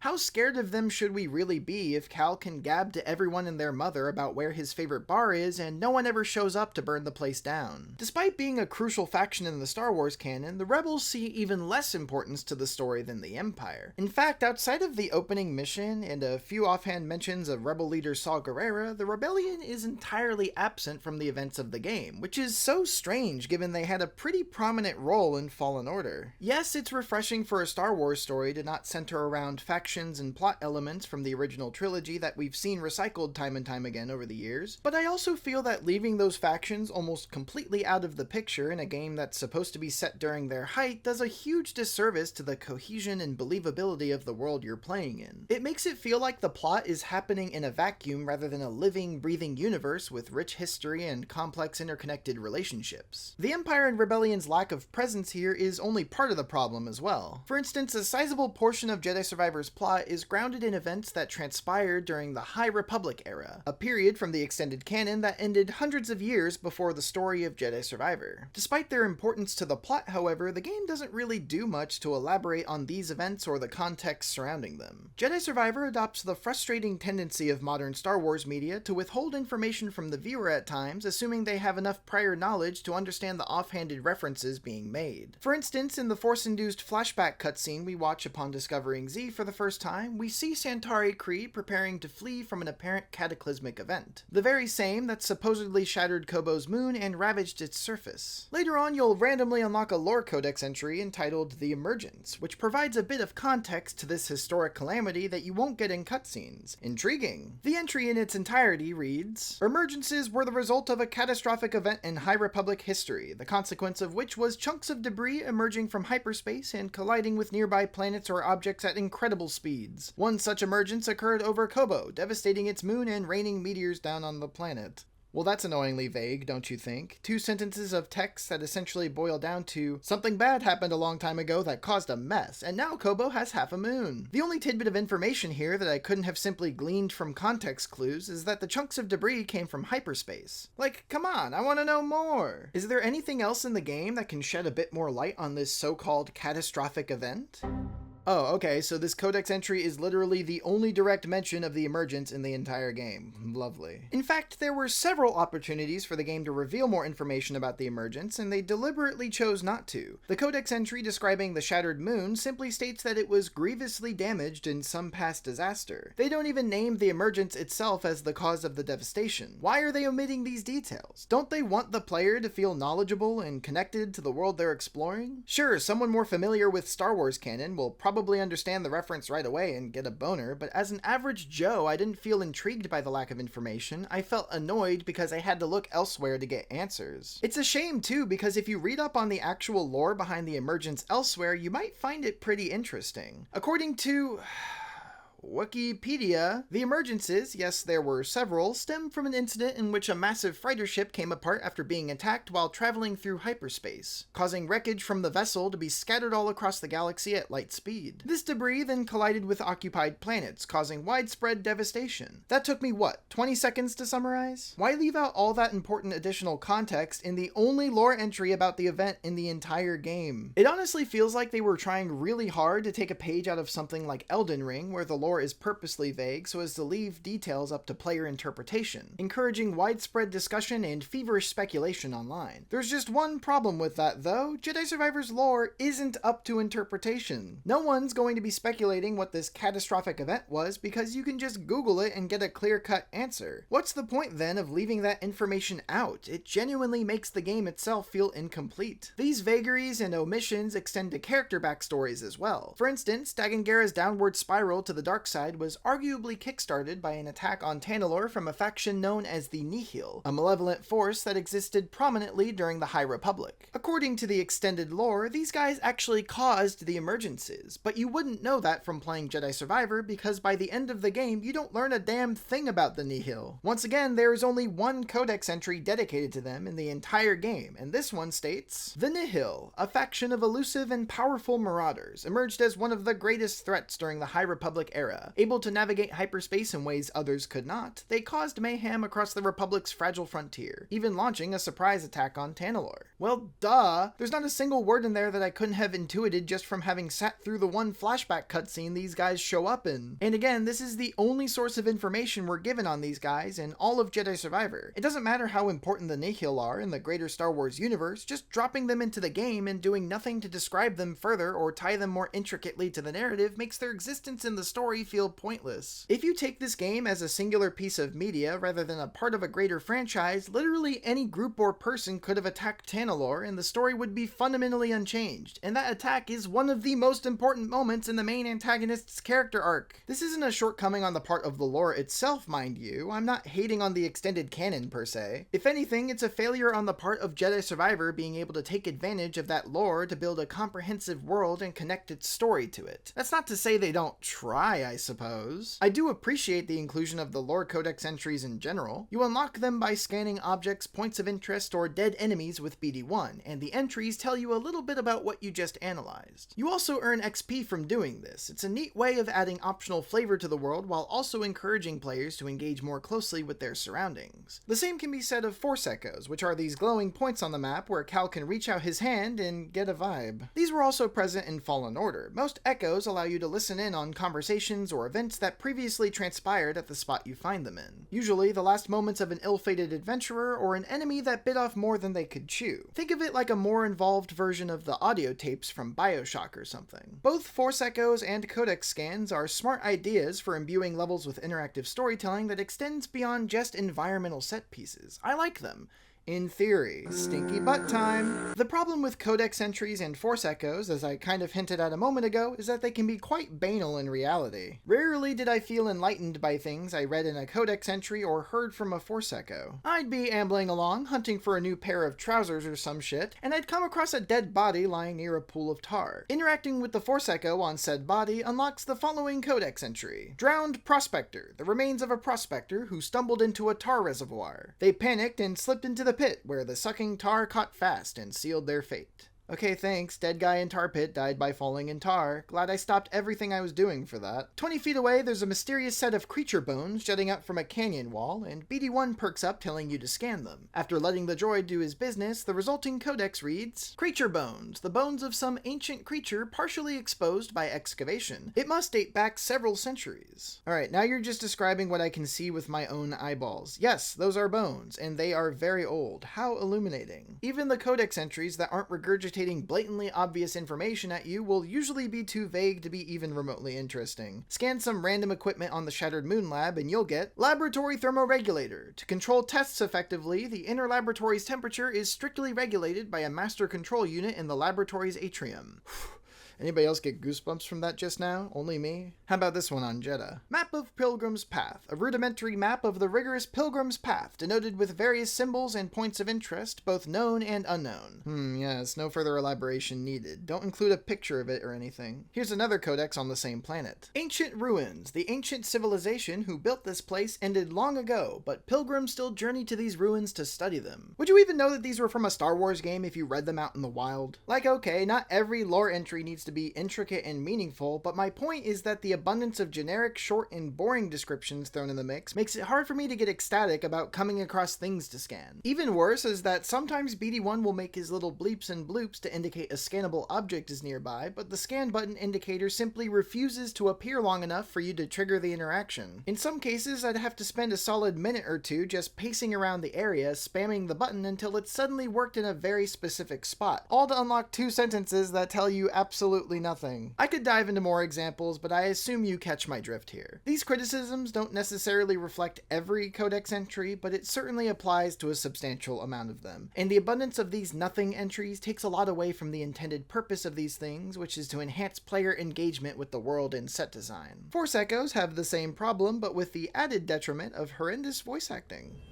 Oh, let me just catch my breath. Gotta be a way out. Somewhere. All this way. Just to die. You hear that? Oh no! Run! Go! My son. There now, that better? There's a good Neko. You just stay here now, all right? And be quiet. I think there! I felt it. What was that? Oh no! Gruesome. Each Force Echo you pick up unlocks a codex entry that describes what you're listening to, and those are usually even more pointless than the ones you unlock through BD1 scans. You'll come across an echo, press the button to feel it out, hear a monster growl, and the codex entry will say, "There's a lot of monsters here." It's priceless, honestly. A lot of them feel like repeats of the exact same thing as well. Usually it's just a rando getting domed or one of the villains trying to sound cool to their lackeys. The ones involving Dagan Gera or Ravis will almost always be them chewing out a grunt or murdering somebody, and sometimes it's both. The only Force Echoes of real substance to me were the ones that our pal Bode leaves behind in the endgame, giving us glimpses into his motivations and what he gets up to when he's not exploring with Cal. More on that topic later. Otherwise, I can count on my hand the amount of Force Echoes that actually felt worth a damn to me. In fact, only 2 really come to mind. There's one where Turgle accidentally kills a Bedlam Raider, because who doesn't love Turgle? And of course, who can forget the gay slug romance you can find on Kobo? What are you saying? Out with it already. I'm saying this is a date, and we're on it. And if you don't like it, too bad. Yeah, that random dude in Rambler's Reach and the slug next to him are madly in love, and you can fucking deal with it. They're adorable. They make it work, and great for them. Love is love, guys. Anyways, to close out this section, I want to say that the story itself is not objectively all bad. I think that there are some undeniably cool, meaningful plot beats, especially in the sections of the game that I've yet to discuss. And to me, there's enough intrigue with the action to at least keep you invested until the end of the game. What I want to hammer home here is that looking at things as a whole, there were a lot of design and narrative decisions made that not only detract from the player's immersion, but also do nothing to support the elements of the story and world that are objectively good. These decisions rob the characters and world of their charm, intrigue, and depth, leaving behind plot elements, characters, and settings that feel generic and disinteresting. Jedi Survivor is still an incredibly cinematic gameplay experience with its fair share of dramatic moments, especially once the plot really kicks into gear in the 3rd act. However, I feel the game's fantastic presentation isn't enough to conceal the shallowness of its broader storytelling and world building. I have more thoughts on the overarching plot that I'll articulate in time, don't you worry, but first I want to get a little further in our campaign recap, especially since we've reached...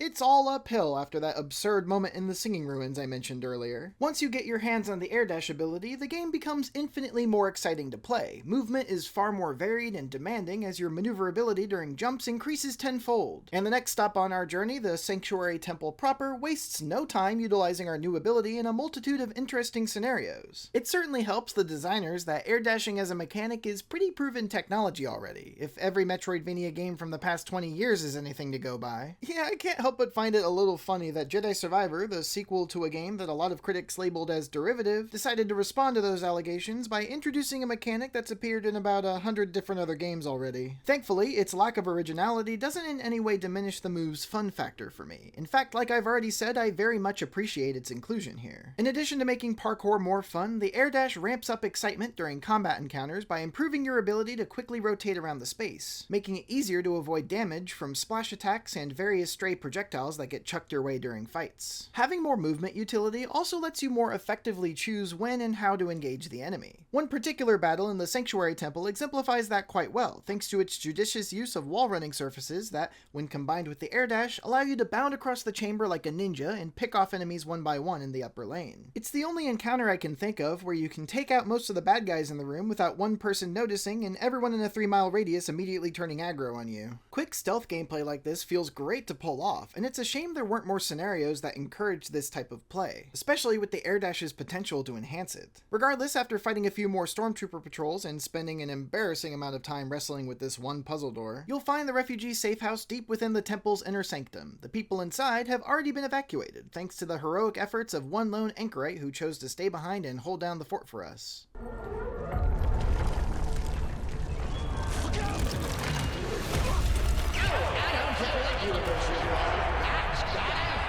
Brother Armaius here is yet another in a long line of side characters to get violently killed off in front of us, except this guy is somehow even less plot relevant than the others were. Granted, Armaius was the focal point of this entire multi-hour excursion through the desert. Seer specifically sent us to find and recover him, and yet the objective marker leading you to him gets more screen time than he does. Outside of this one mission and a single offhanded name drop by Seer in her first cutscene, there's not a shred of evidence that Armaius even exists in this game. The dude straight up doesn't have a character bio in the database menu, and even Sunt Madas has one of those. How strange is it for a character from a main story mission to not even have a codex entry devoted to him? I don't know who on the dev team had it out for Brother Armaius, but hey, at least he'll be in good company up there. Thankfully, Armaius didn't die in vain. The refugees are safe, and he passed along the top secret intel we needed to recover just before he became a pancake. So now all we have to do is escape before we end up just like him. Here, Merrin finally decides to grace us with her presence again, this time providing us with her charm that lets us air dash into green laser barriers as I've described previously. Again, this addition to movement ups the ante tremendously, and proves especially useful in the intense chase sequence that follows. On our way out the door, we come across a massive Imperial excavator that tears down the temple as it pursues us. This enemy is by far the largest in scale that Cal has ever faced in either Fallen Order or Jedi Survivor, representing a huge step up in technical achievement as well as making for a really memorable cinematic moment. The behemoth chases you to the edge of a sheer drop, and just when it looks like you've been cornered, Merrin pulls out a vial of green goop and magics up a portal with it. We have only seconds to spare before the giant robot crushes us, but why don't we take a beat to smooch a little?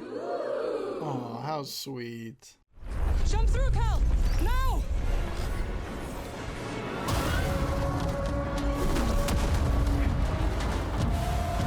I can't even be mad at that one. That shit's so funny. Once you realize you need to dash through the portal, not jump through it like Merrin just told you, you'll be sent zipping around the canyons you spent the last hour or two traversing, completing quick platforming challenges as you leap from rift to rift that Merrin leaves behind, chipping away at the giant robot's defenses as you do. The sequence culminates with an explosive finish where Merrin tears apart the mech's armor and constructs a makeshift arrow from the wreckage that you can force push into the heart of the machine, destroying it for good. The entire battle is exciting and near seamless, and although you don't fight the mech directly, the fast-paced platforming keeps things relatively engaging throughout. Sure, it would have been nice to have a proper boss battle here, but the effects are incredible, the platforming is decently fun, the music is astounding. All in all, this section is everything you'd expect from a AAA Star Wars title. For a brief distraction from the main plot, the Sanctuary Temple mission is a pretty good sequence overall, minus the singing ruins. It introduces and highlights the game's best mechanics, it provides spectacle and excitement with palpable stakes, the level design in the canyons is more confined and linear, which helps it feel a bit more streamlined, and it leaves you feeling just plain cool afterwards. It represents some of the best Jedi Survivor has to offer, and it gave me hope that the game was taking a permanent turn for the better. We make it back to Seer in one piece and inform her of Brother Armaius' noble sacrifice for the cause.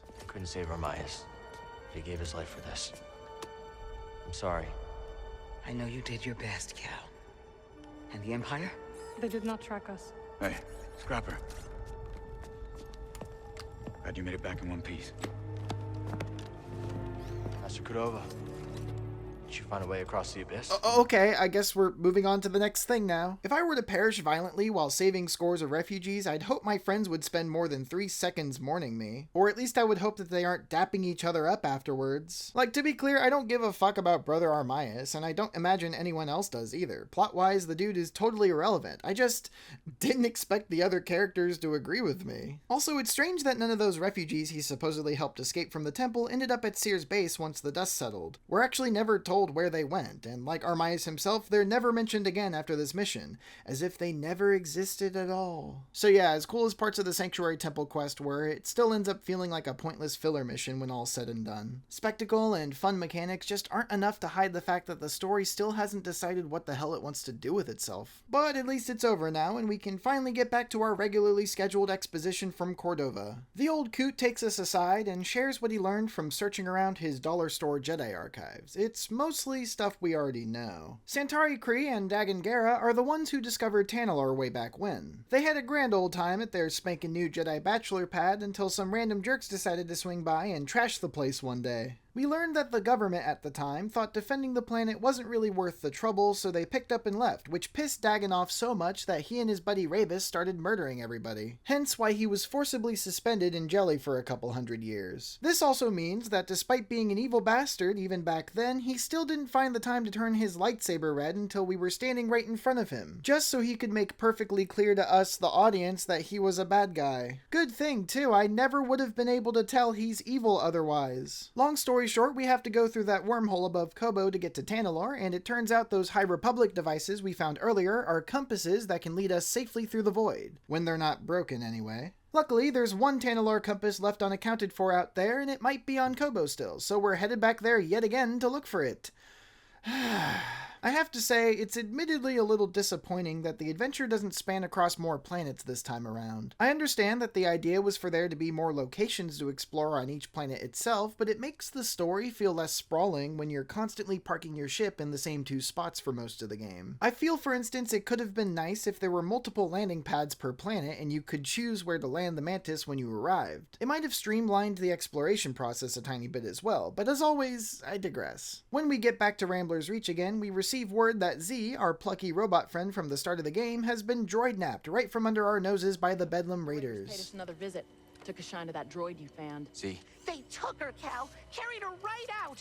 She's been droid-napped. Oh my god, how could they have possibly located our secret cantina hideout? We'll need to infiltrate the Raiders' base of operations to get our buddy back, which takes us to the abandoned Lucrehulk that's loomed in the distance for much of our journey. The bandits have cleverly converted this classic Clone Wars vessel into their home, reactivating the scrapped droids within and turning them into foot soldiers for their operations. The base itself is also sunken deep into a bog, which means we'll have to trudge through the mud to get to it. Bode, presumably sick of being absent for the past 10 hours of gameplay, decides to actually help us out during this mission, though he doesn't go as far as to bring an extra jetpack we can use to fly over the pit of crap between us and our heading. It's like he's actively working against us or something, hardy-har. Thankfully, this swamp section is gracefully brief, and the level that follows, the Lucrehulk itself, is also quite good. It's a gargantuan set piece filled to the brim with interesting platforming scenarios and a healthy mix of increasingly difficult encounters. This is just before the devs started getting hog wild with enemy numbers, so things don't feel quite as ridiculous as they will later. Also, by this point in the game, you've unlocked enough new abilities and stances to start getting pretty damn fancy during fights. A while back in my combat section, I levied some criticism on Jedi Survivor's system for its apparent one-size-fits-all approach to character building, where it feels like one or two stances can carry you through the majority of enemy encounters. While I stand by my earlier points, I have to admit that this philosophy does benefit the game by making it much easier for the player to enter a flow state as they move from enemy to enemy. Having only two stances available to me at any given time significantly reduces player options, yes, but reducing the amount of options means players are spending less time thinking about strategic skill point investment or weapon differences, and more time cutting shit to ribbons and doing sick backflips. Additionally, once you get into a rhythm with your chosen two stances, you'll be able to better identify use cases for each stance and efficiently context switch mid-fight. Enemies being balanced so as not to require specific moves or playstyles means you can train yourself on your favorites and demonstrate your mastery of them in virtually any fight. Though this approach again hinders overall combat variety, it still manages to adequately serve the power fantasy of being a skillful and versatile sword fighter. I remain of the mindset that discouraging players from utilizing 60% of their moveset is still not a great decision, but it's important to note that there are some inherent upsides to that choice from a design perspective, just not enough to outweigh the other problems I have with it.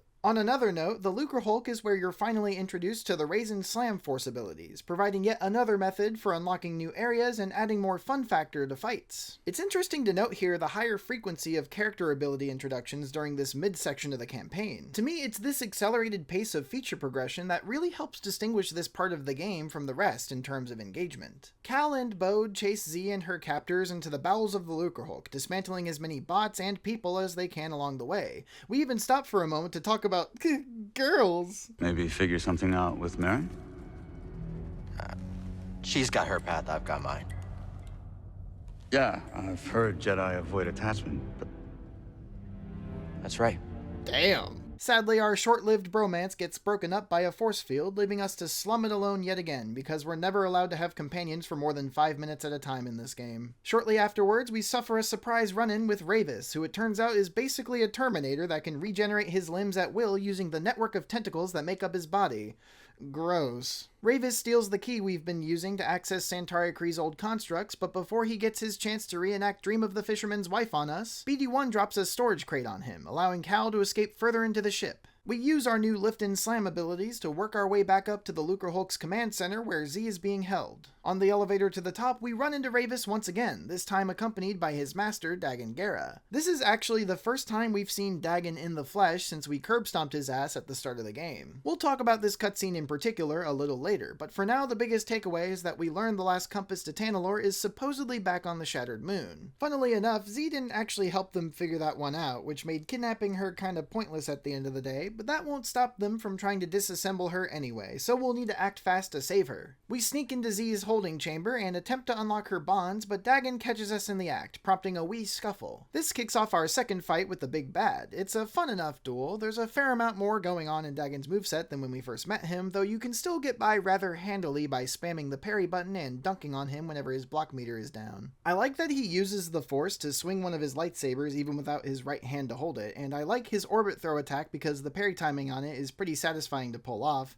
Other than that though, I don't have much to say about this boss battle other than that it's a better version of the first one, I guess. What's less fun is that even though Cal is wrecking Dagan's shit like always and we end up beating him with 2 stims to spare, the cutscene that follows obviously has to show Dagan getting the upper hand in the end, using crazy force maneuvers that for some reason he didn't pull out at any point during the whole boss fight I just cleared. Just before Cal hits the end of his rope, Bode swoops into the fray and saves him, while Dagan takes this opportunity to run away like a little bitch again. With that ray of sunshine gone, we can now rescue Z properly and take our leave from the Lucre Hulk via escape pod. Mission accomplished! We drop Z back off at the exact same spot she got kidnapped from in the first place, and then we shove off for the Shattered Moon once again, where Ravis is searching for Santari's compass alone. With our new force lift ability in tow, we can finally move that honkin' garage door that previously stopped us out of the way and access the bowels of the facility. I like this section a lot. Here you have to make your way through the firing chamber of a massive laser cannon, timing your movement and platforming to the beam's activation cycles so you don't get vaporized. There's also several enemy encounters here where the beam cuts straight through the battlefield, making for an interesting hazard that you can use to your advantage. This is about the point when I started getting tired of fighting the same Bedlam Raiders with electrified spears over and over, but level elements like the laser helped keep things fresh in my eyes, at least for now. Once again, Shattered Moon is my favorite level in the game for this and other reasons. At last, we make it to the central laboratory. Ravis berates us on the loudspeaker a bit and then invites us up to his nook to finally settle the score. Before that, we'll need to pick up the final new traversal item this game has to offer, the Enhanced Ascension Cable. I've already talked at length about why I'm not too fond of this upgrade, but at least it's kind of fun to use in this level. Finally, we take advantage of the grapple balloons floating around to scale up the laboratory and make it to our playdate with Ravis on time. Ravis. Jedi. God, that voice, man. Ravis is, to me, one of the best designed fights in this game. He has a super varied moveset that evolves as the battle progresses, making him one of the most difficult foes you'll face in the game, aside from a certain frog that shall not be mentioned again. Unlike the Dagan Gera fights, you can't parry your way through the entire battle. If you stick around for too long up close, Ravis will often leap away and unleash a flurry of blaster or rocket fire at you, and he can just as quickly close the gap between you and him as well if you're staying too far away. It's a tough fight, but it definitely feels more than fair, with lengthy lengthy attack telegraphs, and a decent amount of opportunities to counter his moveset. I appreciate that the boss battles in Jedi Survivor aren't restrictive in the way that many bosses in other games can be. You're not biding time waiting for the enemy to suddenly become vulnerable or using a specific weakness against them. You, the player, set the pace of the fight. You can play it safe and look for the perfect opening, or you can play hyper-aggressive and focus on comboing and parrying for maximum damage. I believe this aspect of the combat, which is heavily reminiscent of Soulsborne, especially shines during Ravis's fight. But the fun doesn't stop there. Ravis is the first boss in the game with a second phase, this one featuring his nasty tentacle arms. Part 2 of the battle largely utilizes the same moveset as the first, but dramatically increases the big guy's speed as well as the length of his attack combos. Some of his moves, like the rocket barrage, can only be feasibly dodged by air dashing out of the way, which is an interesting method of giving a mobility upgrade some vital combat utility. Even in the second phase, none of his moves will instantly bring you to critical HP levels, giving you ample room to experiment, learn his patterns, and finally give him the warrior's death he craves. I have lingering thoughts about Ravis that I'll cover in a little bit, but for now all I'll say is that this fight is yet another reason why I consider this middle portion of Jedi Survivor to be the strongest part of the game. The capstone of the game's second act is the Koboh Observatory, ending us off on a high note,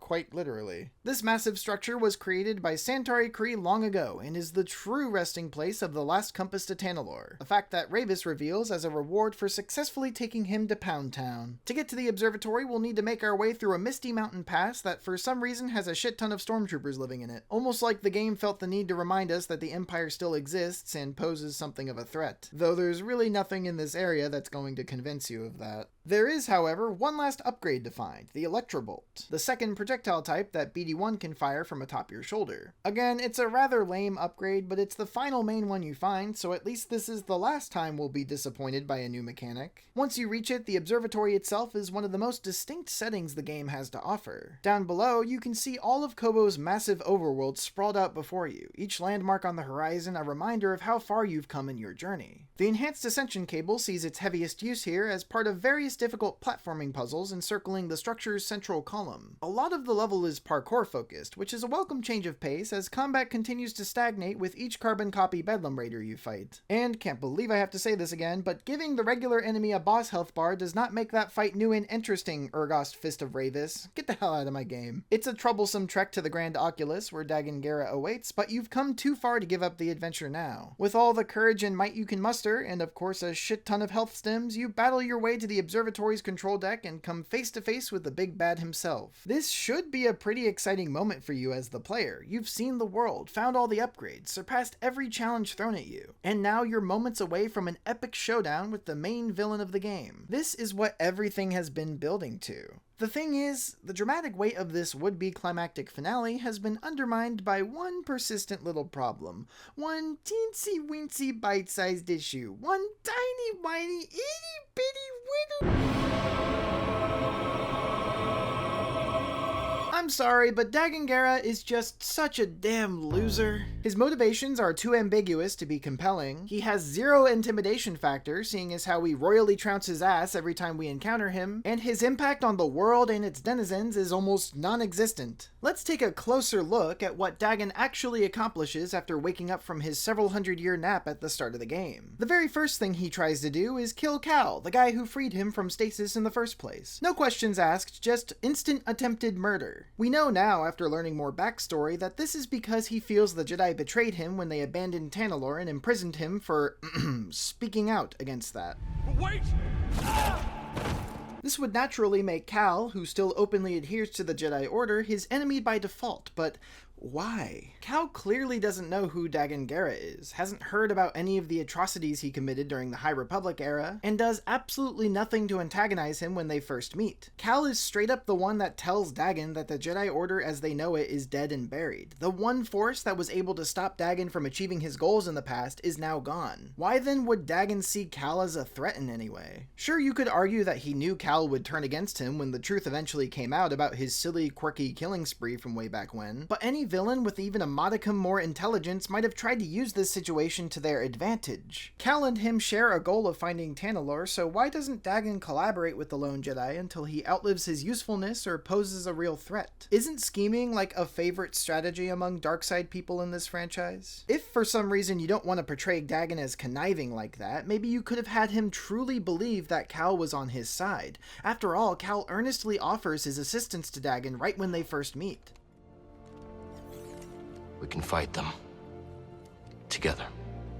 What's stopping Dagan from taking that at face value and accepting his help? Then, once Cal eventually learns about Dagan's past evils and inevitably denounces them, Dagan's feelings of betrayal would be reinforced and his villainization would make far more sense. As is, he just comes out swinging like an asshole for basically no reason, and it makes his introduction as the primary antagonist feel abrupt and unearned. Dagan is clearly driven beyond reason by his obsession with Tanalorr. We're told the planet itself contains immense latent force energy, so I'm sure there's an argument to be made for temptation turning his mind to jelly or whatever, but what are Dagan's actual stated motivations for seeking Tanalorr? I've seen the galaxy, Centauri, and there are many worlds that the light of the Jedi does not reach. I'm going to petition the High Council to train initiates here. Okay, so Dagan wanted to train the next generation of Jedi so they can spread the good word. Fair enough. In the modern day, however, the Order is gone and Dagan hates Jedi, so what is he working towards now?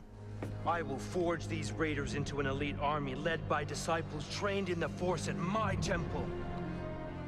Then, when the time is right, I will strike out and cleanse this galaxy with fire. Okay, so now instead of playing missionary for the Order, he wants to destroy the entire world with a bunch of sweaty bandits. That's a logical next step. So was Tanalorr always just a means to an end for him? Did Dagan harbor these imperialist attitudes back when he was a Jedi as well? And if he's no longer trying to spread the Jedi teachings, then what is his vision for the galaxy after he conquers it? What principles are going to drive his governance of it? Does he even have a way to fully take down the Empire? Or are he and his dumbass Raider friends in way over their heads? Dagan's ideals and backstory are so vague, and he has so little on-screen presence that there's next to nothing to inform his character motivations. Without any context for his actions or goals, he comes off as a naive, unstable man-baby with lofty, unrealistic ambitions and no real plan for achieving them. Don't get me wrong, it's fine for an antagonist to have irrational aims, so many of them do after all, but that decision needs to be rooted in some aspect of the character themselves. Someone like the Joker is certifiably insane, but each incarnation of him is driven by something tangible, be it proving a point about society, lashing out against the injustice of the world, or just plain reveling in the act of villainy itself. Dagan fashions himself as a conqueror, and I genuinely can't think at all of where that might be coming from. It's just something a stereotypical villain is supposed to want, so that's his endgame. It's clear, too, that Dagan is intended to be this cautionary tale for Cal, a dark reflection of his blind determination in the fight against the Empire, and an example of how one can easily be driven to evil by such warlike tendencies. It's that classic, you know, we're really not so different, you and I, shtick. He was so consumed by Tanalorr that he completely lost his way. Reminds me of my fight with the Empire these last few years. Let's just say I don't want to end up like him. Personally, though, I think this attempt to draw a parallel between these two characters only further highlights how shallow and pathetic Dagan Gera really is. The war that Cal devotes himself to is against literal space Nazis. Everyone hates the Empire. They're entirely irredeemable, so much so that you can kill everyone working for them without feeling bad about it afterwards. While characters like Grease and Seer disagree with Cal's narrow philosophy that fighting against tyranny is all that matters in life, they all still fundamentally align on the simple fact that the Empire sucks balls and needs to be resisted against. As Jedi, Seer and Cal were made fugitives through no fault of their own. Their very existence was deemed an affront to establish society, and their kind were violently cold as a result. This made their battle one of survival rather than explicit personal gain. Cal's dilemma in Jedi Survivor is whether or not he can leave the fight and live peacefully after losing so much throughout his lifelong struggle to simply survive. His gradual descent into darkness isn't spurred on by temptation or greed, it's caused by his own sense of powerlessness in an endless conflict. Dagan, on the other hand, decided to start brutally killing his fellow Jedi because the Council made a decision he didn't like. That may sound reductive, but we're given no other reason. We know that Dagan found Tanalorr with Santari Khri and thought of it as his own. When the Nihil attacked the planet, he defended it with every fiber of his being. I held them at bay as long as I could, but there were too many. battle was horrific. Still, we weren't beaten. Not yet. Not until the Jedi Council gave the order to abandon Tanalorr and then refused to counterattack. Supposedly he saw victory in sight, but as we know, the Jedi Council decided to pull the rug out from under him and ordered the abandonment of the planet, presumably to avoid further loss of life, though it's never really explicitly stated. We don't get any information about the events that transpire immediately after this point. The only thing we're shown is Dagan going postal in response. Sure dude, it sucks when you get kicked out of your home and your wizard homies don't feel like backing you up. Relatable. But does that really justify going full murder hobo? It's not like Dagan was born and raised there. As far as we can tell, the Jedi Temple is the only thing that got built on Tanalorr, so he was probably on planet for a few years at most. Also, it's not like the Order actually wronged Dagan in any way. They didn't immediately throw him in prison for disagreeing, or shoot his puppy, or anything tangibly bad like that. I mean, I guess they could have, but we're never told about it. Literally all we're given in the game is that they shut down Dagan's Tanalorr plans because they were becoming a logistical nightmare. That's it. That's what fueled Dagan's rampage. In short, Dagan wasn't actually mistreated. He just decided he was and acted on that impulse. That's not a badass villain motivation, it just makes him look like a self-victimizing dumbass. To be fair, overreacting to things is definitely a vice that would make sense for a villain, but my point is I don't see how Dagan throwing a hissy fit because someone told him no is at all comparable to Cal potentially losing himself in the chaos of a righteous war. Yes, they're both Jedi, and they're both moody and violent, but the parallels between these two characters end there. Stop pretending they have anything more in common. It may have helped if we got to see more of Dagan's fall from grace, or even the moment that finally broke him and forced him to commit his atrocious acts, but we only get one cutscene showing what he was like before he became evil, and there's nothing else in the game to help properly characterize this sudden descent into madness. Was he intoxicated by the allure of Tanalorr's powerful force energy? Did an element from his tragic youth bubble up when faced with the horrors of war? Did he lash out against the Council because they mishandled the invasion of Tanalorr, resulting in the death of his comrades? Is he avenging those lost in the so-called horrific battle against the Nihil? Does the dude slather peanut butter on his nipples when no one's looking? We don't know! There's no dialogue, environmental details, or lore codex entries that give us any further insight into Dagan's motivations. The lack of information about him leaves us to draw our own conclusions, and personally, I think he's just an entitled brat. Imagine if in Revenge of the Sith, when Anakin Skywalker gets denied the rank of Jedi Master, the next thing we see is him slaughtering children. No fears growing about Padme's death during pregnancy, no Palpatine seducing him with promises of power, no further context whatsoever beyond the Council simply denying him what he wants. You'd feel like you're missing something, wouldn't you? Wouldn't he feel like such a flat and pathetic character? Well, that's essentially what Dagan looks like to me. Anything that could have been compelling about his descent to darkness is just blatantly not included in the story, and his character is paper thin as a result. And what makes the least amount of sense to me is that even though the Jedi and Nihil are both gone, essentially nullifying Dagan's entire reason to be a villain, he still feels the need to act like a giant gaping asshole in the present day. Ah, but you see, the dark side has corrupted his mind and clouded his judgment. That's why he's evil now. Oh, okay, I see. So we don't have to provide context for a villain's actions and motivations so long as we can explain it all away by saying the dark side made him do it. Wow, you know what? That just fixed everything for me. What a clever and nuanced writing technique. Maybe let's move forward a bit. After Dagan rejoins Ravis following his release from captivity, the two presumably begin searching for Centauri Kree's compasses, but they can't get far because they don't actually have the key to get into her facilities.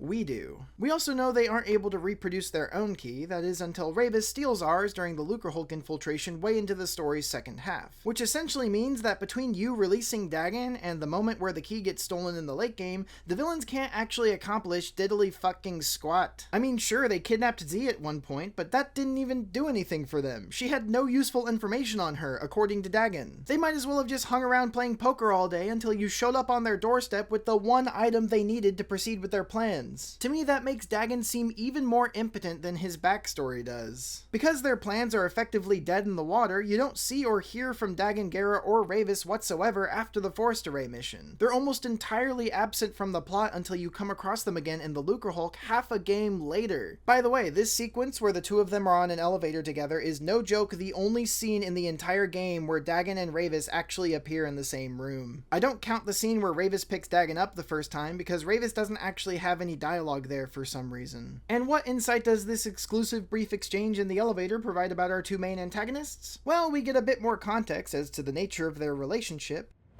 After you have it, I will consider my oath to you fulfilled. What then, old friend? The galaxy has changed. There are many wars, but little honor to be won from them. Once we are on Tanalorr, perhaps we can dream up a new war. You and I. Rayvis apparently owes Dagan an oath of service that has stood for hundreds of years, a debt that can only be repaid by helping his master reclaim the planet Tanalorr. It seems even after this oath to Dagan is fulfilled, Rayvis doesn't intend to part ways with his lifelong comrade, wanting instead to seek further glory by his side. Rayvis's pre-fight monologue on the Shattered Moon sheds even further light on their connection. Long ago, Dagan bested me in combat, earned my loyalty. We fought side by side until the Jedi betrayed him.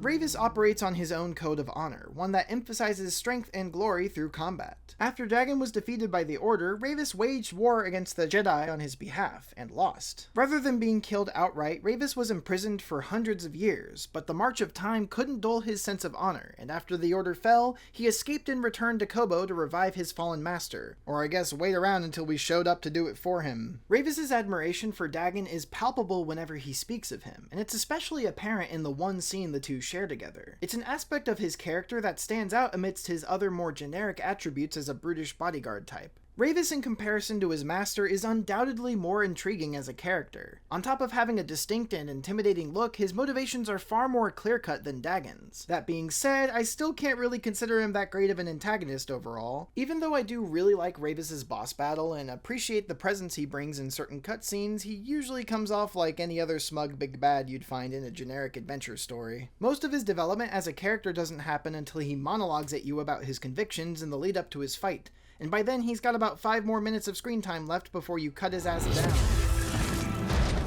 His backstory is just about as vague as Dagan's, and like Dagan, he's a rather passive participant in the events of the story. Sure, the Bedlam Raiders are a consistent roadblock during your journey, and as their leader, he's technically responsible for that, but the Raiders don't feel much like an extension of Rayvis. They just feel like a bunch of nameless dicks for Cal to slaughter on his way from place to place. We're told that they share a lot of the warrior ideals that Rayvis champions, but we never see them do uniquely bold or fearless things. Most of the time, we find them standing around doing nothing, just like grunts from any other game. They're usually stationed in your way, and presumably Rayvis put them there, but it never looks like they're actively working on anything when you come across them. They're just waiting around for you to swing by and stab them to death. They're about as typical video game bandit enemy as you can get, complete with canned catchphrases like "I won't let you get in our way" and "your life is forfeit." Hell, the goddamned robots they work with have more interesting things to say than them.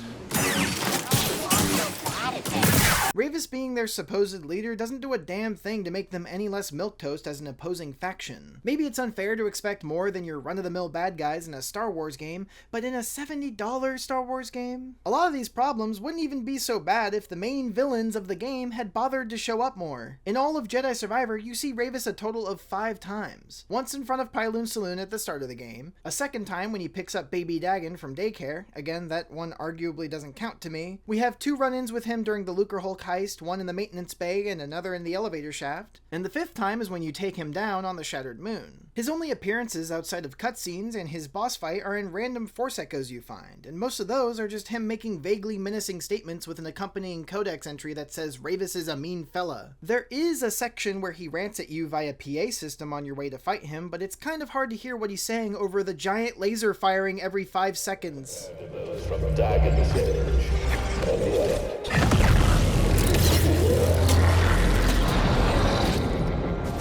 perhaps surprised me.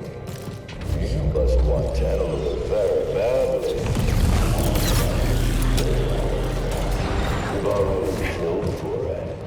Maybe you're no different than the Empire after all. What?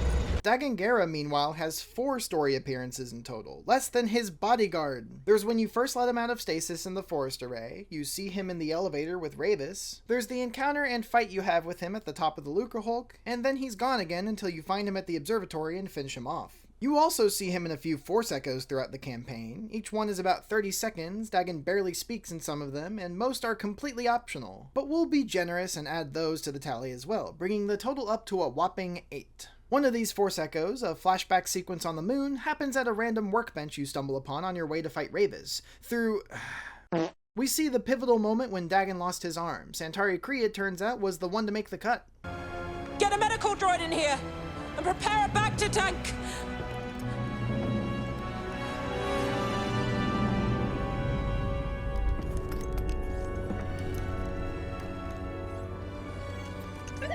What'd you find? You know it's bad when the main character finds random crap on a desk more interesting than a flashback to the antagonist's most defining life event. Whoa, that was really weird.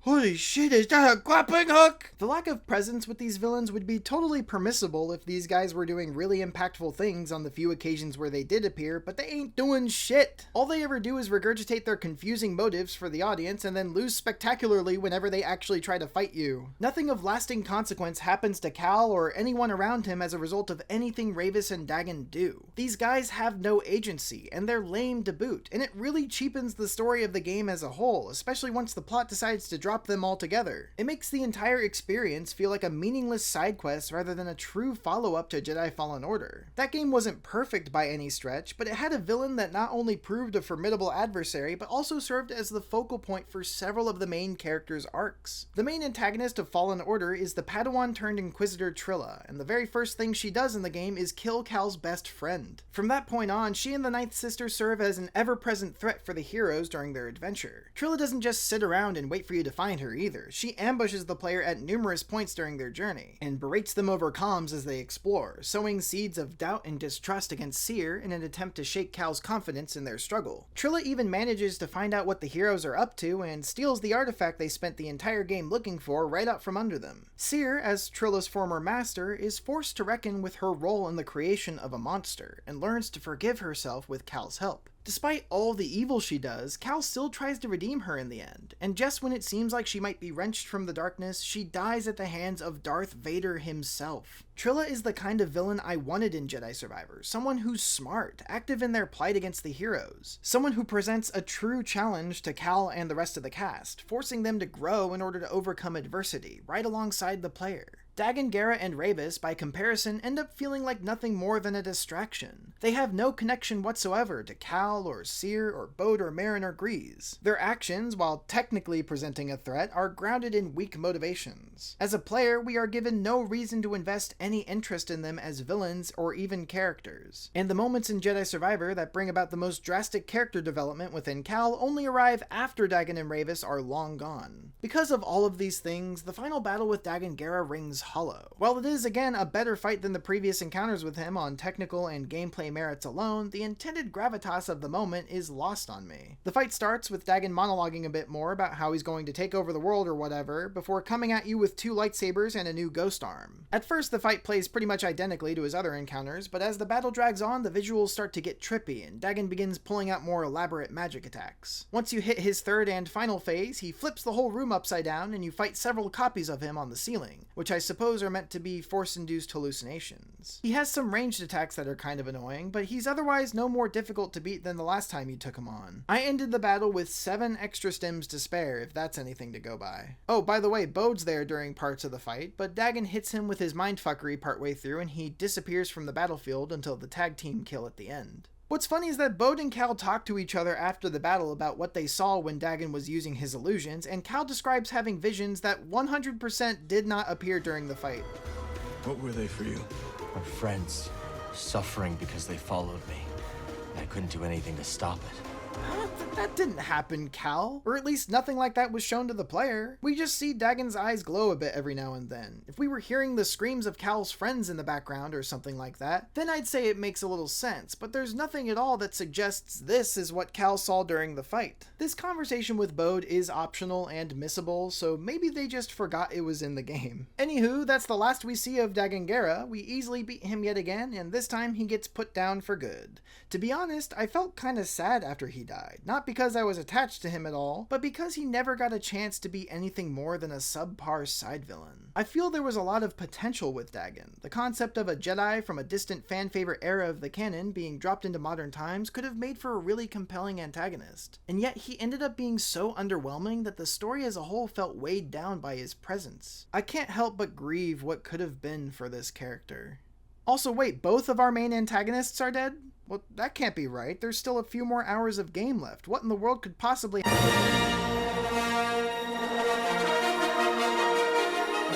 Yeah, you probably saw this coming. As soon as the main villain of the story died, you might as well have put up a giant neon sign that says, "Insert obligatory cameo." That's right, old Anakin's in town, and he's about to make Dagan Gera look like a whiny, malnourished toddler in a bathrobe. After spending almost the entire game listlessly roaming the desert with their thumbs up their asses, the Empire finally decides it wants a piece of the action again, and boy are they pissed about how much I've been clowning on them for the past few hours. First, some context. Before things go south, we head back to Jeddah with stars in our eyes. We just took down the big bad and recovered the last remaining key to Tanalorr. While Cordova makes some off-screen repairs to the compass to get it working, Cal and the rest of the crew pass the time singing Kumbaya by the bonfire and celebrating how great everything's going, which is always a good sign. Seer decides it would be best for her and Cordova to close up shop here on Jeddah and come with Cal to Tanalorr, where they're far less likely to get solicited by giant robot squids. Cal, meanwhile, finally works up the courage to make it official with Marin so the two can build a home together on their new secret planet. And Grease, he's just so darn happy to see everyone getting along again. The only one not quite drinking in the festivities is Bode. Maybe he's still upset about Brother Armias or something. I know I am. Something's bothering you. You know me too well, Scrapper. Just thinking about Kata. When she sees what you've done for her, she'll understand.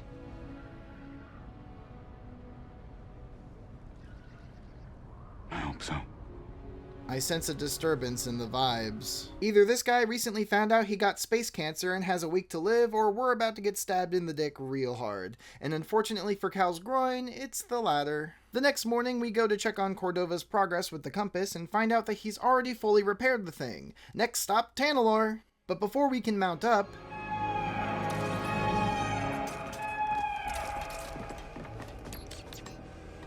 Imperial forces coming in from all sides. They found us. They found us? How could they have possibly located our secret desert hideout? We'll need to hurry to get everyone out of here safely before Bode does something really uncool. God damn it. As I mentioned a while back, it was quite fishy to me when Cordova returned from his presumed dead status at the start of the game. Something really didn't sit right with me about that decision. In my mind, they wouldn't have brought him back unless there was a reason behind it. I expected us to learn more about how his years in isolation following Order 66 affected him. Maybe he'd be deeply changed by the challenges he faced. Having to be completely alone after failing to find anything to prevent the doom of the Jedi surely must have taken a toll on the guy's mental state, right? Well, no, we don't see any of that. All we ever see him do is happily spout plot-relevant information at us and then tell us to go somewhere else. To be fair, Cordova has always been a grade-A expo dumper like that, but he was made such an enigmatic figure in the first game by the fact that he disappeared searching for a lost civilization, and that your only interaction with him was through the trail of messages he left behind. Cordova here is largely the same exact character he was in Fallen Order, but now he's here in the flesh, which strips him of all the intrigue that used to surround him. And him seeming by all accounts completely unchanged after returning from the far reaches of outer space just made me downright suspicious of him. He was too similar to how he used to be. That old geezer just had to be hiding something. Of course, though, they didn't bring Cordova back so that he could eventually betray us or reveal some earth-shattering secret about himself. No, they just brought him back so that Bode would have someone recognizable to murder in cold blood on his way out the door. If I'm being honest, I feel a little emotionally manipulated here, and not by Bode. In Fallen Order, though we never meet him in person, Master Cordova leaves a substantial impact. We get a strong sense of his personality through the works he left behind, the causes he championed, and the way he's spoken of by those who knew him. Always in the past tense, might I add. A long time ago, I was his apprentice. Cordova was a loner. That little droid and I are probably the only ones that know about Pagano. Cordova was wise, passionate, and unknowable, guiding you through the entire game with pre-recorded logs that he stored in the memory banks of his former droid companion, BD-1. At Cal's very lowest point in the story, we see what is heavily implied to be Cordova's last transmission. He quite plainly says so himself. This may be the last you see of me. I can sense the doom of the Jedi Order is upon us. No! Failure is not the end. It is a necessary part of the path. In this heartfelt goodbye, Cordova speaks to BD-1 and Cal indirectly one last time, urging them both to never let failure be the end of the story. It's these parting words of encouragement that spur Cal to action, effectively saving his life and giving him the strength to finish his mission. This makes it feel pretty fucking cheap when Cordova shows up in the next game saying, "Psych, I'm back bitches, you thought I died? That's embarrassing for you. Now get ready for me to dump exposition on you in every scene I'm in until I get brutally killed off for shock value." I honestly would have preferred for him to just stay gone. Let one of Cere's religious friends take up the mantle of archivist that catches a bullet. Maybe it would have made the moment a little less heart-wrenching, but I also think I'd feel a little less insulted as a fan of Fallen Order's story and characters. Anyways, while you're washing the taste of that sour pill out of your mouth, Cal chases Bode through the facility, leading you both to a pair of speeders in the garage that someone apparently forgot to take the keys out of. He speeds off into the desert and we follow closely behind, leading to an intense Mach-speed hoverbike race to the death. You'll weave through rock formations, avoid turret fire from flanking TIE fighters, and scuffle with stormtroopers that attack you as you pursue your ex-friend. It's a rather exhilarating sequence until you realize it's almost impossible to die during it. The only way Cal crashes his speeder is if you purposely careen yourself into every chunk of solid rock in your path, and even then it kinda takes a while. You don't even have to do the QuickTime events here, you can intentionally fail them and be no worse off. Playing on forced baby mode definitely takes away from the intensity of the moment, but it's gracefully short at least. Cal manages to catch up to Bode and forces him off his bike, landing the two of them atop a ruin-strewn canyon spire. Cal readies his lightsaber to strike Bode down, but before he can... What have you done? Bode fucking cheats. With this, Bode's true nature is revealed. He was never just an ordinary gunslinger, he was a fellow Jedi in hiding all along. Now, hear me out, I actually think this is a really neat twist. It isn't as clearly telegraphed as him being a traitor is, and it breaks a lot of the previous conceptions you may have had about his character. Like Cal, Bode cut himself off from the Force in the immediate aftermath of the Jedi Purge, and blended into society for survival. However, while Cal retained his connection to the Order and eventually re-embraced his identity, Bode chose to abandon his entirely in favor of a new life. After starting his family, nothing from the past mattered to Bode. Not the Jedi Code, not the Republic, not justice or world peace. He fights solely for his daughter, and her safety is all he ever truly cared about. We knew that part about him, of course, but his Jedi past adds more flavor to it all. And it's interesting to see the difference in life paths between Cal and Bode now that we know they essentially came from the same place. It's a character parallel that was executed so much more gracefully than what was attempted with Dagan Gera's character. Looking at earlier scenes through the new lens of this twist also manages to recontextualize a fair amount of Bode's dialogue in neat ways. Sorry, when you play with me, the game is rigged from the start. Hindsight's 20/20, Cal. For instance, there's a brief exchange during the Lucrehulk infiltration where Bode questions Cal intently about his blossoming relationship with Merrin. When you first watch this scene, it comes off like a friend trying to encourage his celibate buddy to lighten up and get some, but in reality, it's Bode urging a fellow former Jedi to not let the past be a shackle, as doing so is what eventually gave Bode his greatest treasure, his daughter. He's speaking directly on his experience here in ways we couldn't have possibly known when we first watched this conversation unfold. It's details like this that make the reveal of Bode as an ex-Jedi all the more interesting from a writing perspective. After learning the truth about Bode, Cal challenges him to a frantic lightsaber duel that you unfortunately aren't allowed to win. BD-1 stayed behind with Cordova's corpse when Cal ran off after Bode, so you get no stims to use in the fight. Even if you play perfectly, which really isn't all that hard to do honestly, an unavoidable scripted sequence will send Cal careening off the side of a cliff and crashing into the dunes below. Our hero watches Bode escape to the skies in his personal starship as he slowly succumbs to his wounds, the screen fading to black. We get the usual respawn prompt that appears when you die in-game, but when you press the button to jump back in, you're no longer playing as Cal Kestis. Instead, the camera pans in on Cere holding off the Empire's siege, and you're suddenly given control of her as she cuts her way through waves of approaching stormtroopers. The badassery of this scene cannot be overstated. Cere is an absolute monster when it comes to combat. You can easily feel the difference in experience between her and Cal just through how it feels to fight as her. Your lightsaber swings cut through Imperials like a hot knife through butter, shields turn to dust the instant you touch them, and you can pull entire dropships out of the sky and slam them into the ground with the press of a button. Cere even has her own unique ultimate move that generates a force barrier in front of her, stopping any approaching projectiles and sending them back en masse to their owners, thrusting nearby enemies away in the process. Using Cere's immense power and this Home Alone bullshit right here, you're able to defend the base from flying machines, AT-ATs, and an endless onslaught of ground troops. Admittedly, this section can start to feel one note after a while, as you only ever need basic attacks to take down most of the enemies here. However, Cere can still perform a few of the more advanced lightsaber maneuvers Cal had, like throwing and charged attacks, and you still retain access to the new force abilities you picked up in the main campaign, like air dash, raise, and slam. Even then, the section only lasts for a few minutes, so I can't really complain. It's just a whole lot of fun to go apeshit on everything for a bit. After repelling most of the encroaching forces and sealing off the hangar entrance, the Mantis crew prepares to make their escape.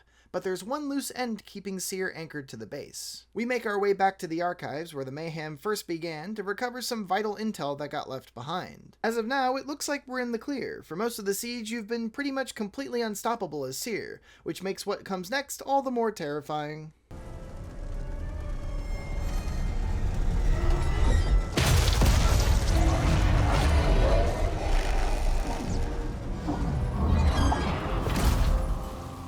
I was hoping you drowned on Noor when we blew a hole in your underwater base. It is delusion to think your actions have had any consequence. Hey, Anakin just summarized the plot of this game. I don't want to sound like I'm chugging the fan service Kool-Aid, but no lie, this is my favorite boss in the game. Setting aside the pure unbridled epicness of this duel on story merits alone, it's a demanding fight that challenges your mastery of lightsaber combat like no other boss in the game has. It was smart of the devs to put old Darth here at the end of Cere's rampage across the base. Mowing down legions of stormtroopers acclimates you to the speed and ferocity of Cere's attack sequence, subtly preparing you to apply her moveset in a much more difficult context. Also, during the siege itself, we come across a ton of elite enemies that Cal would normally have to wrestle with for ages, except Cere can dispatch them within seconds. It really puts into perspective how powerful Cere is compared to her former student, and consequently, it lets you feel firsthand how little of a flying fuck Vader gives about that fact. It took me a fair amount of tries to take down Mr. Skywalker, even on lower difficulties, but I honestly had a blast doing it. Vader's attacks are swift and forceful, well telegraphed, but taking out massive chunks of your health bar whenever they connect. At mid-range, he'll slowly stride towards you, waiting for you to make the first move. He can easily parry your swings and will punish you with unblockable grabs or quick successive counterattacks if you're careless. If you bully him up close for too long, he'll force push you to the other side of the room, and if you bore him by staying out of slapping range, he'll force strangle you and pull you back in again. And this is him phoning it in. The real fight starts once you knock Vader down to half health. A cutscene plays where Cere gains the upper hand by dropping a bookshelf on him, hoping to subdue him. Unfortunately, all this does is get him even more fired up. Literally. Wanting to give Cere a taste of her own medicine, Darth will start launching flaming chunks of books at you, and they fucking hurt. You can use Cere's ultimate to catch the books and counterattack, but it doesn't stagger the boss for long at all, nor do any of Cere's force abilities for that matter. At most, they'll briefly interrupt an attack chain for a second, but trying to capitalize on that small window of opportunity will usually backfire. In this phase, Vader's attacks are even more difficult to parry continuously, making it easy for him to overwhelm you up close. However, while the battle is difficult, it by no means feels unfair. You still deal good damage with each swing, and although you'll rarely be able to connect an attack without breaking his block first, you can do so fairly quickly with good parry timing. Another aspect of the boss that I like is that Cere doesn't utilize BD-1's ridiculously large stim supply during it, opting instead to heal with the Force. Because of this, you have a far more limited amount of HP restores than you might have gotten used to with Cal, meaning as well that the fight is finely tuned around the specific amount of heals that you're given. By the end of my battle with Vader, I had no restores left to spare, which feels perfectly appropriate given the circumstances. There's such a frantic sense of urgency in the fight against Vader that's heightened by these small yet impactful design decisions. One of the absolute coldest things Darth does in the fight happens when your lightsabers clash for a moment and he just backs away from the bind and holds you off entirely with his left hand. You're fighting for your life, but this dude's just enjoying himself. I enjoyed the boss so much that I wasn't even mad when it turned out Cere loses no matter what, because duh. Before you can drain the last sliver of Vader's health, a cutscene plays where Cere jumps for the killing blow like an idiot. When the dust settles, it's her who ends up skewered, and seeing his opponent defeated, Vader simply stands up and walks away without another word. What a bastard. I wasn't surprised by this turn of events at all, as Cere's fate was basically sealed the second she tried to take on a character that we know dies in the movies. But it was still cool to see her bravely go toe-to-toe with such a famously powerful adversary, especially given her history with him. If you recall from Fallen Order, Vader was the the one who broke the mind of Cere's apprentice and turned her into an Inquisitor. He also killed Cere's apprentice right in front of her just when she was on the cusp of turning over a new leaf. He's the embodiment of all Cere's failures and regrets, making this fight a culmination of all her struggles throughout the series. Though she fought valiantly, it sadly wasn't enough to overcome raw plot armor. Just before Cere collapses to the ground, Cal arrives from off-screen to catch her, and she dies in his arms, a moment beautifully underscored by the sweeping soundtrack and visuals.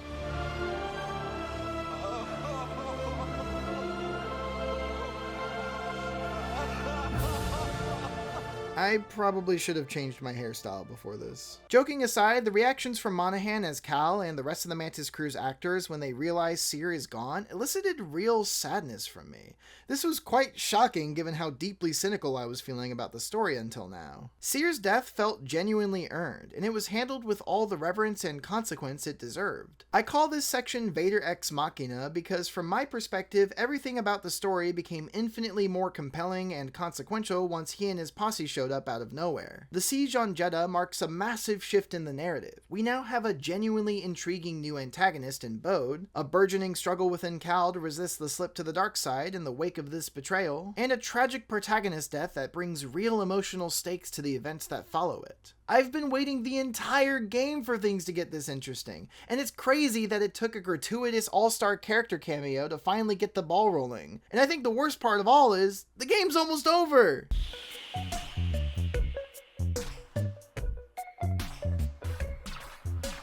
Before I go on another nitpicking tirade, I want to talk about a cool new level that immediately follows the Archive siege. If anything, just to keep the positivity train rolling a bit longer before it screeches to a halt in a couple minutes. As the surviving Mantis crew members recuperate from the massive L they just took, Cal remembers that Bode had a tracking beacon on his ship that they used to reconnect after the Coruscant raid went sideways. Sure enough, when they check the signal again, it's still faintly active, allowing our heroes to pinpoint exactly where the traitor ran off to after his tiff with Cal. This takes us to Nova Garon, a small Imperial outpost tucked away on an asteroid and the first new location we've unlocked since all the way back when we first landed at the Shattered Moon. Nevertheless, the hunt for Bode has begun. Cere's death was a breaking point for our protagonist, and with her gone, there's one less level-headed voice of reason to hold our hero back from his penchant for violent retribution. One detail I like about this part of the game is how the main menu changes from its original deep blue to a sinister shade of red, reflecting Cal's ever-crumbling mental state. Cal and friends successfully land at the asteroid base they found with pretty much no resistance from the Imperial troops supposedly stationed there. The landing pad, in fact, is completely desolate, and we're able to simply waltz our way in like we own the damn place. We run into a few stormtroopers here and there on our way into the facility, but they're easily dispatched, and for some reason, none of them bother to radio in and warn the rest of the base that there's a sword-wielding serial killer on the loose.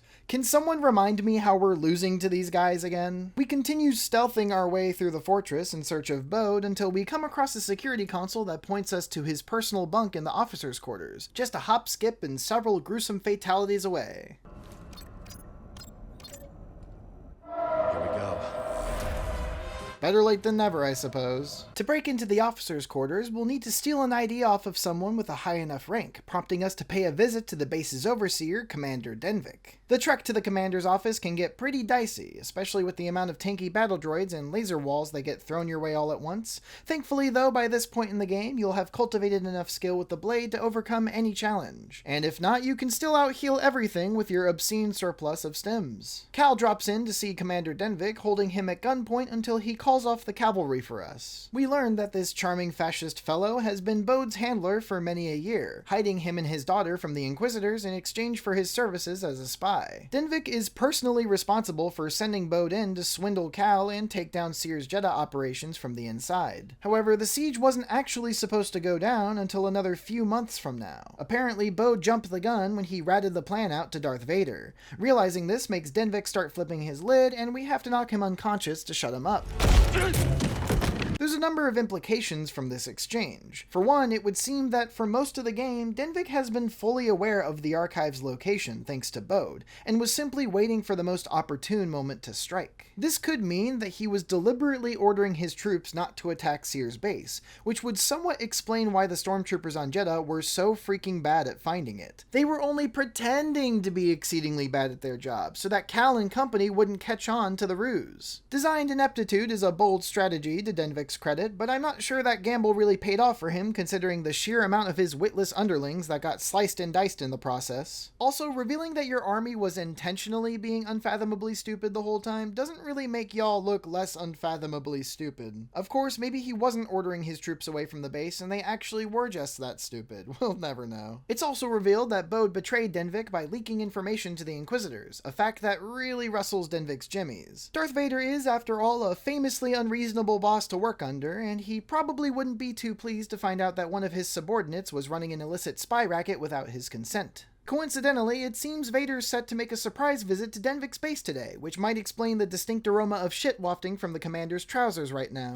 Unfortunately, we'll have to put on those poopy pants as Cal decides to steal Denvik's uniform so he can move through the officers' quarters without arousing suspicion. Although Cal does look hella spiffy in fascist white, his mohawk and handlebar mustache probably aren't doing his disguise many favors. Luckily, ridiculous unlockable hairstyles don't violate Imperial dress codes, so no one manages to see through the ruse. We sweet talk a doorman in another unlosable mind trick check and open the entrance to Bode's homely quarters, but when we arrive, the traitor is nowhere to be found. While rummaging through some of his ill-gotten gains, we find a curiously weathered data disk taken from Kobo. Before we can watch it though, a surprise visitor arrives on the scene. Bode's little daughter Kata, whose unexpected appearance forces Cal to immediately drop his Revenger persona. Right when she meets him, this little girl instantly pins Cal as an imposter, something the trained soldiers down the hall weren't able to do. But she doesn't seem at all rattled by him being here, nor is she apparently bothered by him ransacking her apartment. She says she's packing for a trip, but can't find her favorite stuffed animal, so naturally, Cal decides to take a break from his rage-fueled murder bender to help her locate the lost toy. It's a cute scene that shows Cal hasn't abandoned all kindness in his heart, despite the devastating losses he's suffered. It does make it pretty awkward though when Bode comes back to find us playing with dolls. Bode finally gives us the full scoop on his backstory, how he lost his wife to the Inquisitors and had to turn to spy work as a last resort to save Kata. He bided his time until Tanalorr came along with its promise of salvation and isolation from the chaos of the Galactic War, a truly fresh start for him and his daughter. He wanted Cal to come along as well, as he came to consider him his best friend, but the two were sadly forced apart by their differences.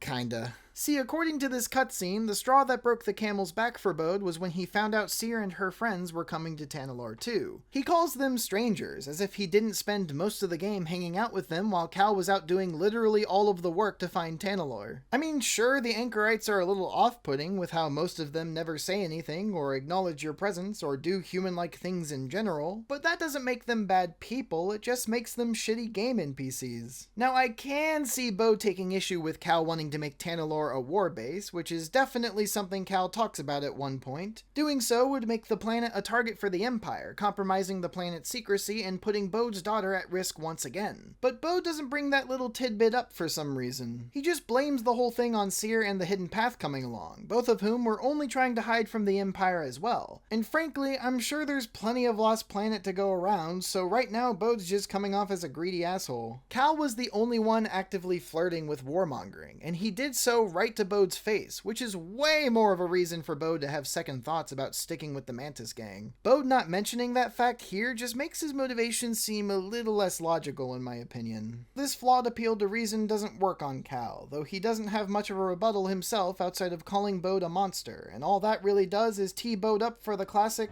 No. I'm a father. Like clockwork. Bode creates a distraction and then makes his escape with Kata. We'll chase after him, but first Cal needs to stand in place for 5 seconds to let the cutscene unload. Okay, now we can go. Joking aside, that scene was pretty dang good. I love how shaken Cal is emotionally when he finds Kata first. His bloodlust and rage brought him to this spot, but when met with an innocent bystander, he becomes essentially disarmed. Then when Bode finally does arrive, it's almost like he needs to remind himself what he came to do. It's internal conflict like this that was sorely missing from Cal's story in Jedi Survivor up until now. The only internal conflict I'd experienced from the game was whether or not I could look past all the immersion-breaking bullshit that plagues it. Things like Cal stopping in his tracks to think about whether or not he left his oven on at home in the middle of a chase sequence. Because Cal's deer in the headlights routine gave Bode a head start, he gets away rather quickly and calls in a shit ton more stormtroopers to keep us busy. A fight with this many baddies would take way too long with our normal lightsaber moves, and Cal is in a hurry, so he decides to grease the wheels a bit and tap into the dark side. From this point on, Cal's slow ability ability is replaced with an evil hypercharged version of it that temporarily grants a massive damage buff to all of your lightsaber swings and force attacks. This is on top of the slowness effect, by the way. The damage and ability boost puts you at about the same power level as Seer when you play as her during the Jedi Siege. Also, whenever you use the dark side, a red overlay appears on the screen to signify that you're being a total badass. This is the true last ability you earn in Jedi Survivor, and it's one I quite enjoy for both its story implications and sheer overpoweredness, letting you clear out an entire stormtrooper office party in seconds. As I've said already, I was getting really fatigued with fights by this point in the game, so unlocking what essentially amounted to a combat fast forward button was a delightful surprise. This section in particular allows you to use the ability multiple times in succession, I suppose because Cal is really angry, and it makes for a super satisfying chase through the facility as you cut down anyone unlucky enough to cross your path. We continue into a hangar where we find Merrin has arrived on the scene to check on Cal, and we fight a few more Imperials before filling her in on the situation. Unfortunately, it seems that while we were busy killing everything that moves, Bode and Kata successfully made their escape and started off for Tanalorr, taking the only compass leading to it with them. Nothing left to do here but cut our losses and get the hell out of Dodge, but before we can leave, Commander Denvik appears again and attacks Cal in hopes of dying now instead of when Darth Vader shows up later. Still blaming Denvik for Seer's death, Cal obliges, prompting Merrin to give him a pep talk about why he shouldn't do that, even though they both just murdered about 50 random soldiers a second ago. What makes this exchange even funnier to me is the distinct sound of Denvik's ribcage collapsing into his lungs in the background. This is what Bode wants. I know you are in pain, but this is not you. The Empire has taken enough from us. Of course, Cal doesn't end up going through with it, instead condemning Denvik to a significantly more gruesome death at the hands of Big Boy Annie.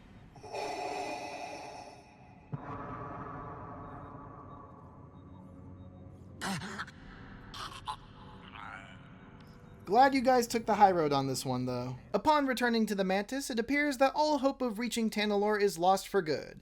Except it's not. We still have that weird data disk we found among Bode's stuff, and it turns out to be a recording from Santari Khri, revealing that there's been another way to reach the lost planet all along. Throughout the game, we've been seeing these giant particle beams getting fired and redirected between all of the major locations we've explored. The laser gets emitted from the forest array, amplified at the Shattered Moon, and then relayed to the Kobo Observatory where it ends. These particle beams, as we know, are used to dissolve Kobo matter, which happens to be what the giant wormhole leading to Tanalorr largely consists of. Centauri's final recording tells us that if we redirect the beams to a specific spot in the Abyss's entrance, we'll be able to carve a flight path straight through to the lost planet. How convenient. Makes you feel kind of silly for spending 90% of the story fighting over that compass from earlier, doesn't it? Whatever the case, the Master Control Tower that Centauri's message leads us to is actually an area that you can stumble upon quite early in the game, though its purpose is shrouded in mystery at first. You find this giant set of rotating columns underground, with a console nearby that seems unresponsive. You're given no further information about this location, which personally really made it stick out to me on a first playthrough. I thought I'd come across some kind of random secret puzzle, and I spent a while trying to crack the code in hopes of a reward, but to no avail. And then it turns out all you have to do is progress the story enough and suddenly the console becomes usable, and I realized, oh, this wasn't actually a cool hidden puzzle for me to solve, it was just another required story area that I found too early. It's this kind of disappointment that even further drains the energy out of exploration in Jedi Survivor, especially near the end of the campaign. I originally set out to finish this game with 100% completion, just like I had with Fallen Order in the past, but I threw in the towel pretty quickly when I realized that doing so required finding all 50 million gardening seeds and priorite shards scattered randomly across the map, and personally, I couldn't be fucked. Still, I wanted to see what most of the game had to offer, so I set out anew to at least get 100% exploration, aka revealing all hidden areas on your map. The end game is what made me cast that goal aside as well. In games that emulate Metroidvania structure like Jedi Survivor, the end is supposed to be the best part. Your character is fully powered up with every combat and traversal ability you need to complete everything. In the best Metroidvanias, your final moveset expedites the process of backtracking through areas immensely, completely recontextualizing the levels you re-explore as you look for items you missed the first time around. As most players will have likely mastered the game's systems by this point, you'll also find the most difficult challenges in this endgame, such as secret bosses or optional levels that push the limits on fairness. All of this newly accessible content is your reward for sticking with the game to the very end and interacting with as much of it as you can. Jedi Survivor's endgame spits in your face for doing this. Oh my god! I've already talked ad nauseum about how most of the rewards you find through exploration are completely meaningless. I've already talked about how the upgrades you receive throughout the game don't change up traversal or combat enough to make re-exploring areas feel like a new experience, and I've talked about how the game's glaring level design problems are found most often when you go anywhere off the main path, which is something you're supposed to do during the endgame. To be fair, there are some unique rewards to be found here. For instance, completing the Path of Persistence, Conviction, and Restoration in Jeddah will open the entrance to the Wayfinder's tomb in the middle of the desert. Such a location name might evoke fantasies of a mini-dungeon or maybe a chamber containing a special boss encounter. Take the elevator down into the tomb though, and you'll find a single room with two things in it. One is a chest with a lightsaber cosmetic, hooray, and the other is a treasure map that tells you where Priorite shards are. Priorite shards being a currency exclusive for buying, you guessed it, that's right, fucking cosmetics! All roads lead back to cosmetics! It's inescapable! I am starving for endgame content that isn't just a way to get more cosmetics, but there's none to be found! There are no new levels to discover with the last few abilities you get. Most of the optional sub-areas you find can be unlocked and completed in the mid-game, and if you do most of that content then, you'll have practically nothing left to do later on, let alone anything that challenges you more than the main story does. The closest thing you get to a unique secret boss is this monster behind a door on Coruscant, and it's literally just a reskin of a regular enemy from Fallen Order. Furthermore, backtracking itself is made all the more tiresome when the limited usage of your traversal upgrades means exploring certain levels feels almost exactly the same in the early game as it does in the late game. You also just start to notice more problems while backtracking, such as some areas feeling less polished when you go through them the wrong way. Not to mention the variety of world continuity errors that got left in the game, like how the fire from the Ninth Sister fight during the opening is still burning after all this time, or how even though the Empire came and wiped out the hidden path, you can still see anchorites working the hangar controls whenever you land on Jeddah in the endgame. It feels as if the devs didn't notice or even care about minute details like this, which is understandable, it's a pretty big game after all, but it makes the world feel that much shallower. And knowing that the devs weren't very detail-oriented inevitably dissuades you from exploration, as you come to expect that any effort expended on your part won't be rewarded, and most of the time, you're right! Still, I pressed on in the hopes that trying to see every part of this game would eventually pay off somehow. What I'll describe next is the moment that finally made me give up. So going back through Koboh, there's an early game section called the Derelict Dam that most players will have a hard time getting 100% on. Looming over the dam is an out-of-reach cliff area that no matter how hard you try, you just can't seem to get to. Most players won't even be able to tell that there's something up there because the map screen makes no indication that it's an explorable section of the level. Your only hint that there's a way to scale the cliff is an elevator leading up to it that you can't activate. Look high and look low, you'll never find a way to the cliff. I was trying to avoid using a guide on my first playthrough, so this one little ledge was driving me absolutely nuts. When I finally capitulated and looked up the answer, I was gobsmacked to learn that you needed to get to the cliff by going to a location on the complete other side of the planet. You have to get dropped onto the cliff by a giant bird, one we've seen before as it happens. This giant bird first shows up during the Forest Array mission, entrapped in Koboh matter, and you need to use a beam to dissolve the particles and free it. After you let it loose, you'll be able to see it flying over Koboh for the entire rest of the game. A really nice environmental detail and a hint that there might be something more to this bird later. When exploring the Boiling Bluff section of Koboh, you can find the bird again resting atop a perch that overlooks the area, and by using the enhanced ascension cable in the late game, you can reach the bird's roost and befriend it. When you do so, a button prompt appears labeled Travel. Now, the appearance of such a button is tantalizing, as this would hardly be the first time in the series Cal takes a ride on a big winged beast. One of the most iconic moments in Fallen Order was a marvelous flight sequence that sees you soaring high above the jungles of Kashyyyk, atop a bird you rescued. Maybe this bird in Survivor is an homage to that scene, but with added next-gen spectacle that wouldn't have been possible in the last game. You press the button, the screen fades to black, and...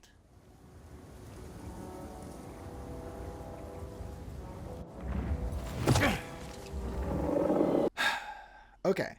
I really don't want to sound entitled, but I just think it feels a little insulting for this AAA, next-gen, $70 fucking game to have you find a giant bird in the wild, get you excited by telling you that you can ride it, and then teleport you to your destination with no fanfare, visual stimulation, or indication whatsoever that you even just flew on a bird, aside from Cal saying, "That was incredible. Yeah, I'm sure it was. I wish I could have seen it. It genuinely feels as though they wanted to have some kind of payoff for you freeing the bird in the opening and just ran out of time during development to execute it. But instead of taking the interaction out entirely, they just slapped a fade to black and teleport onto what they had and called it a day. There's no other reason I can think of for this to exist. Why the hell would a bird that lives over here drop me off on this random cliff over here? There's no cutscene to explain it. There's not a single hint at the derelict dam itself that riding a giant space hawk is how you scale the cliff and get 100% exploration. You don't see the bird circling overhead or anything. It's empty. There is no way anyone figured that out other than looking it up online or finding the bird by complete accident. And in the first place, what's the point of making me interact with this dumbass bird when I don't even get to watch it cinematically fly me to my destination? Again, I just want to point out that Jedi Fallen Order was happy to provide several such moments on weaker hardware, nearly 4 years earlier. And what's your reward for taking Big Bird to the cliff? Not a bad find. Yeah, I'm done with this shit. I'm not going to waste my time trying to explore everything when I know exactly what I'll get for doing it. You get dick. There's been a lot of things that have hindered my enjoyment of Jedi Survivor, but nothing has held back the experience more for me than the lack of meaningful rewards. Well, that and of course...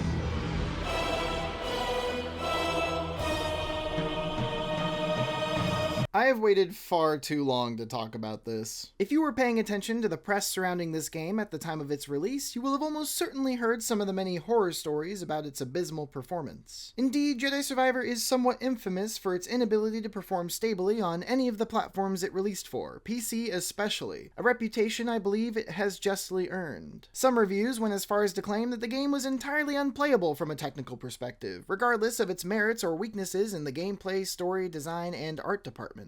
One glance at the game's player rating on Steam is all you really need to look at to know how these pervasive technical issues soiled the game's image upon release. I am thankfully not a PC gamer by trade. I decided to pick this game up as a digital download on PlayStation 5. Even so, the amount of technical issues I encountered throughout my playthrough of Jedi Survivor was jarring for a next-gen AAA game. I thought avoiding the PC port would circumvent most of the problems I was hearing about online, and for the most part I was able to avoid the extreme frame drops and audio desyncing other players experienced. But even that wasn't enough to save this game from breaking spectacularly on numerous occasions. There's an inordinate amount of frame-by-frame jank that pervades almost every aspect of the game's presentation, and it's noticeable throughout the entire runtime. Cutscenes are shockingly unoptimized. You can very easily see the environment struggling to load in and replace LODs whenever the camera cuts to something new, and sometimes the environment will phase in and out seemingly at random. Textures often take multiple seconds to fully load mid-scene, if they ever do at all, and dynamic meshes like capes and cowls will subtly flail about as characters snap to their positions between cuts.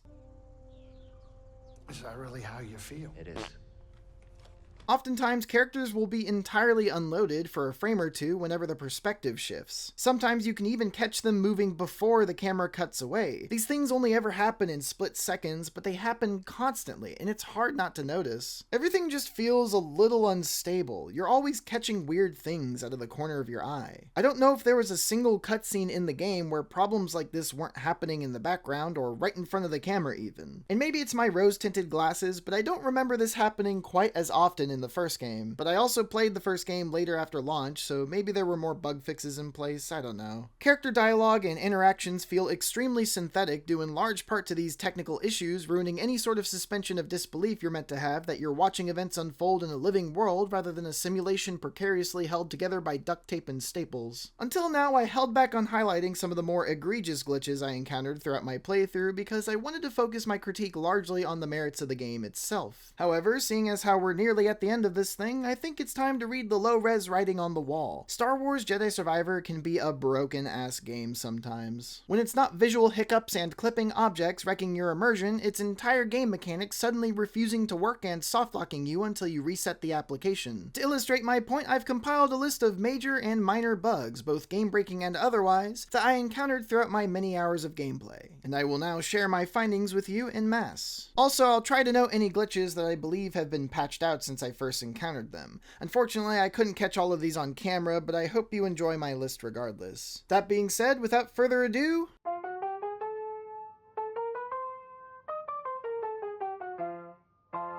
My game crashed in the first 10 minutes of the opening mission. When I relaunched the game, none of my progress had been saved, so I had to sit through the entire opening section again. I had an additional crash happen randomly while I was upgrading my character during the observatory level, which was a particularly laggy part of the map, so I imagine that had something to do with it. Really, anytime I planted a shit ton of seeds in the garden at Pyloon's, there was a 50-50 chance my game would crash a couple minutes later. Yet another reason to avoid this content at all costs. This one isn't a crash, but I got soft locked during the Sanctuary Temple sequence because a button prompt telling me to open a door with the Force refused to appear, and I had to reload my save to fix the issue. I didn't get that specific instance on camera, but I did catch this happening in a couple of other places around the game, along with whatever the hell's happening in the UI right here. At numerous points, stance switching and force abilities randomly stopped working altogether as well, meaning I was stuck using basic attacks until I killed myself or reloaded the area. I still don't know what causes it, and I think maybe it went away a few patches ago because I haven't seen it in a while. There was an instance at the Kobo Observatory where BD1's particle goo was required for a puzzle but refused to ignite, which essentially softlocked me right where I stood.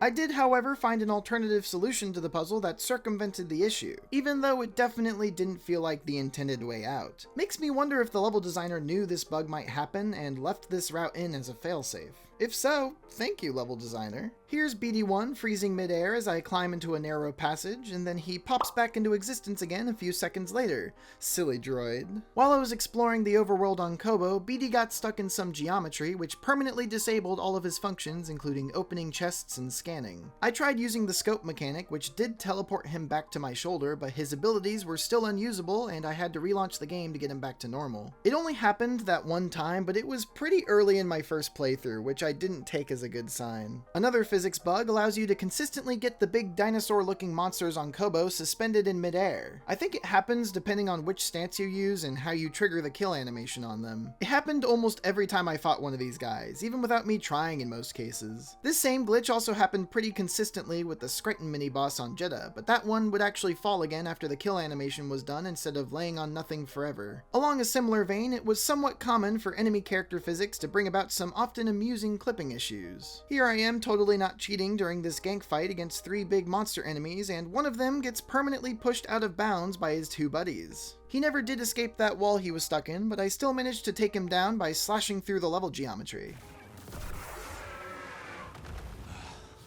That wasn't fair. You said it, Cal. Mounts are fairly prone to getting stuck on geometry as well, as seen with my Spammel friend here, though I'm not really sure what he's supposed to be stuck on right now. There's a fair amount of surfaces that Cal can get stuck on himself, especially while falling, and it can look pretty dang weird. Speaking of falling, I've already talked about how pervasive void outs are in this game, and throwing mounts into the mix can make for some interesting results. Here you can clearly see Cal and his Neko landing on the ground perfectly unscathed, but the game thinks I deserve death anyway. Nekos act up in a lot of places, actually. Here's one getting stuck in a wall, preventing me from riding him, and when I try calling him over to me, he pops out of existence.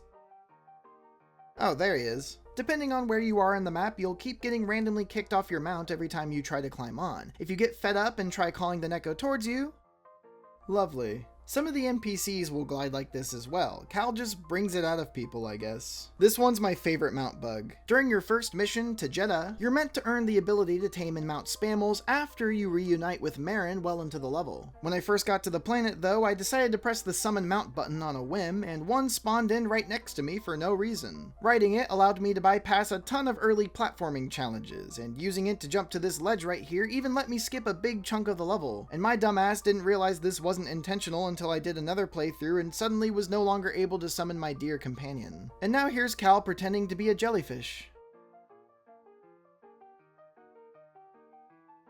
Very majestic. Just for giggles, let's do a little compilation of horrific environmental visual bugs. For your viewing pleasure, a picturesque ledge on Kobo.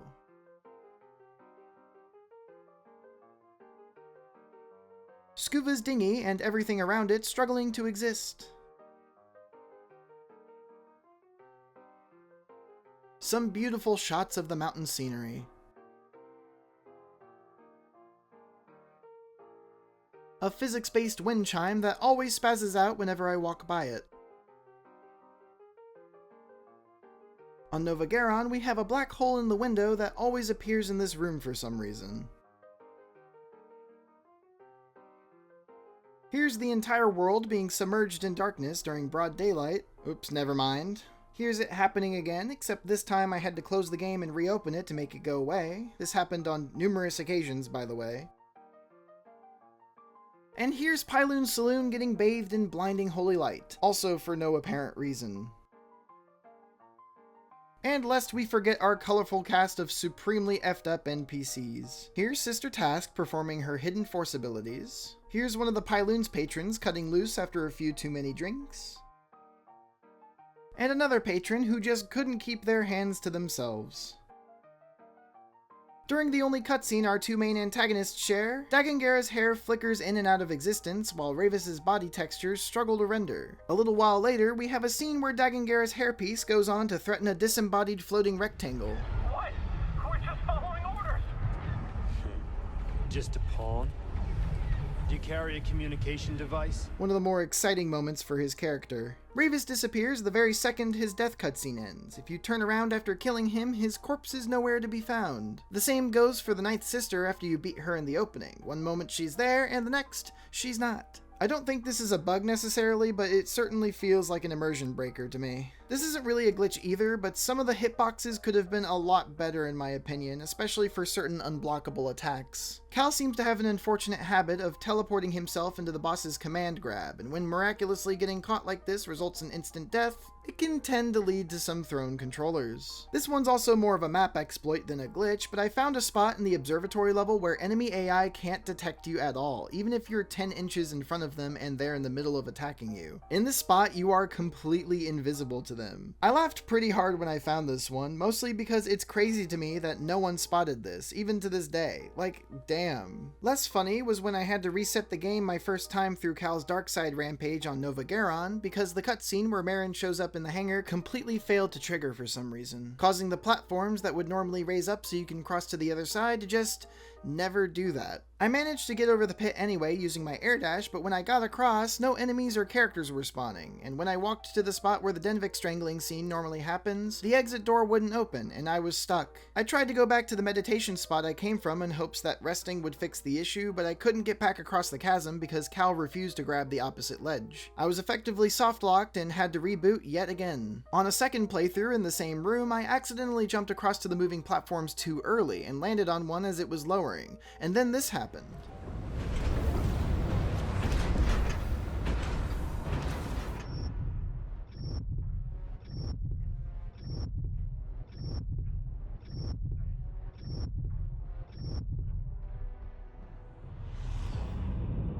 Okay. Finally, right after finishing the Nova Garon level, if you look out the Mantis's front window, you can see Bode's fighter jet hanging out suspended in hyperspace. And you can even see it in the same spot on subsequent revisits to the planet. Wild. Like, to be fair, all of these aren't even close to the baddest of the bugs the community has surfaced over the years, and again, PC had it way worse. There are plenty of awesome videos out there that list these defects in far greater technical detail than I can here. That being said, a good handful of these issues have, like I said, supposedly been patched out over the course of Jedi Survivor's lifespan. And given the severity of those now fixed issues, it's not all too surprising that these lesser problems continue to slip through the cracks. Still, I'm flabbergasted that this high-budget AAA game was released in a state where so many blatant oversights can be encountered in a single playthrough, even multiple years after launch. I highly recommend looking up some any % speedruns of this game. You'll be shocked at how positively busted they are. The current world record at the time of writing is held by YouTube user Mr. Benuto, who finished the game in just under 18 minutes using clipping exploits, insane physics launches, and a sequence break that skips the entire campaign up to Tanalorr, which it turns out has been under the Kobo map this entire time. One of my favorite things about these runs is how Benuto goes so fast that the game can't keep up with loading. So instead, whenever a cutscene is supposed to play, the engine just shows a gray background with plain debug text that describes what's happening in the scene. It's truly insane. Please give it a watch. Anyways, I guess I've gone on enough tangents at this point. How about we jump into the last mission of the game and bring this bitch home? Wow. I hope it's worth it.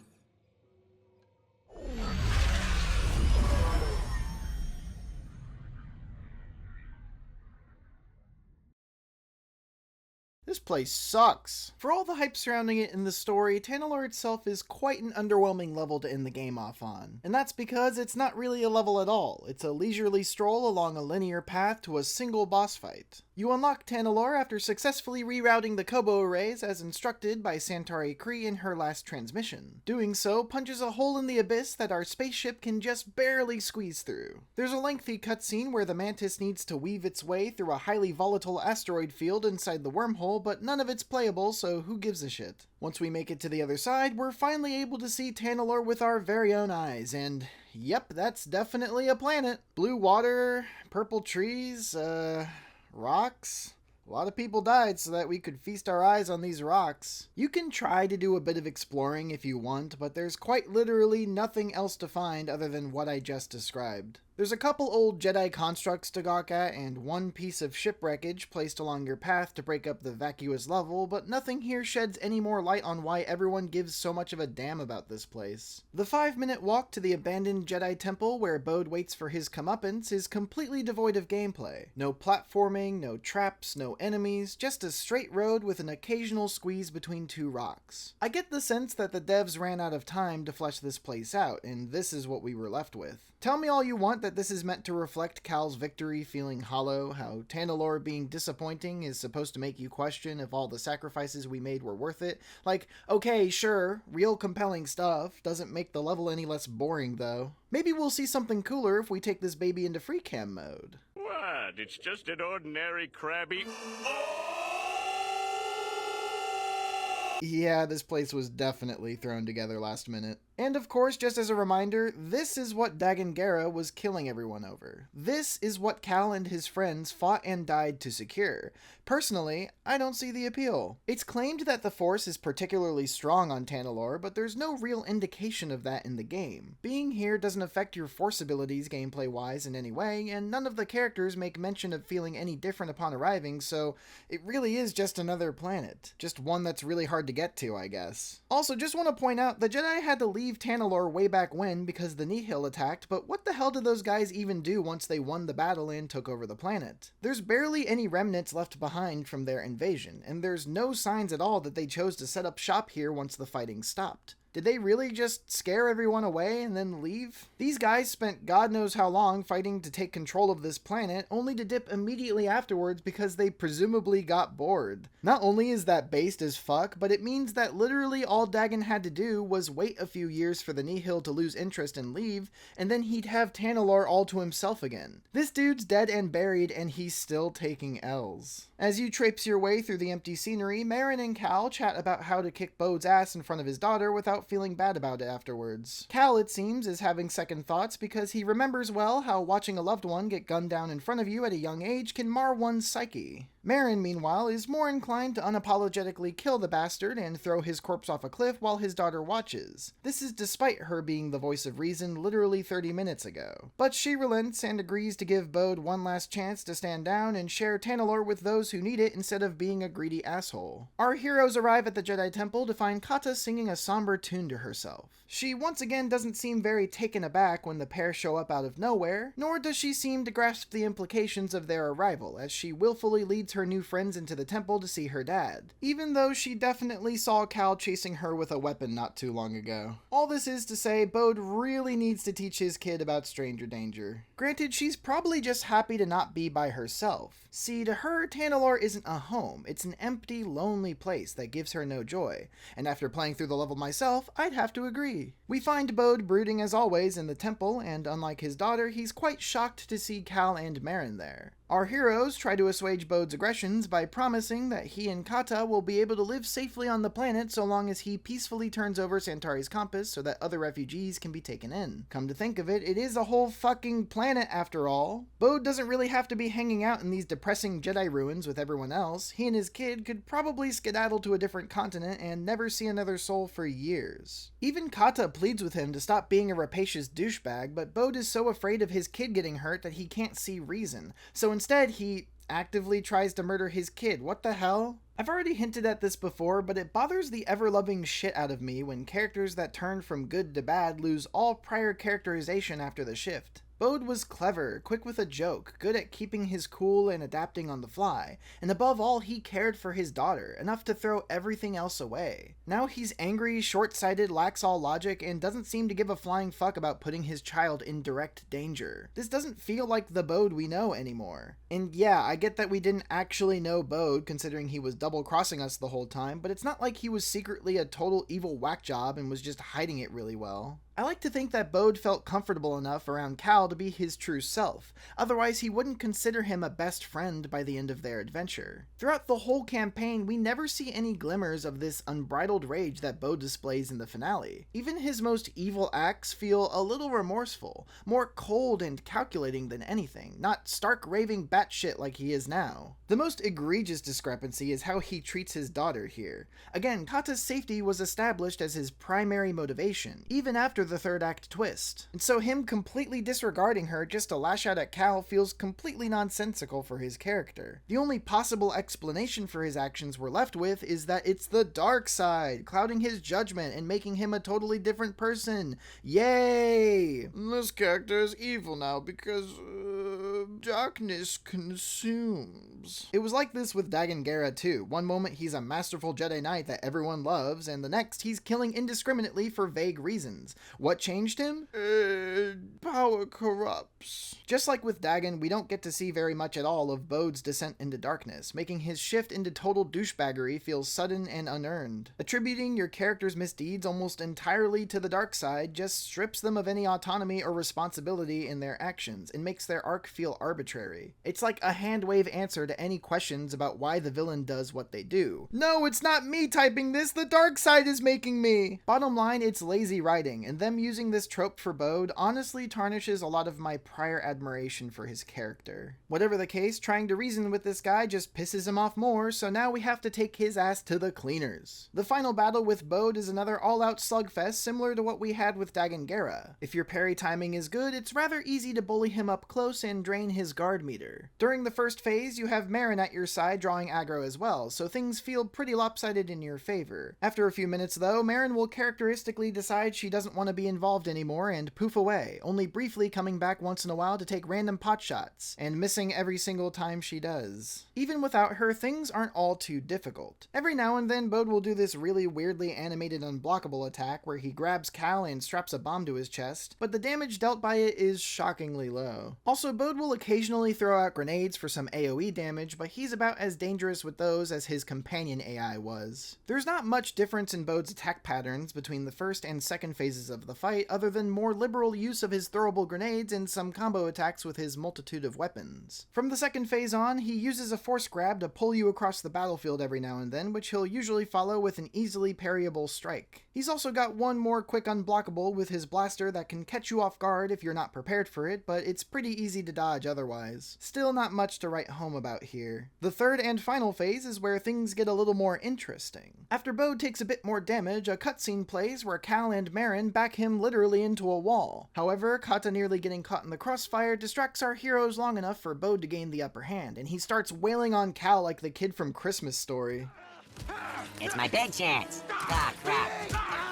Watching his loyal droid get so disrespected is enough to send Cal into another dark side-fueled rampage. Cal thrusts Bode away, causing his blasters to malfunction, so for the rest of the fight, Bode uses only his lightsaber and force abilities to try and take you down. Which makes things a lot easier, honestly. His swings do get a lot faster and wilder at this point in the fight, but his attack patterns are still quite manageable. He gets a force push that he'll use now and then to stun you and combo into a quick time event, but it doesn't do much more than that. He also has a few new ranged attacks where he sends dangerous shockwaves out from his sword, as well as another AoE slam that you have to jump over to avoid, but it shouldn't take long to figure out how to counter those, considering you faced these exact same moves before in other fights. To be fair, I guess there's only so many kinds of attacks you can come up with for a lightsaber duel. It's just a little sad we couldn't make it past the final boss without hitting creative bedrock. Still, the fight is cinematic enough for the story, and a decent enough challenge overall to cap off the game. Like Tanalorr itself, it's just nothing all that special. Once you slice and dice Bode a bit more, a cutscene plays where Cal manages to bring him to his knees. The crew pleads one last time for Bode to stop being a dumbass, but nothing seems to be getting through to him. Then Cal looks away like a total dweeb, which gives Bode the chance to start choking everyone in the room. Cal desperately headbutts him to get free, the two crawl to their blasters, and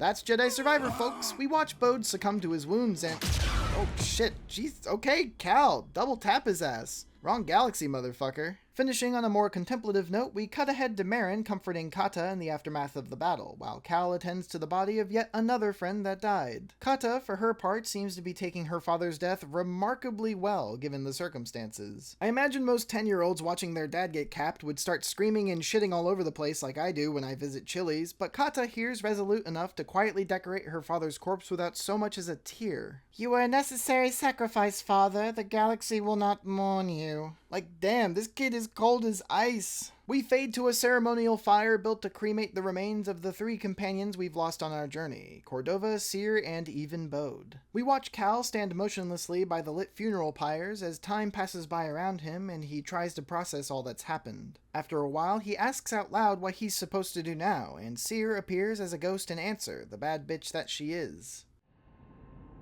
Guide her through the darkness. Undoubtedly, they're setting up a Kratos-Atreus type relationship between him and Kata in a future title. We'll see when we get there, I suppose. After standing there for hours, Cal leaves the cliffside and we end on a shot of Seer's lightsaber lying amidst the ashes. After the credits roll, you'll be given the freedom to explore the rest of the galaxy at your leisure, and by rest of the galaxy, I mean the 4 other planets you have access to. There's no real big differences in gameplay after you beat Bode other than the cute detail that Kata will come along on your continuing journeys. You can find her on the roof of Pyloon's saloon, helping tend the garden you've painstakingly cultivated, and on the Mantis, she'll hang out in the exact same cockpit seat that her late father used to lounge on. Ouch. After the final boss, you'll also unlock a couple of extra Force Echoes that depict moments where Bode secretly broke character while he was part of your crew. They're pretty neat, honestly, each one adding a bit more context to his personal conflict, as well as characterizing Commander Denvik more than the main story ever cared to. You also unlock some endgame perks that you can equip on New Game Plus runs of the campaign. The first is one that raises all damage received and given, which honestly can make for a good-ass time. It makes you utterly OP to the point of being able to take down story bosses in seconds, but you've always got one foot in the grave. The littlest thing can take you down, so you have to be a lot more cognizant of your surroundings. It makes for good high-risk, high-reward combat. With this perk, lightsaber skills that were only ever there to look pretty actually have decent utility now, since they no longer deal pissant damage. And it makes health rewards like stims and health essences a little bit more meaningful, as a few pixels of your health bar can often be the difference between life and death. The second new game perk replaces all enemy encounters in the overworld with new, more difficult ones, and knowing this game's approach to combat difficulty, I think I'm gonna pass. And the third and final new game perk just shuffles your cosmetics on death. Cute, but not really that interesting. And I think that's about it. The story's done, we've covered just about every little piece of this game that I could think of, and all that's left for us to find are more cosmetics, so I do believe our journey ends here.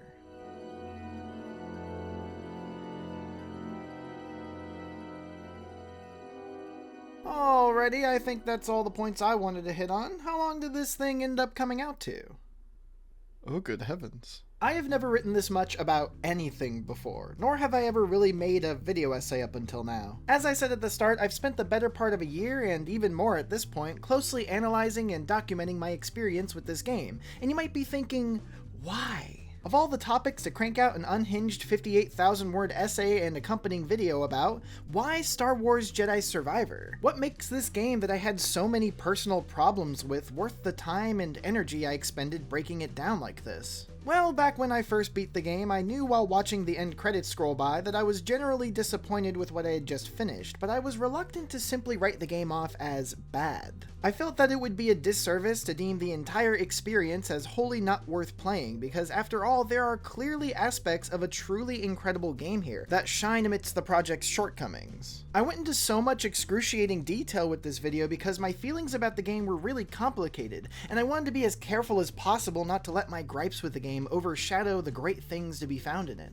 Levels are varied, intricate, and fun to speed through. The environmental artistry and effects at their best are simply stellar. The core combat mechanics are satisfying and polished to a fine point. The soundtrack is dynamic and immersive, massively enhancing the weight of exciting and dramatic moments in the story. The character acting is impactful and authentic across the entire main cast, even for the characters I didn't personally appreciate as much. And throughout all of my misgivings with the game's plot, Cal Kestis has remained a consistently relatable and compelling protagonist, masterfully played by Cameron Monaghan despite every bad haircut I saddled him with. And I really appreciate the deliberate direction they've taken his character. All things considered, I think the campaign's second half alone makes this game well worth playing if you were a fan of what Jedi Fallen Order had to offer. With so much to admire, why then was I left feeling like the game failed to live up to everything it could have been?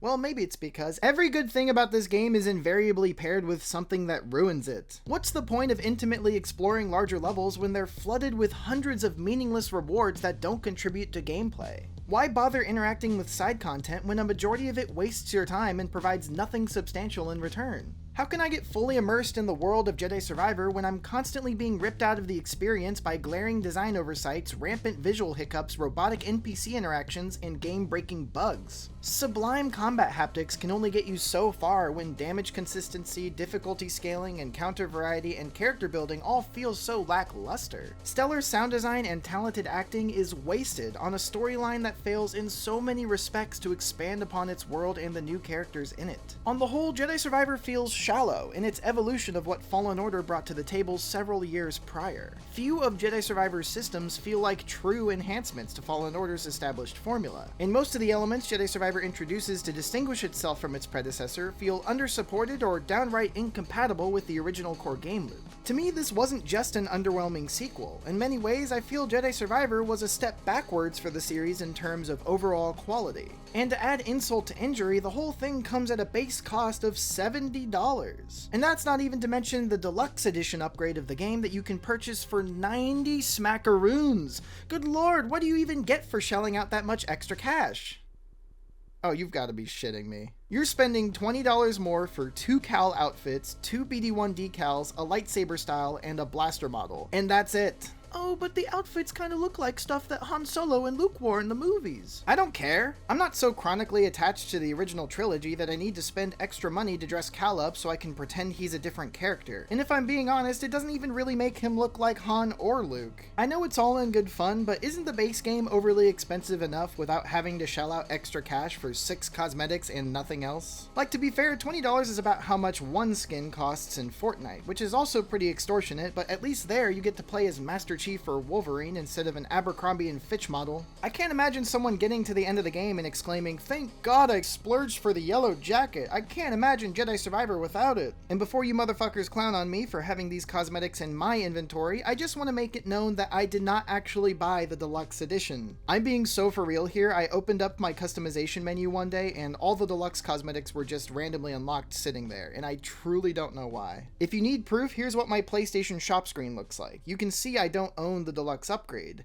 Maybe they gave the cosmetics out for free if you got the game early enough, I don't know. All that aside, I'm still really not sure how a game with so much clear effort, talent, love, and capital put behind it could have ended up feeling this disjointed and undercooked in the end. It's disappointing, yes, but it's also kind of fascinating. Like I said at the start of this thing, Jedi Survivor looks like a fully competent and fun AAA title at first glance, and at a basic level it is. But once you really start peeling back the layers of the game's systems and closely scrutinizing what's actually being offered, you'll come across a multitude of baffling design decisions that spark as much curiosity as they do frustration. To me, Jedi Survivor is a truly unique specimen that warrants thorough analysis because its flaws lie far below the surface, only being revealed when you entrench yourself in every facet of the game. If you're someone who's interested in game design or the psychology of play, I feel Jedi Survivor makes for an engaging case study on how a solid core game loop can be weighed down by the decisions made adjacent to it. I suppose that's what kept me so consistently engaged with the game even a year after finishing it for the first time. I feel like I'm always making some new discovery about it every time I pick it up again.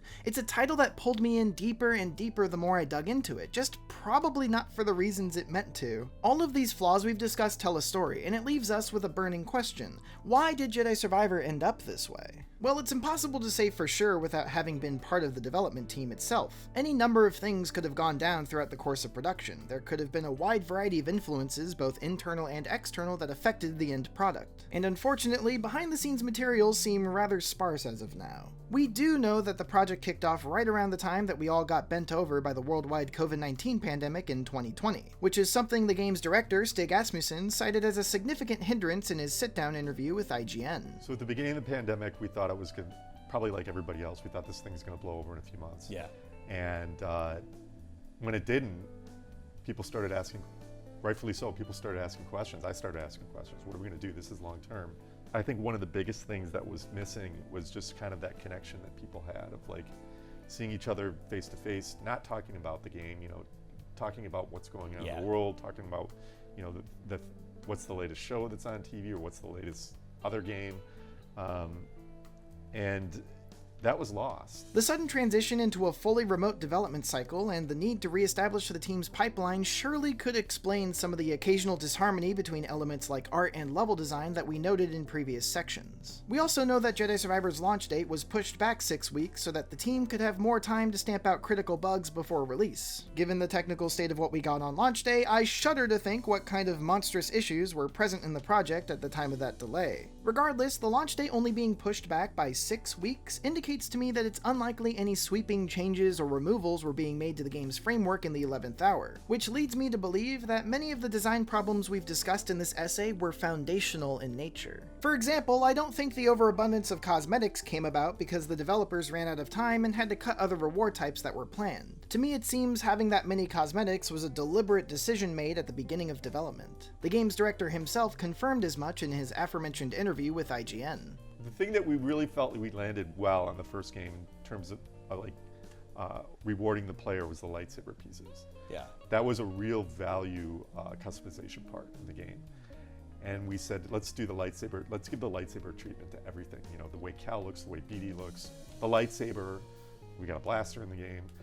Many more ways for the players to kind of mix and match the appearance and customize it for how they want the player and the experience to be. Because of this, it's my belief that the game's apparent philosophy of not straying too far from its predecessor is similarly by design. In other words, it's not that Jedi Survivor couldn't totally break the mold from Fallen Order, but rather it seems to me that it chose not to from the beginning. The fact that production began during COVID would seem to support this. Given the amount of instability and uncertainty felt during the height of the global shutdown, it would make sense for the developers to avoid dismantling or overhauling things that worked for them in the past, and refrain from giving utility to new mechanics that might disrupt the established game loop. Instead, it seems they copied over as much as they could and then narrowly expanded the elements that, in their eyes, made Fallen Order such a massive financial and critical success. But in regards to like building the game, it was all about, we're not going to break what we did before. There's things that people really love about this. There's things that we love about this. So we want to just take what we have done and channel that into new, like basically what I would call the 2.0 version, the evolved version. Players liked exploration in Fallen Order, so let's make our levels way bigger to the detriment of pacing. We got good feedback on customization, so let's add a crazy amount of new cosmetics to the detriment of player motivation. We're adding 3 new stances to the game, but let's not retool the stance switching system at all because it worked fine enough how it was in Fallen Order. All of this is, of course, wild speculation on my part. Whether or not COVID actually impacted the game in this exact way isn't something we can definitively conclude, but I will say it's the impression I was left with upon finishing the game. To me, Jedi Survivor felt very risk-averse. I got the sense that the game was unconfident in itself as a sequel, manifested not only in its lack of deviance from Fallen Order's game loop, but also in its tendency to fall back on old habits with its new content. I talked at the beginning about how Fallen Order, despite being a good game on its own merits, felt very derivative of other projects. Its influences are clear: Dark Souls for the combat loop, Uncharted for cinematics and parkour, and Metroidvania for broad level structure. All of these weave together into one complete idea with a Star Wars coat of paint. It feels to me that Jedi Survivor tried to take a similar approach in building itself out, but failed to tie the elements it borrowed into a single cohesive package. The game takes a page from more Metroidvania contemporaries like Hollow Knight to inform the addition of perks, but fails to imbue its take on the system with the same level of depth and utility that the games it was inspired by were able to achieve. It borrows the idea of AI companions from basically every game that came out around this time, without doing the due diligence to have your ally be truly helpful in all scenarios, and I think the game knows this, which is why it chooses to withhold companions for most of the experience. It brings in fishing, gardening, and auto-battling as activities to fluff up the list of side content it can claim to provide, all of which are features that have already appeared in a wide variety of other games that utilize them in far more interesting ways. And completing these activities isn't rewarding or cohesive enough with the core game loop to warrant existence in this game. If I had to summarize Jedi Survivor in a single word, that word would be incohesive. The various puzzle pieces of the game's design don't quite fit together into a comprehensive and seamless experience. I feel this word can be just as easily applied to the game's story as well, as a majority of the narrative focuses on characters and plot lines that become almost entirely inconsequential by the time you make it to the third act. It feels to me that Jedi Survivor sought to keep as much of Fallen Order's game loop intact as it could, while superficially expanding scope and appropriating as many different elements as possible from other widely acclaimed titles of the time, in hopes that having those features at face value would make the project fit what players wanted from a game in 2023. And the funny part is, judging by what I've seen from the general reception around this game, I'd say they were largely successful. Star Wars Jedi Survivor received widespread critical acclaim and appears to have been a massive financial success for its developer Respawn and publisher Electronic Arts, even surpassing the sales figures of Fallen Order according to some sources. Most opinions I see about the game online, minus gripes about the bugs, are largely positive, citing many of the same points of praise that I've touched on throughout this incredibly long diatribe. This is because, despite its flaws, Jedi Survivor is, by definition, a good game. It has everything you could want from a AAA action-adventure title in this day and age. It's competently made, has addicting combat, hits a decent amount of impactful story beats by the end, and has an undeniable level of heart and talent behind it. It's truly an impressive feat. That being said, I think a big part of why I wanted to write this review in the first place was that I felt many of the other major analyses of Jedi Survivor that I came across didn't adequately reflect my disappointment with the title. If you love Jedi Survivor and think it did everything it needed to as a sequel, then I won't try to convince you otherwise. I hope I've made it clear that I don't utterly hate this game, and I hope that you don't either. Personally, I just felt like there was a lot of potential that wasn't met. I enjoyed Jedi Fallen Order immensely for what it established and accomplished as a standalone AAA Star Wars title, and this lengthy exercise and analysis has only furthered my appreciation for that game. I had incredibly high hopes for what a sequel to such a solid title could offer, and my expectations were raised even higher by the game's exclusivity on next-gen consoles and $70 price point. I'll conclude my thoughts the same way I started them. I was let down by this game, in quite a few ways. Still, I hold out hope that the inevitable third entry in this series will bring the level of quality that Respawn and its Jedi series have achieved before, and can undoubtedly achieve again.